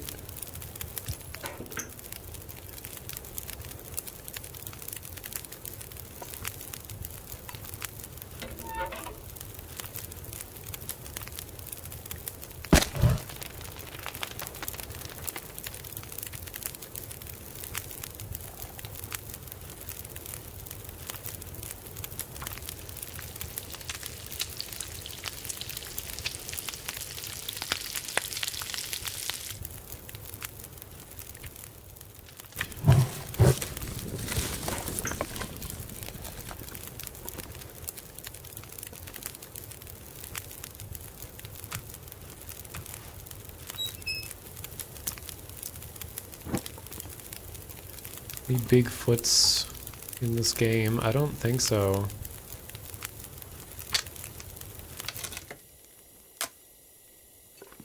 Fire, no! No!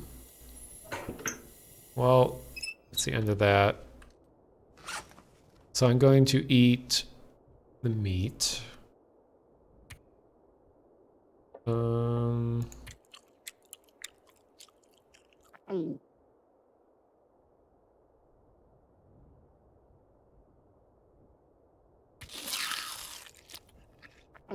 To increase my condition. And I'm really tired, so... Okay, I think that should be good. I'm warm. Just ate a bunch. I guess I could drink a little more.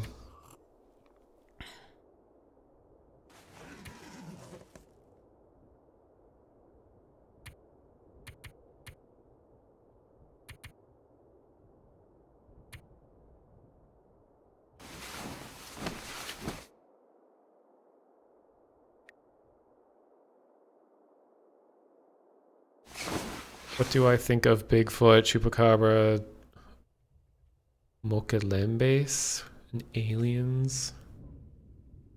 I don't know, that's kind of a big subject. I would drink almost anything. How about water?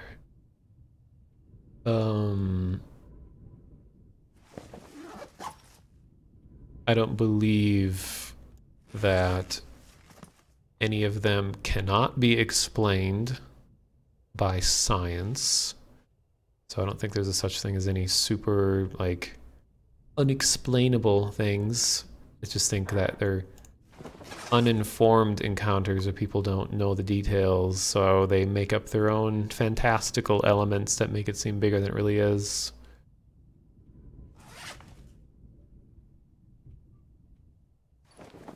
Okay, so 1 hour of darkness left. Maybe I should just sleep 2 more hours. The Scully to Vin's Molder.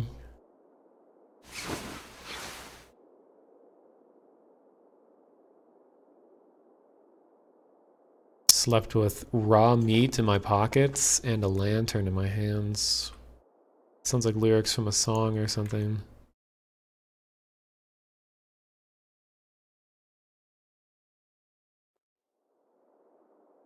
Wait.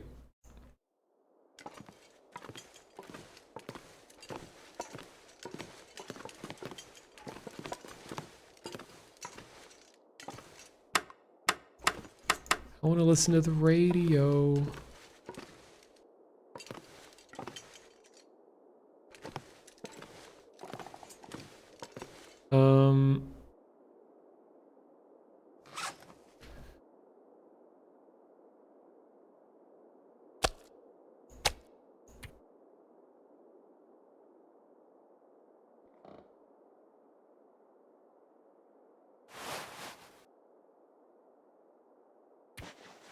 You can only wear one scarf at a time.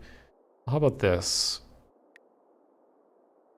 I have better... Wait, what's the warmth?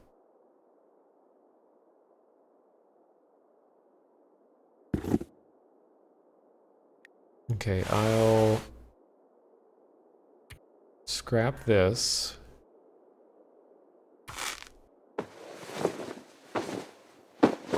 Have I heard about night walkers? I don't know, maybe.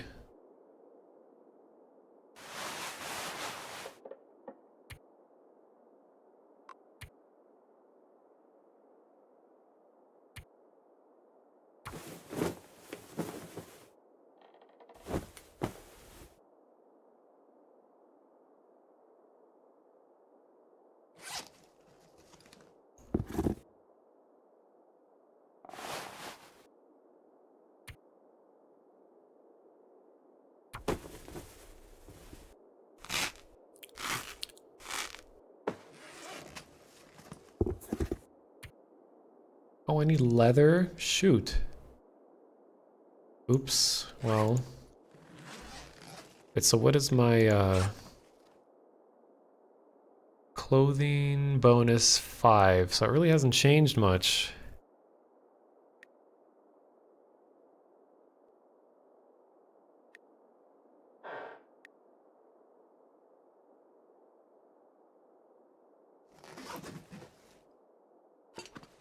Oh, harvest the shoes for leather. Good call.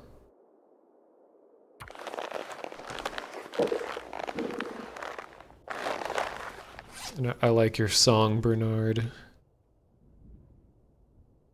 Bear meat in my pockets. Forgot to wear the gloves and lost my hands. Tried to make a fire and forgot my sticks, and now I have no plan.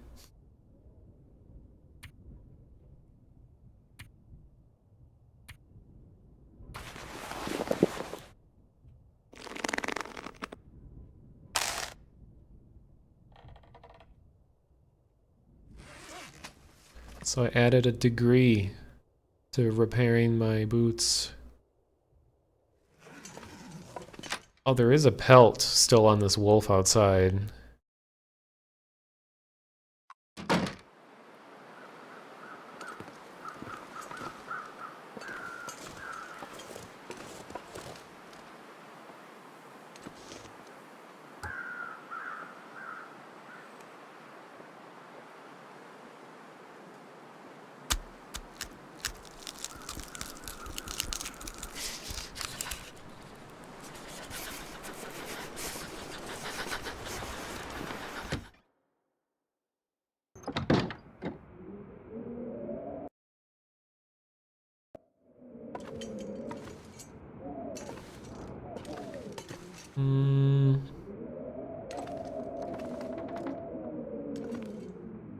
Is there any way to speed up the curing process, or do I just have to leave that sitting out?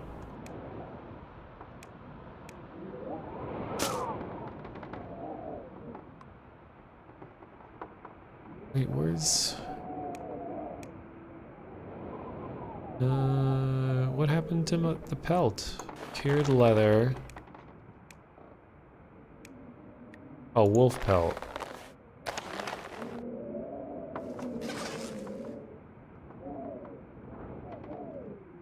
There is still the pelt from the one near the train, yeah. If I don't get water, I will surely die. Thankfully, I stole the canteen from a dead I guy. would drink just about anything. Fires are hard, but I'm just learning still. Now to go harvest my kill. Dude, you could make it big. In the Twitch chat music industry.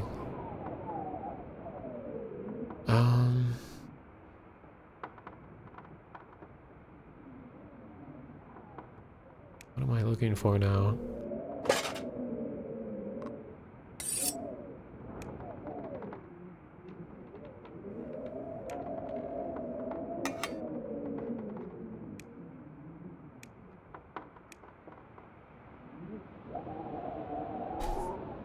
Might get too cold out.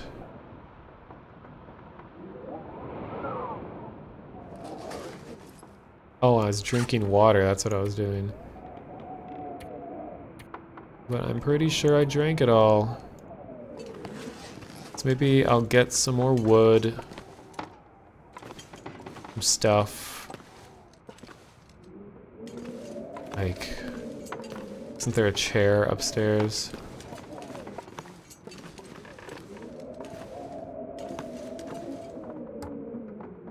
An hour and 30 minutes? Jesus. Well, maybe it's worth it, because that's a lot of wood.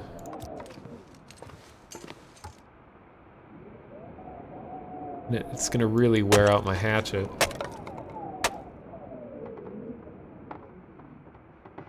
Oh, I do have that soda. Well, I'll hang on to that. Ah, starving.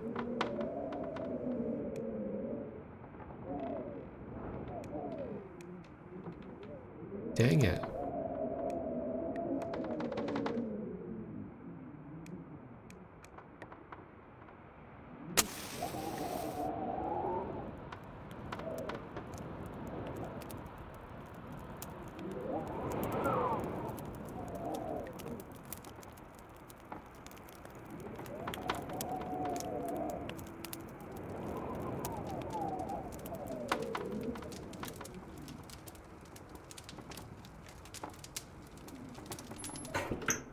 That didn't work.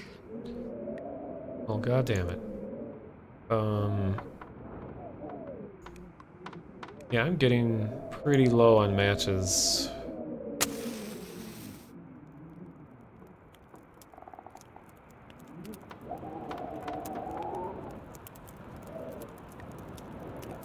Come on, little fire.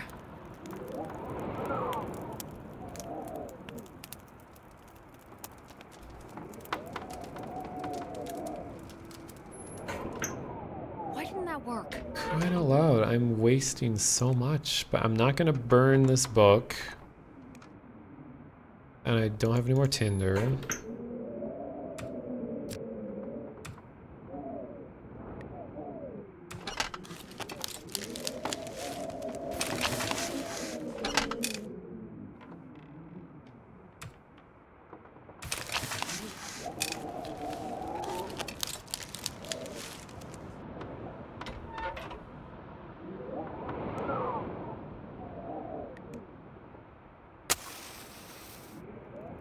I do have sticks.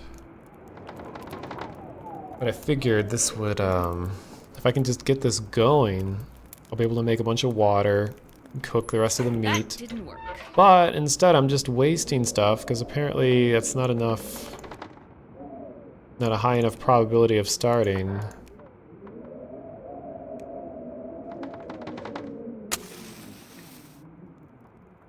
Sticks are better than reclaimed wood. Interesting. Or easier to start the fire with. Come on, little fire.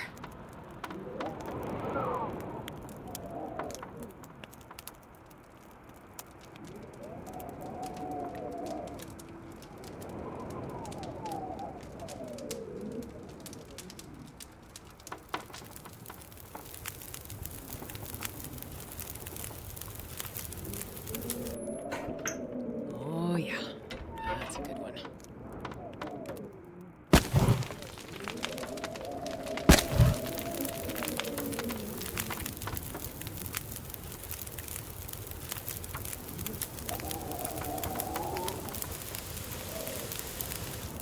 Wow. Wow.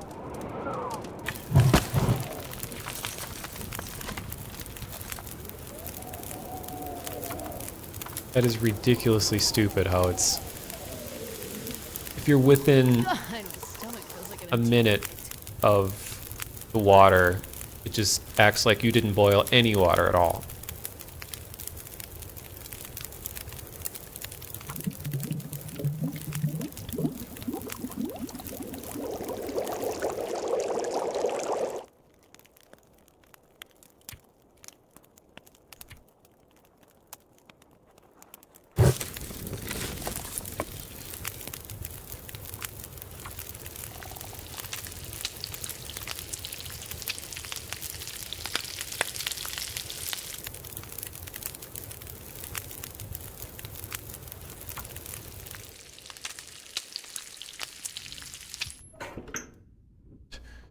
It just threw away the wood, or the meat.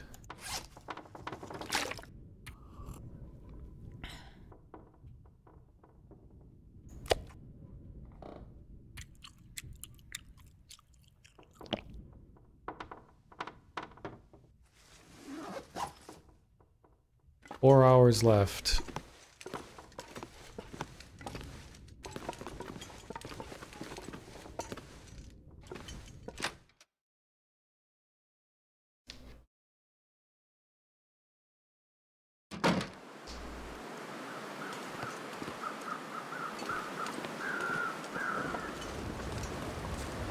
Got a floating icicle.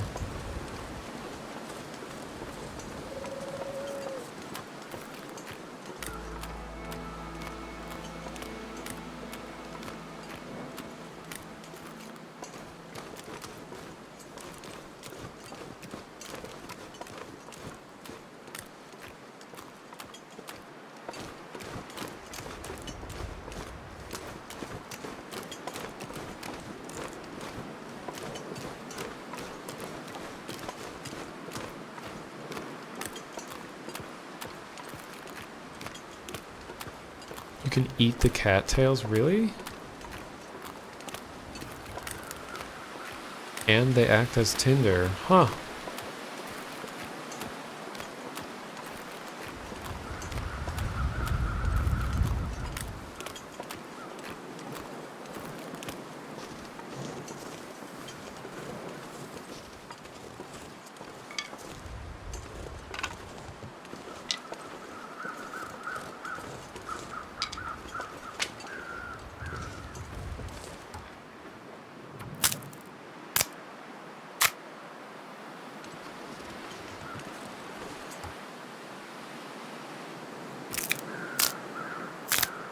This is kind of interesting how this whole game is just about continuously struggling to keep yourself alive.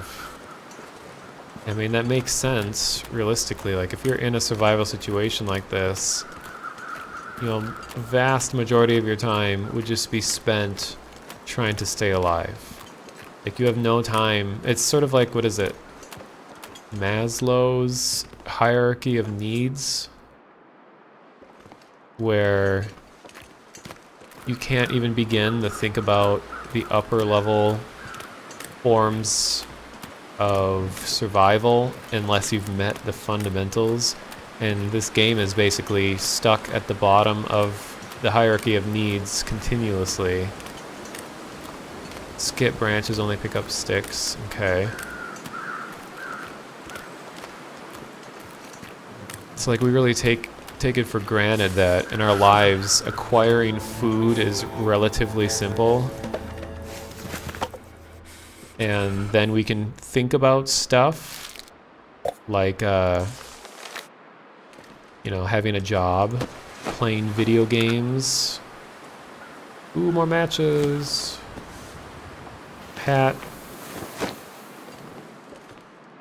New location discovered.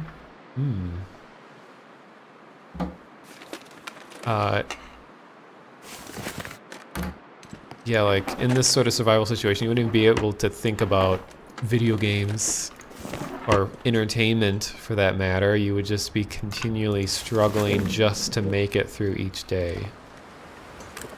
and I guess that's sort of like living in a society. You earn enough money to be able to just spend money on food. You're skipping over the acquiring of the food, the growing of it, the harvesting of it, the processing of it, and all of that, because you just trade money for it. And that's society. You're like skipping over the gameplay like we're seeing here in this game so that you can focus on your higher level survival needs, because they got the fundamentals covered for you. That's what society is for. So you can start worrying about things like love and entertainment and long-term life goals because of money. Oh, I didn't even know this was here, this tiny cabin. That's cool.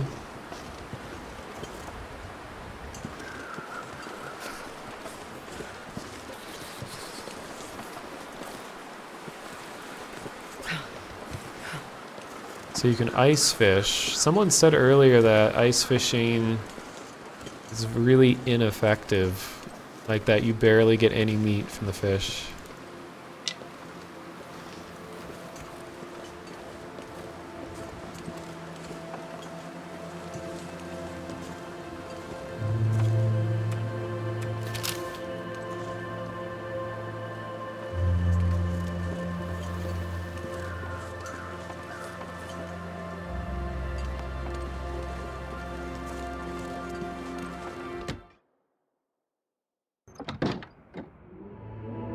Well, this is cozy.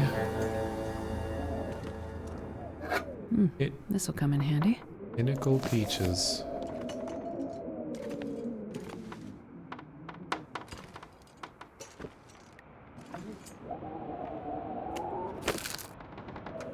We're heading out, Silent Nil. See you later.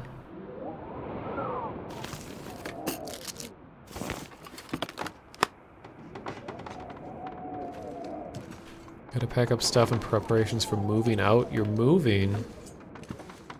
You moving to the United States? Are you following your life goal? Or was that just you were curious, not that you actually wanted to move here? Okay. Oh, and thank you for the follow. Appreciate.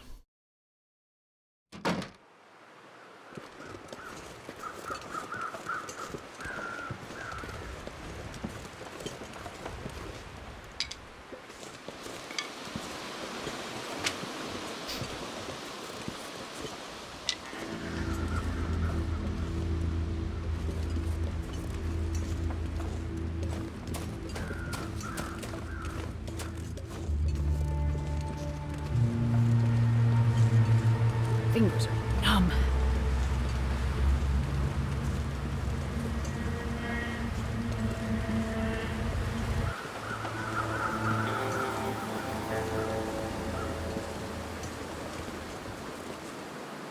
You're moving from the third smallest Finnish town to the third biggest Finnish city. Well, that's awesome.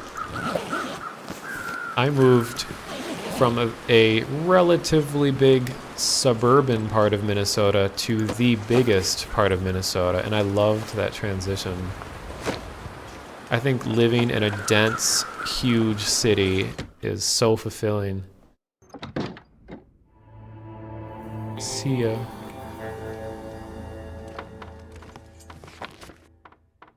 Book.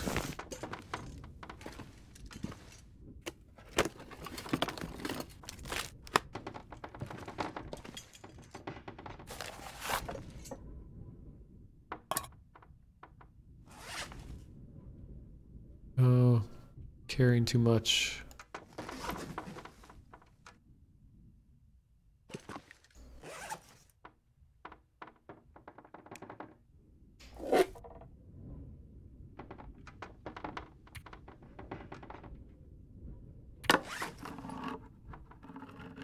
Thank you for the follow, Dada TM.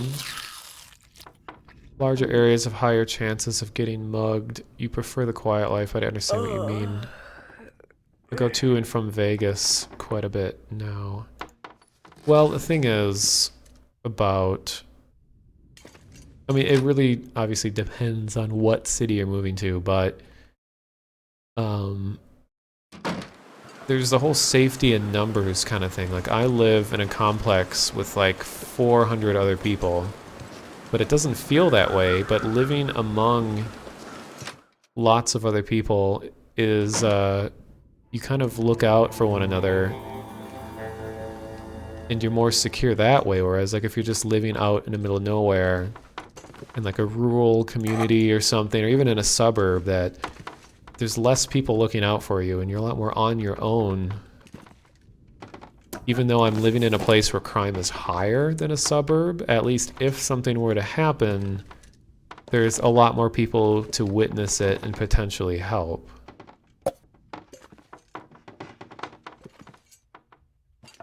I mean, and just some parts of town are worse than others at certain times of night, so you just gotta be aware of where to avoid at what time. Because homes, individual homes, are broken into way more often than apartments that are among lots of other people. Because when you leave your house, it's at the complete mercy to anyone who wants to break in.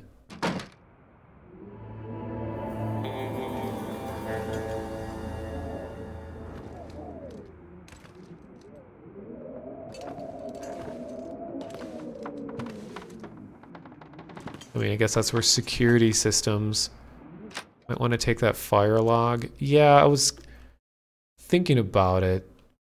I imagine it's really heavy, and I'm already carrying more than I am supposed to carry.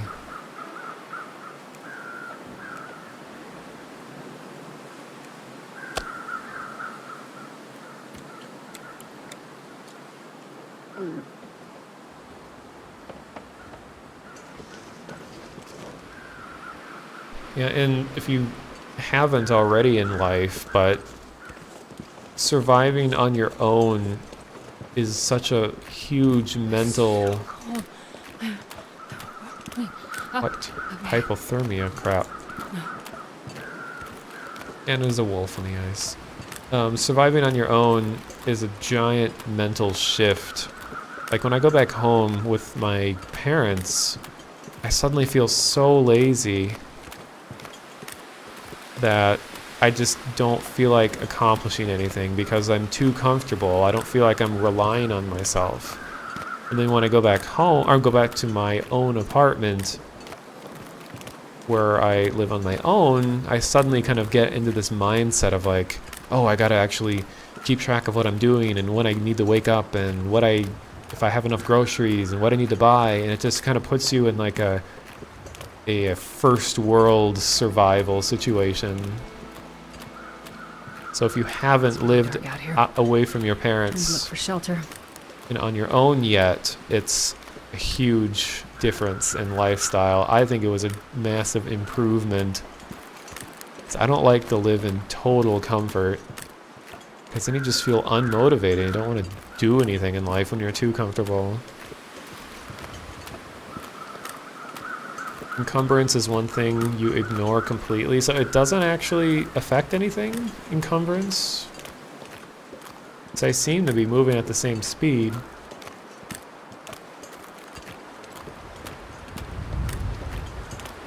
Oh, here's cattails.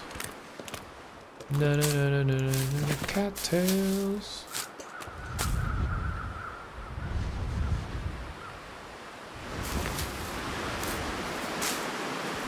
Oh, it increases calorie usage when you're carrying too much? Oh man, it's getting cold.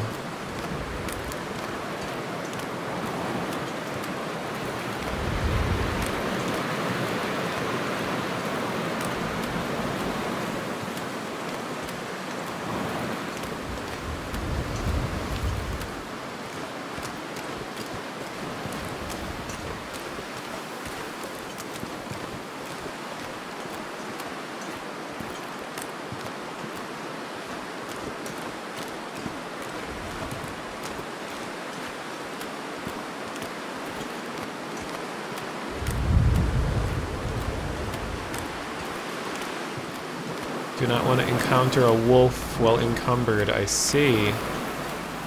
Which reminds me, I should probably have the gun ready in case I come across a wolf when I go over here.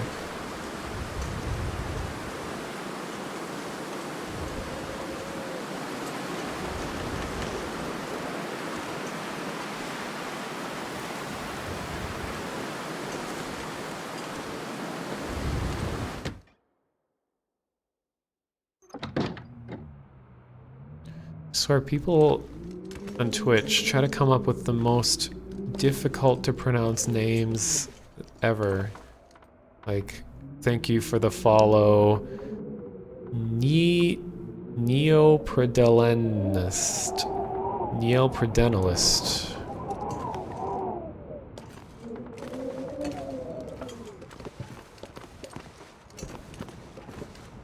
Ugh, I mean, I grew up near a swamp where we had tons of cattails, and they always just kind of grossed me out a little bit, because they're like hot dog shaped things, but they're really dense with like packed with seeds. So I imagine biting into it, it would just explode into your mouth, which sounds dirty, but I don't know, it just seems really unappetizing to eat.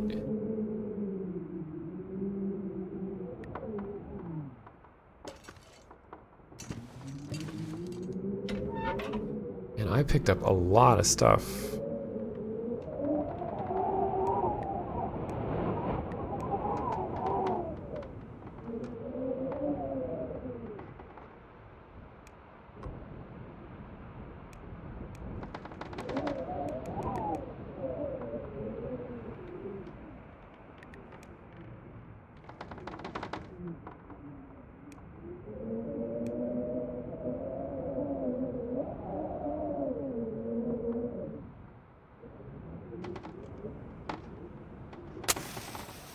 Oh shoot, I should have used the sticks. Dang it.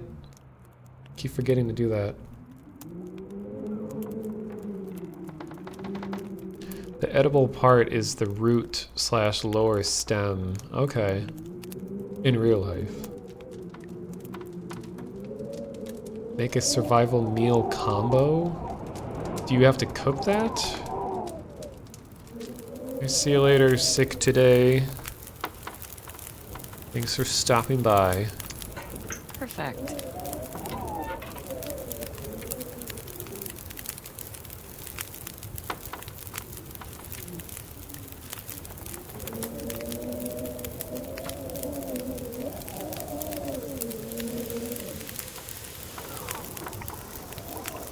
Whew, this pack is getting kind of heavy. How do I make a survival meal combo? Oh, you mean just actually combine it myself? It's not like an in-game feature?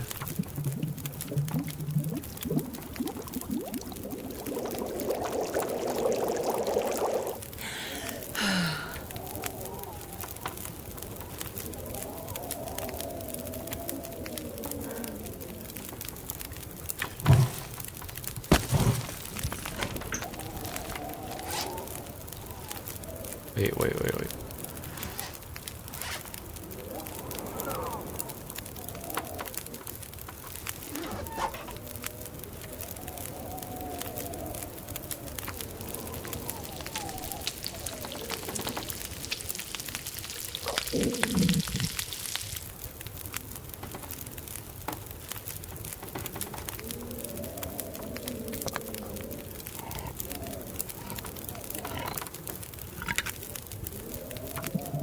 I won't be streaming too much longer. It's already 6:30 here.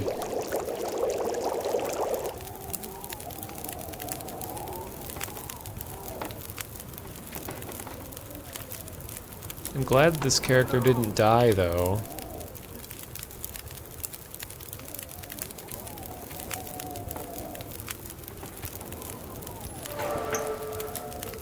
Ooh, cooking increased.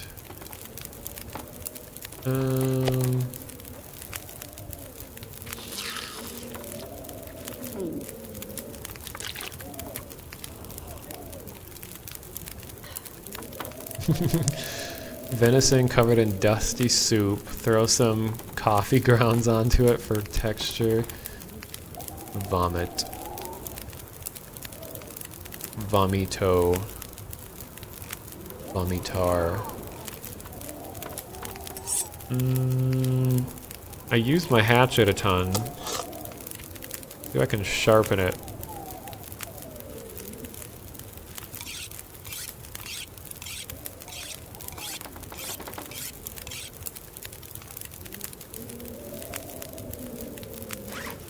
What else?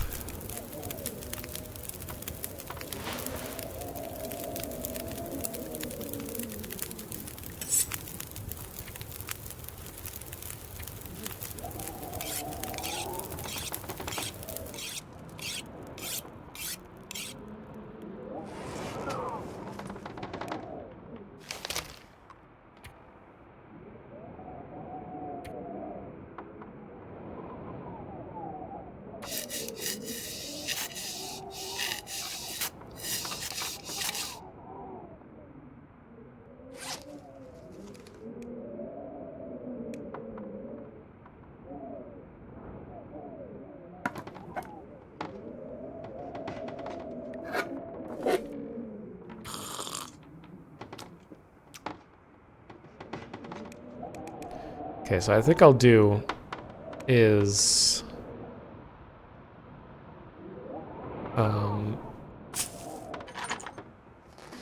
sleep, and then as soon as the character wakes up, I'll exit there.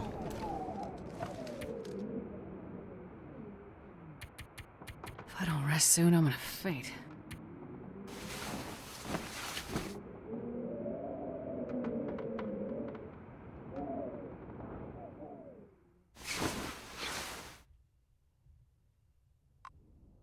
Survived 6 days, 17 hours. Almost made it a week. What'd be really funny is if somebody made a parody version of this game that's about surviving college, but it treats it like this really grim, harsh survival situation. And it's like it counts by the hour how many hours you survived in college, and you're like putting together 25-cent ramen, and you're like struggling to scavenge. Like you go to a party and you like acquire free food, and you're just this caveman surviving the college life. Learn to survive on $5 because your student loans put you severely in debt and you can literally not even afford food because the loans are too much.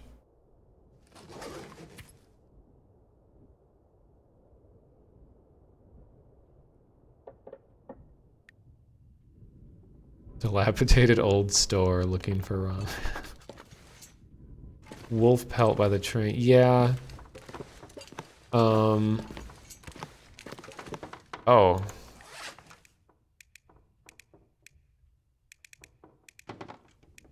Why does... Oh, there it is.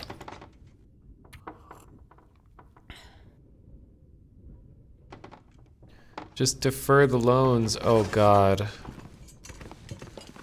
I put my loan payments on way too far, and the amount of interest that built up on it just makes me cry every morning. So... Ugh. Loan payments are like the worst part of life. Okay, so I'm gonna not tempt myself by going back outside, and I think I'll exit here. But for some reason, I feel like showing a really important video clip. I assume it saves automatically.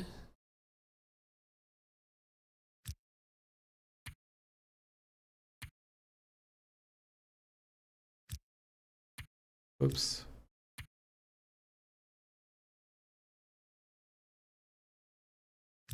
Okay, I'm gonna hope that it saves.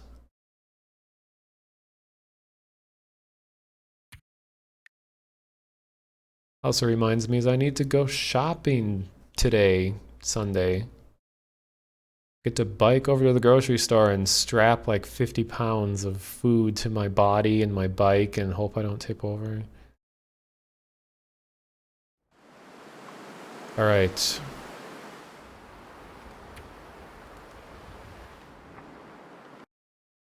So I'm going to bring up a really important clip.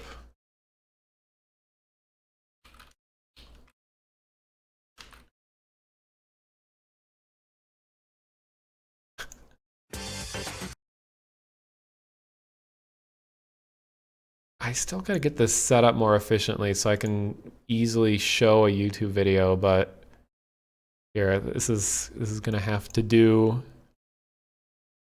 But that sound effect reminded me of this video.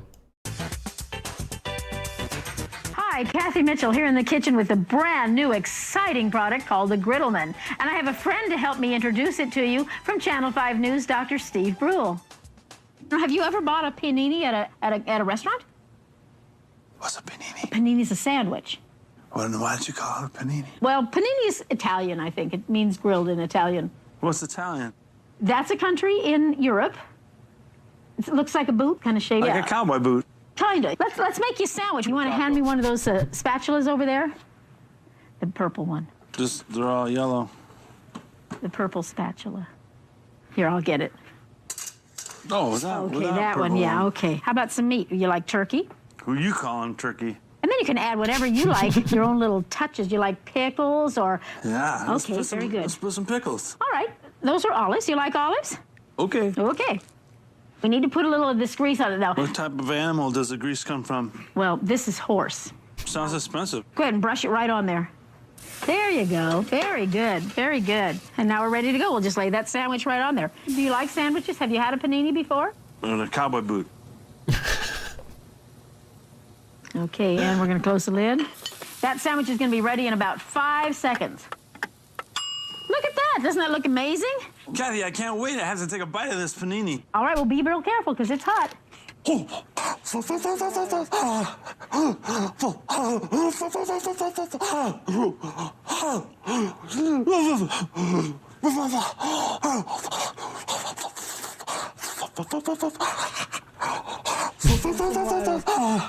think I burned my tongue.